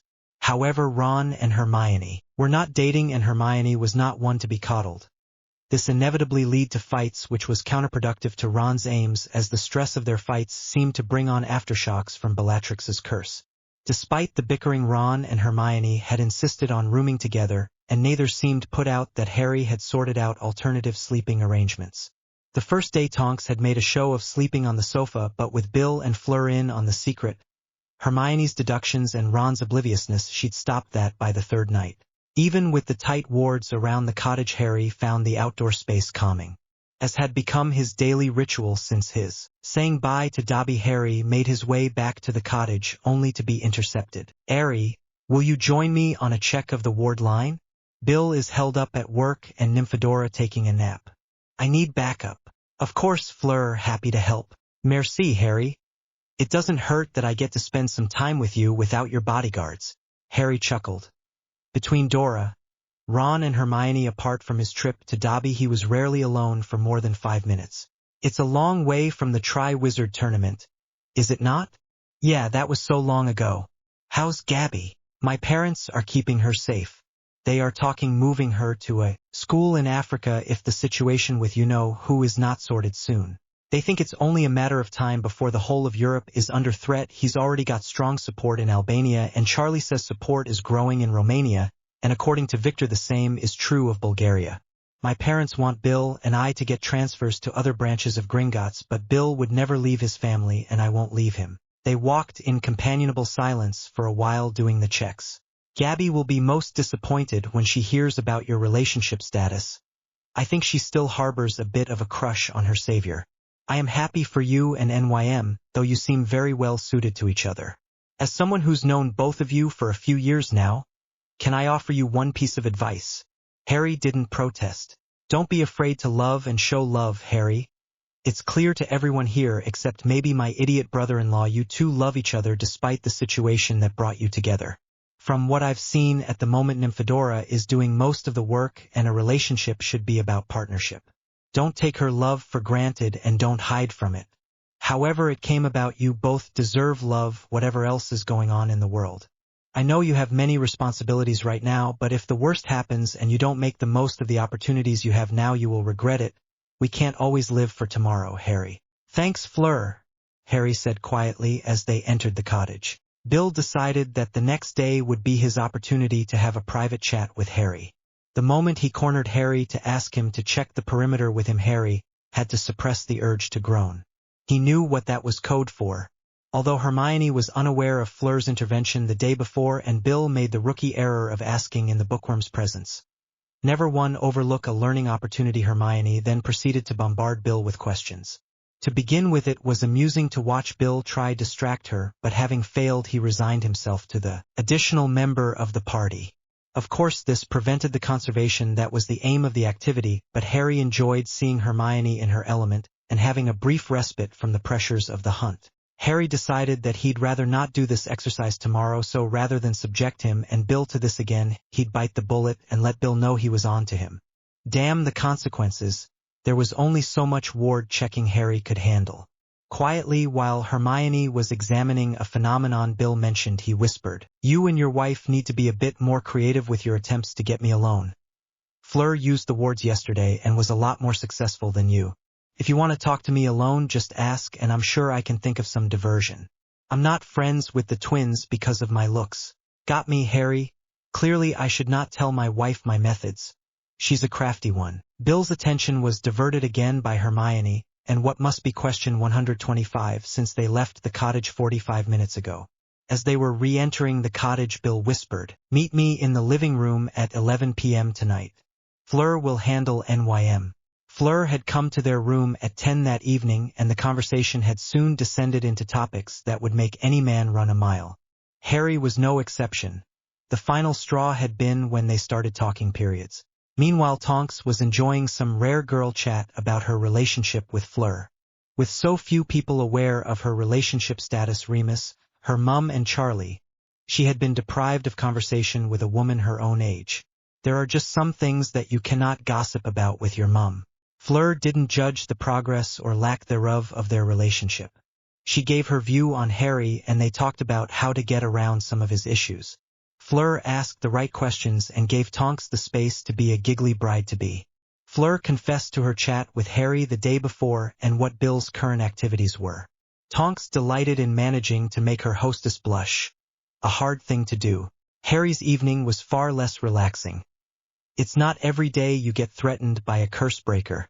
He felt sorry for any of Ginny's boyfriends who made it to the taking them home to meet the family stage. They'd get the big brother talk 6 times over, and each of her brothers was scary in their own way. He'd entered the dimly lit lounge to find Bill nursing a fire whiskey. "Sit, Harry. I'll pour you a glass." As soon as you arrived here, it was clear something was going on between you and NYM. I've never seen her so worried or distracted by anything, and I've known her since she was 11. I'm just glad that you're not mucking her around. Before she told us what was going on, I was worried that you were using her for some fun before settling into the contract. Bill, I would never treat. To be fair, Harry, we don't really know each other, and before this week, we haven't spent more than a couple of hours together, and normally we are doing something. I've met a few of the guys in NYM's life, and none of them have really lived up to her hype. NYM is special, and most guys I've seen her with haven't seen that. Even my idiot brother chose dragons over her. I decided years ago that NYM needed a big brother, and I fit the bill. Basically, the contract means you can't leave, but I expect you to treat her right. A marriage, even if arranged, is more than a bit of paper, and NYM deserves the whole deal, and from what my siblings have said, so do you. But if you ever intentionally hurt her, don't forget. I will find you and make sure you regret it for a very long time. Message received. Harry, my whole family love you. My parents see you as a 7th son. The twins think you're the best thing since them. You're Ron's best mate and Ginny's hero, and now you're marrying a good friend of mine, so I hope when this war is over we can get to know each other better, so I can get to know the man behind the hype. Harry appreciated that Bill seemed to genuinely want to get to know him for himself and not who people say he is. I'd like that. NYM and C were inseparable from 6th year till about a month before he left. Having to pick up the pieces from Charlie's decision to leave was one of the hardest things I've done. We didn't speak for 6 months. I think C thought she would always be there for him once he was done with the dragons, and now she's gone and he can't ever have her, rightly or wrongly. Given that he let her go, I think he will hold you responsible. Bill warned, but I didn't do anything. This wasn't my idea, we were thrown into this, but I like being with her, and contract no contract, I want us, and I'll fight for it if I have to, but I won't apologize. He had his chance, he blew it. Unfortunately, I don't think it's just Charlie you two need to worry about. Mum and Ginny have had plans to make you officially a Weasley before they even met you, and when they met you and you saved Gin, it just cemented the idea for both of them. I love them both, and I know they'll come around eventually, but the initial reaction won't be nice. Neither of them are used to not getting what they want. You saw how they were with Fleur before Greyback. Anyway, that's the serious subject out the way. Let's give the girls some more gossip time. Has any ever told you about the twins' 5th birthday and the lawnmower incident? No, I don't think they have. With that, Harry finally relaxed back into his chair. Harry Potter and the Deathly Hallows by J.K. Rowling, ch. 2324. The Growing Storm. Chapter 15. The Growing Storm. Ardishich. Why do you have to be so bloody noble, Potter? Scratch that, it's not noble. It's a form of thing torture. For Merlin's sake, we're both adults? Or did I imagine your last birthday? I don't know who I want to throttle more right now, you, those idiots who raised you, or my cousin I'm pretty sure is laughing his arse off up there at the fact that I'm trying and failing to corrupt his pup. I'm going for a walk. Don't follow me. I will hex you where it hurts, 'cause it would seem it's not going to do me any harm. She huffed in defeat, slamming the door to their room, leaving Harry Potter to contemplate her latest outburst. Harry flopped back on the bed, deciding it was best to let her cool down a little. So he took the opportunity to contemplate the last week and a half. If it wasn't for planning the Gringotts break-in, he could easily forget the looming specter of his prophesied face-off with Riddle. A lazy smile crossed Harry's features as he reflected on the time he'd spent with Dora over the last few days. Being with her was the closest he could remember to feeling like a normal teenager. Yes, most 17-year-olds didn't have 24-year-old fiancés, but it was hard to see Dora as the older partner. Most of the time Harry felt like he was the mature, responsible one, only to be immediately pulled into the frigid English Sea. Of course, she stayed in her underwear, claiming the need to have somewhere to store her wand. In retrospect, he wondered if it was just a ruse to get him naked. His thoughts went back to the immediate situation. They had, of course, shared a bed since he had arrived at the cottage, but they had done little more than sleep. Clearly, if her latest outburst was any indication of his other half, views she was losing her patience with, and part of him couldn't blame her. Harry mused. He was meant to be the horny, hormone-driven teenager, not Tonks. Yes, he was a 17-year-old male, and he certainly enjoyed the alone time they had snatched so far, but he was conflicted, and until he'd sorted his head out, he wasn't going to do something he'd regret later, especially considering if he survived the next few months, he and Tonks were in this for life. As much as he wanted to move things forward, especially after seeing how comfortable Bill and Fleur were with each other, Harry admitted to himself he was scared. Scared that he couldn't give Dora the comfortable intimacy she deserved. Scared that he'd muck up somehow, or that Dora would be disappointed. After all, what experience did he have with women?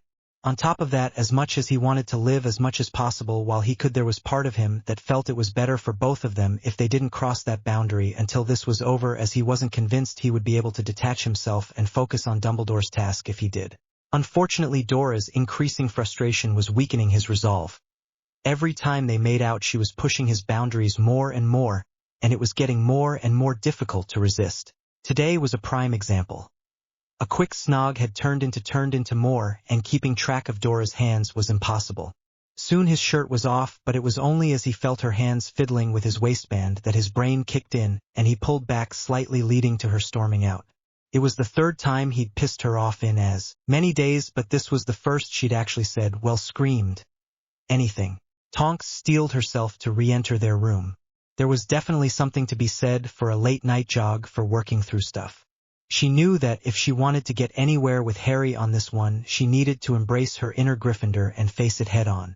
She also knew she'd get nowhere by getting angry, but Merlin, that green-eyed god, knew how to push her buttons. Opening the door, she could see Harry had dozed off. Deciding this conversation needed to happen sooner than later, she settled on the bed and nudged her bedfellow. He sleepily smiled at her, making her feel slightly like she was about to kick a puppy. Look, Harry, we need to talk, she said in a tone which indicated this would happen now, whether he wanted it to or not. Thankfully, he got the message and sat up and rested against the headboard, twisting slightly to face her. I'm sorry for losing it, but I'm not used to being the one who's being slowed down.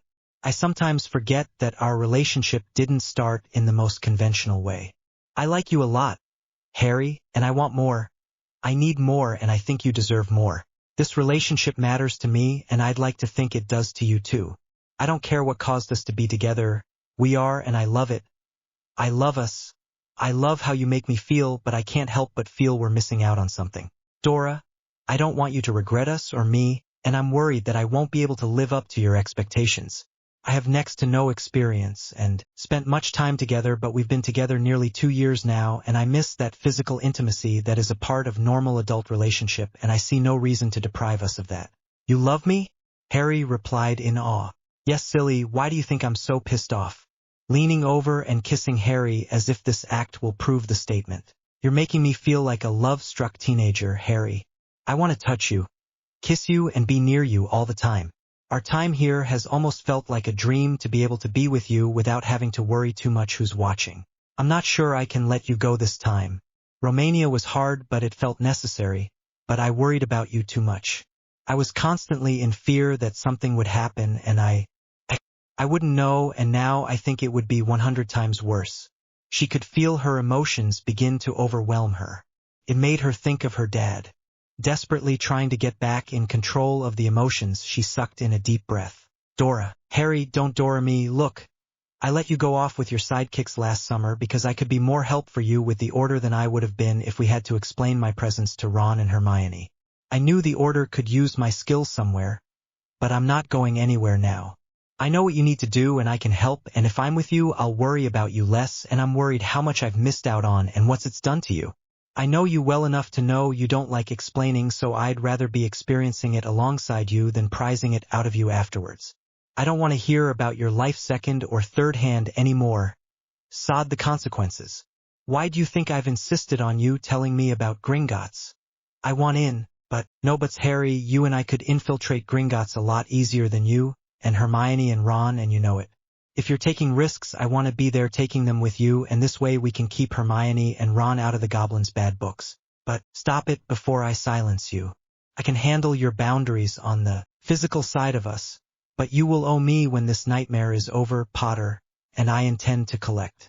However, there is no way I'm letting you push me out of the other aspects of your life. Our world is full of risk, and I'd rather be with you than worrying about you. I can help you in ways others can't, and face it, at this point you need all the help you can get. Okay, Dora, you and we'll talk to Ron, Hermione, and Griphook in the morning, but for now can we get some kip? Glad you've come around to my way of thinking. Harry, are you sure? If we find what we are looking for, I need a plan for what next. Dora's flat is a good base. We can't stay with Bill and Fleur forever, and I want this over. Plus Tonks might be able to help. We certainly haven't had any progress for a while. Harry got out, cursing his slip-up. What's wrong with my brothers? Nothing's wrong with here, Ron. But as long as we're here, we're not dealing with the task at hand, and Hermione. We need help, and I trust Tonks, and her skills would be useful right now. A knock at the door derailed any comebacks. Watch her, guys. Spiel. What? Hermione. It was one of the few times he and Hermione had been without company. Harry, I'm not stupid. I see how you and Tonks are around each other. You've called her Dora several times since we got here, and she hasn't told you off once. So what I want to know is what's going on between you. I was hoping to put this conversation off a little longer. Harry started sheepishly. May as well get to the point. Tonks is my betrothed. How long have you known? Can I see the contract? I bet it's really interesting. I doubt there's been a muggle equivalent in centuries. When will you marry? Who, Dr? And to answer your other question, as of yet no date set. It needs to happen before I turn 21, but we're aiming for after Riddle. That way we aren't stuck if either of us don't make it through. Are you happy, Harry? Yeah, I mean it was a shock when Sirius told me, and I never would have thought of me and Tonks a couple, but it seems to work, you know. I'm happy for you, Harry. Even if I wish you'd had a choice. You deserve someone, and from what I've seen, Tonks cares about you a lot. And she seems to be able to keep up with you and your moods. There was definite humor in Hermione's tone for the last bit, and Harry decided to play along and shot her a mock glare which lasted about 10 seconds before they both broke out in laughter. After a few minutes of laughing, Hermione managed to compose herself and spoke again. Seriously though, I think she'll get and be able to handle the stuff that comes with being part of your life. I wish you'd felt comfortable to tell me about this sooner, but I understand. Thanks, Hermione, and I'm sorry for not telling you sooner. Merlin. I've wanted to, if for no other reason than to get your advice half the time. I don't know what I've done wrong to Tonks, and the female mind is a certainly mystery to me. That's for sure. Unfortunately, a betrothal just is not something that you can casually slip into a conversation. Oh yeah, and by the way, the witch I'm contracted to marry is Tonks, and isn't it nice whether we're having? Plus, the less people who know, the safer Dora is, and I'm not sure I'm ready to handle Ron's reaction to this yet. I don't want him to blow up again, and I'm worried if he did I'd do something I'd regret, and for all his faults I don't want to lose one of my first real friends. You and he are closest thing I have to family apart from Dora. Oh Harry, you won't lose us. If we can survive Fluffy, we can survive anything. With that she launched into a bone-crushing hug. You know, I'm surprised Tonks let you out of her sight at the wedding. I'm not sure I could have let you gallivant off to God knows where with us if I were in her shoes. Yeah, well, we fought about it a bit, but we thought it would raise too many awkward questions. Plus, there was a lot she could do for the Order. But now, having heard what we've been up to and seeing the scars we've collected, she changed her mind, and I know I won't win this one. That's part of why she and I are doing Gringotts together, plus this way I can keep you and Ron out of the firing line for a bit. Hermione didn't have a response to that, so they drifted into a companionable silence until Ron burst in about 30 minutes later, claiming boredom and hunger and wanting to know what they were up to. Over the next couple of days Hermione had managed to have a discreet couple of chats with Harry about his relationship. She laughed at the number of inquisitions Harry had faced so far considering the small number of people who knew. She vowed to even the scales a bit when she had the opportunity. She delighted in the happiness that radiated from him when talking about Tonks. She'd never seen him so besotted, and even if he hadn't realized it yet, she was pretty sure he was in love with the metamorph. She just hoped Tonks knew how lucky she was. "Tonks, can I have a word?" In private, Hermione's request was somewhat expected after Harry's admission yesterday that he'd come clean to his bookworm best friend about their relationship. Deciding offense was the best form of defense in this situation, Tonks decided to try and unnerve Hermione a little once they were alone. "So darling, what can I do for you? Want some advice on how to get the redhead's attention?" Hermione blushed slightly but wasn't thrown off course. "Not right now, thanks. I want to know, what are your intentions towards my brother?" "I didn't know you had a brother, Hermione. You kept that one quiet." "Oh, Nymphadora, stop playing dumb. You know full well I mean." "Harry, just trying to lighten the mood, Mione. As for Harry, you don't need to worry." Hermione scrunched her nose at the name shortening. "Oh, I think I do. Everyone who knows seems concerned with your honor. Harry's already had 3 warnings, and I'm guessing apart from the headmaster you've had none, and someone needs to look out for Harry." Tonks could feel her ire rising slightly. Surely Hermione had heard and seen enough to know Harry was her primary concern. As if reading her thoughts, Hermione started again. "Oh, I know you care for him, and I know the contract means you will end up together, but that doesn't mean you won't hurt him. Harry's not as tough and together as most people like to think. I think too many people get too caught up in the boy who lived thing to see his weaknesses and insecurities. Harry good at hiding, too. He's got quite a good mask when he wants, thanks to those awful relatives of his. He is one of the fairest and kindest people I know, and I'm worried you could break him." "Hermione, I don't know what you've heard about me. But clearly you don't know the first thing about me, or you wouldn't have the audacity to even suggest that I would hurt Harry." Hermione had the decency to look a little sheepish. "I don't think you'd intentionally hurt him, but I'm worried you don't know the value of what you've got in Harry. He will worship you. Yes, he's stubborn and moody, but he would go to the ends of the earth for those he cares about. To add to that, I can already see he's more relaxed with you than I've seen. He trusts you, and although I don't think he fully realizes it yet, but he's clearly in love with you." The last statement made Tonks light up. Just give him some slack sometimes. He hasn't had the best examples in life. If he mucks up, at least for a while, tell him straight, and so long as you treat him the way he deserves, we'll get on fine. But if you hurt him, you won't know what's hit you. Intellectually, I knew that Harry tended to downplay the adventures he got himself into. For Merlin's sake, Harry made their adventures in. I am so glad he's turned out as well adjusted as he has. I'm pretty sure I'd be sitting in a dark corner with my eyes squeezed shut, covering my ears, trying to block the world out. I guess that's why I was a Hufflepuff and why he's a Gryffindor. While I'm proud, I can now claim to be one of the few people to break into Gringotts and come out again alive. I don't intend to repeat the experience anytime soon, though. At least I've got a day to recover. We're meeting Hermione and Ron tomorrow at my flat. Thank goodness they're still dancing around each other, or else I'd worry. Though I'd rather be in the flat than this bloody tent. How Harry and Hermione survived it for so long is beyond me. On the plus, I get some alone time with Lover Boy without the threat of interruption or running for our lives. I'm hoping that Ron and Hermione put their alone time to good use, as I'm pretty sure Voldemort has Hogsmeade sewn up and Hogwarts is definitely the next stop on this crazy train. Better go find Boy Wonder. Who knows what trouble he could have got himself into in this innocuous tent. Maybe, knowing his current luck, he's found the world's first homicidal teaspoon." Harry was sat staring to space. Watching, Tonks decided to interrupt, joining Harry on the bench. "Canute, for your thoughts?" "Just thinking about the last few days. I don't want to die, Dora, but I can't even get out of Gringotts without putting you at risk.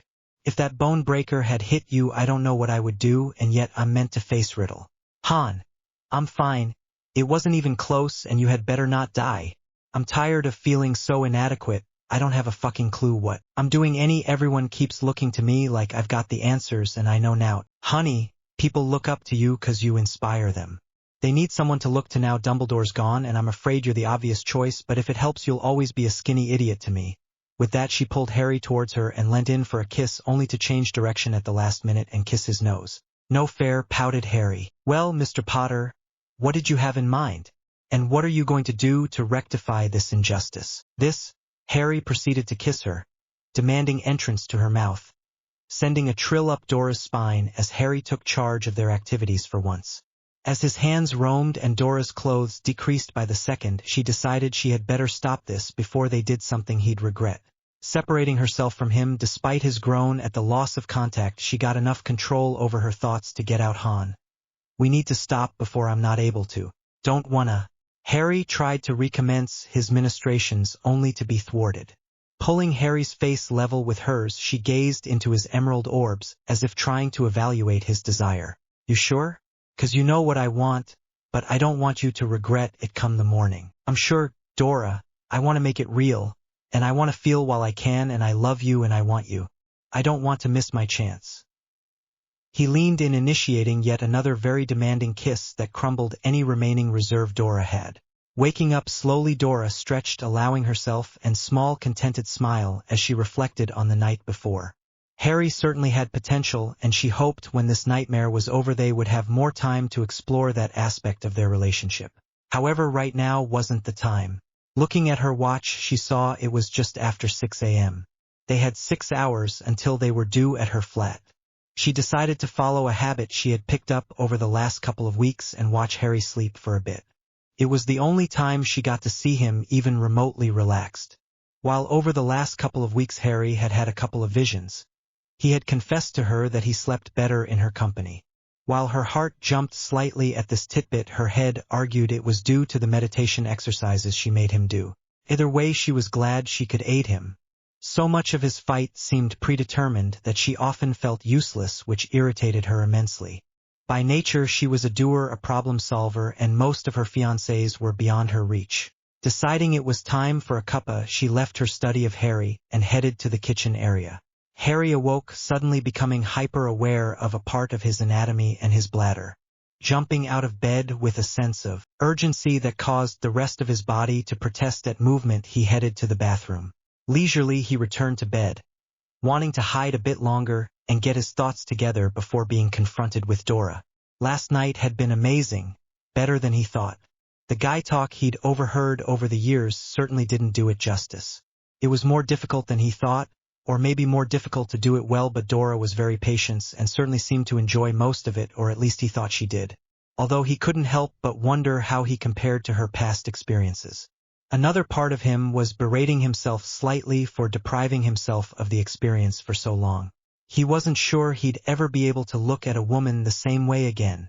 He certainly knew that he'd never forget the experience and was grateful to Dora for giving him the opportunity. He hoped they'd have the opportunity to repeat the experience over the coming years, but if he didn't live past the war, he knew he would not regret last night. He wondered what Sirius and his dad would make of his current uncertainty. According to several people, they'd been ladies' men in their teens. He was not sure he'd ever have been that. He wondered if Sirius would be ribbing his dad about how soppy his son was. In the immediate, he was uncertain how to react to NYM this morning. They'd been so intimate, and he didn't want to lose that closeness, but he didn't have the first clue how to translate it into everyday life. Deciding he couldn't hide forever and that he had nothing to be ashamed of, he decided it was time to get up and dressed and to find his partner in crime. Relationships. It made her heart flutter a little, and she pledged to take it easy on him, but she couldn't resist a little fun at his expense. She was a black after all. Morning, lover boy. Did I wear you out last night? Harry flushed and started spluttering. Hi, Dora. And real. Oh, Harry. Leaving the breakfast, Dora headed to Harry and gave him a passionate kiss that took both of them back to memories of the night before. Stopping abruptly before she lost control again, Dora took a step back and looked into his eyes, spotting a passion there she hadn't seen before. Honey, I'm only messing. I'm happy to see you're not too traumatized, and I hope we can do it again sometime soon. She winked and brought her hand slowly down his chest before moving away slightly. I love that we finally got to share last night, 'cause I don't think I could have waited much longer. You're just too damn handsome. I love you, but we better get breakfast before I burn the tent down, and I bet you're starving. Nodding, Harry went to inspect Dora's culinary attempts. I think I'll take over. I might as well put my experience at the Dursleys to good use. Can you sort the tea while I plate up? Sure thing. The pair settled down to breakfast knowing the relaxed atmosphere would soon be broken. Walking through the portrait into the room of requirement, Harry couldn't help feel that breakfast this morning felt like a lifetime ago. He was drawn out of his thoughts by Neville shouting at the unknown. "Look who it is!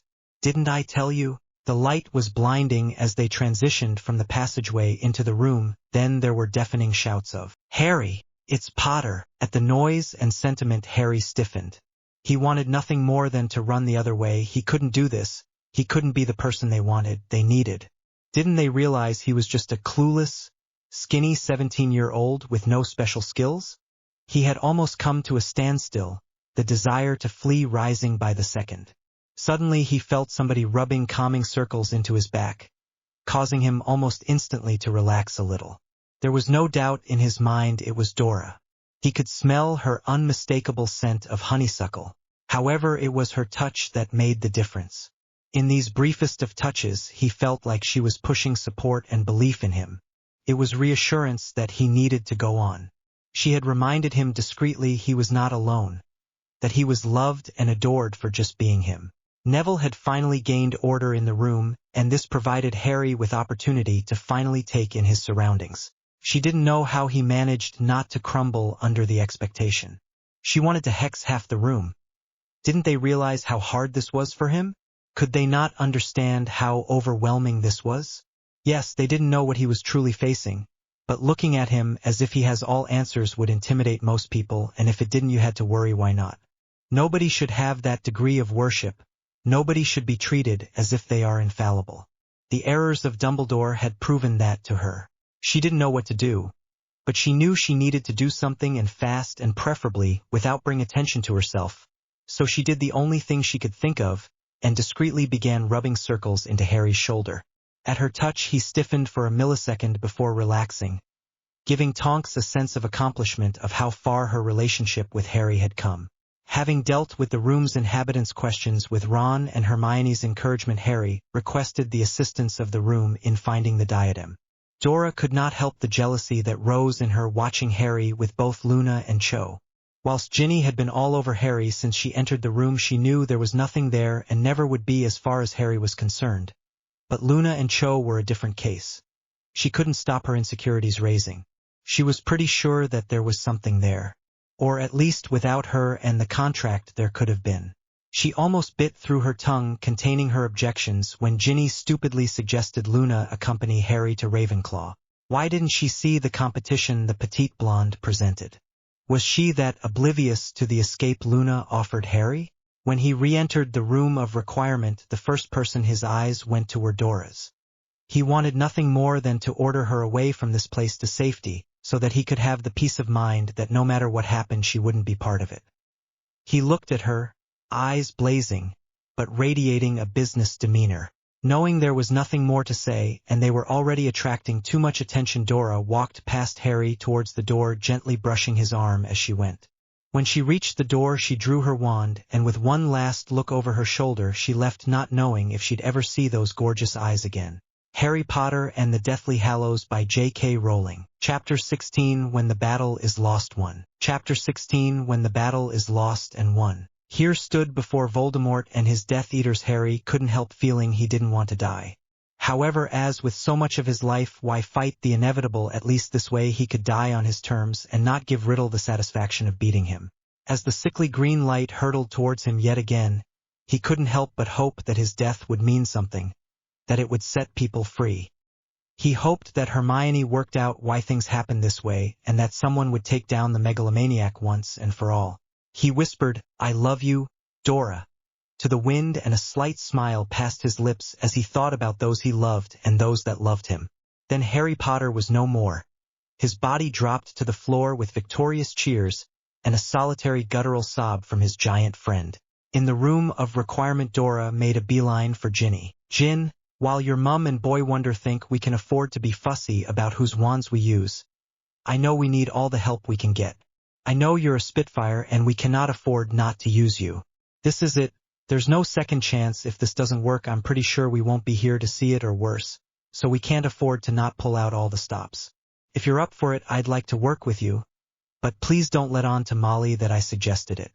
The woman's got enough to shout at me for without adding corrupting and endangering her daughter to the list. Thanks, Dora. What's the plan? The room's doors opened with a bang, halting Dora's reply and leading most of the room's inhabitants to raise their wands to the threat.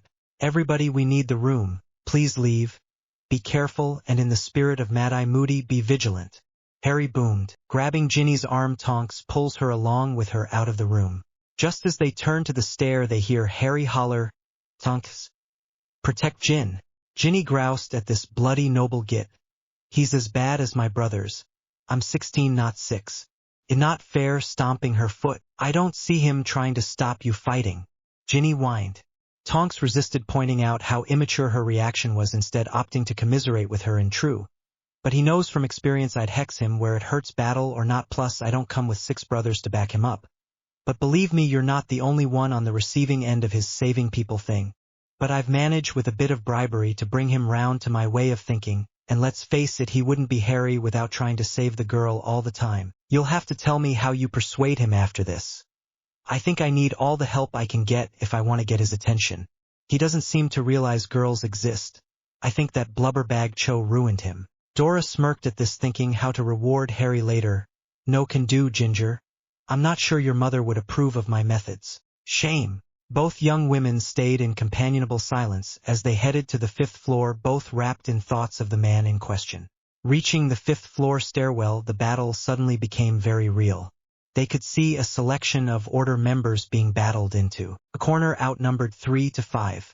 Ginny reflected that Harry made battling Death Eaters look easy compared to the show these Order members were putting on.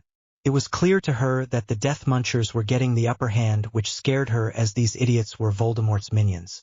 If she knew anything about Tom, it was that he would hold out the big guns like Bella and Malfoy Sr. for selected targets. Tonks despaired, while she knew why Dumbledore welcomed anyone he could get his hands on. The majority of the Order were not battle-ready. In fact, apart from the Aurors and Hit Wizards, the only ones who could stand their ground in a fight were McGonagall, Remus, and the Weasleys. Deciding her comrades wouldn't last much longer, she decided it was time to even out the odds. She fired off a round of brightly colored spells, then dragged herself and Ginny out of the inevitable return fire. How long it would be before the whole thing collapsed and killed them all regardless. She started down the stairs with Ginny at her side to secure the 4th floor landing. Looking across the space, she could see several mini-battles. Deciding that Diggle and Remus looked most outnumbered, she headed in their direction, leaving Ginny to join George. Volleying spells with their opponents, Remus and Dora got into a good rhythm just as they were dispatching the last foe when Dolohov appeared. Dora shuddered, recalling the damage he inflicted on Hermione. This maniac needed taking out, and if she could, she would. With a subtle nod to Remus, they bombarded the madman with spells, but Dolohov seemed to revel in their attack. Just as she thought they had the upper hand, she saw a sickly green spell heading in their direction. Ducking, she used the natural pause, using the Avada Kedavra curse to blast the guy off his feet. Dolohov dispatched. Tonks turned to check in with Remus to find him motionless on the floor. Devastated not just for her loss, but for the loss for Harry, she dropped to the floor, oblivious to the ongoing battle surrounding her. It had all been too much. Everything crashed down on her. Remus was a good friend, her strongest link to Sirius, and he'd deserved better. Letting her Auror training kick in, she pulled herself up, vowing to avenge Remus, knowing if she survived this, then there would be plenty. Now was the time to fight for so that she could see tomorrow. She started firing off spells with reckless abandon. The gloves were off and no more immobilizing the opponent. Time passed in a blur. She didn't know how many Death Munchers she took out or how many cuts, scrapes and burns she'd acquired. She just made it to the 3rd floor, where it looked like a wall had collapsed. The maroon puddle didn't bode well for the person hit. She could only hope it was one of Voldemort's lot who'd been on the receiving end. Suddenly the bastard's voice permeated everything, and everybody stopped. Her stubborn defiance meant she blocked it out and used the distraction to take out some more foes. However, that was a short-lived idea. As soon as Riddle said Harry's name, she was taking in every word. "Directly to you. You have permitted your friends to die for you rather than face me yourself. I shall wait for 1 hour in the Forbidden Forest. If, at the end of that hour, you have not come to me, have not given yourself up, and then battle recommences." This time I shall enter the fray myself, Harry Potter, and I shall find you and I shall punish every last man, woman and child who has tried to conceal you from me." Dora's heart dropped. She willed for Harry to ignore the bastard, praying that she would spontaneously develop telepathy and get through to her fiancé. However, knowing that was unlikely to happen, she hoped that Ron, Hermione or Luna were near to him to dissuade him of any foolish heroic notions he was bound to be considering. Deep in thought at the prospect of losing the man she loved, Dora didn't see the spell hurtling towards her, and before she knew it, everything went black. She gasped, and suddenly Tonks was bombarded with sounds and smells as she desperately squeezed her eyes shut. Everyone's in the hall were doing a head count. "See? Did you see Harry?" Dora asked eagerly. Charlie stiffened. "No, but I think I saw Ron and Hermione as I left to find you." Knowing what those three are like, Potter won't be far behind. Reaching the Great Hall, Tonks was so overwhelmed by the extent of the losses that she subconsciously sought comfort from Charlie, and they headed towards his family. She could not stop the sob that escaped her as she caught a glimpse of the corpse of Fred Weasley. She was prematurely drawn from her grief by spotting Hermione and Ron. Extracting herself from Charlie's hold, she rounded on her fiancé's best friends. Dispensing with any politeness, she demanded, "Where's Harry?" Harry couldn't end it. All the death and destruction, all because he couldn't finish one task. All these people dead or injured as a result of his ineptitude. Snape, Fred, and Remus, the list went on and on. Tonks, Hermione, the Weasleys, none of them deserved the cost associated with being close to him. Seeing Dora advance on his guard, he knew he needed to get on. Besides, he reasoned, if Professor Snape was willing to waste his last living moments on making sure Harry got some memories, he guessed he should at least honor his wishes. "He was right with us," Hermione responded confusedly. "Nothing." Slowly coming to, there was no hint to give away his current location, no sound, movement, or smell. Opening his eyes, he notices the clear blue sky, then the grass underneath him. As his awareness increases, he realizes to his mortification that he is in fact Starkers. Jumping up, he becomes very conscious of the need to protect his modesty. Wishing there was something more suitable than his hands, he looks around at his surroundings. This place looks peaceful. It's grassy with a small harbor and little sailing boats within view. Looking out to the sea, he notices it abruptly becomes misty a certain way out. Returning his attention back to his clothing issue, he turns back to his starting point to look for something, anything to protect his modesty, only to discover a loose cotton tunic on the ground. He looks about for his mystery benefactor. Seeing no one, he decides to risk it, and if the tunic owner returns, he'll deal with that when it comes. Right now his need is too great. Now dressed, he realizes he has no idea how long he's been here, wherever here is. His contemplation is broken by a mewing sound from nearby, and he decides to move in the direction of the sound. A tree comes into view, and then he notices leaning up against it is the bundle emitting the sound. Getting closer, he observes the bundle is actually a baby-looking thing swaddled in a black sheet. He leaned down with the intention of picking this being up and offering the clearly distressed being some comfort when he heard a female shout, "No, Harry, stop." Needing some clarity, he spoke tentatively, "Mum? Is this heaven?" "Not quite, son." Lily chuckled at the confused look on Harry's face. "You're dead, and I was in the forest giving myself to Riddle to die. So if we're not in heaven, where are we?" "In between." "In between." "Yes, the place people come to pass over." "Oh, so I've died." "Not quite, Harry," Lily concluded to her still confused son. Suddenly to her left a bench appeared, and Lily motioned for him to sit. Lily proceeded to tell her son why they were here and why he was not quite dead. "You're saying I had that thing in my head. I helped keep that bastard alive." "Yes, darling. But he's gone now. Whatever happens now, that thing." Her voice laced with disgust and contempt as she sneered at the bundle not that far away. "Will never hurt you again." With that declaration, as if protecting him from further harm, Lily leaned over and kissed the area where the scar was, in a way only a mother could. Not caring how juvenile he felt, Harry reveled in it. "Thanks, Mum. You know, I had a lot of competition to be the one to meet you here. Albus, your dad, and Sirius all argued for the privilege to speak to you, but I won. I wanted to tell you how proud of you I am.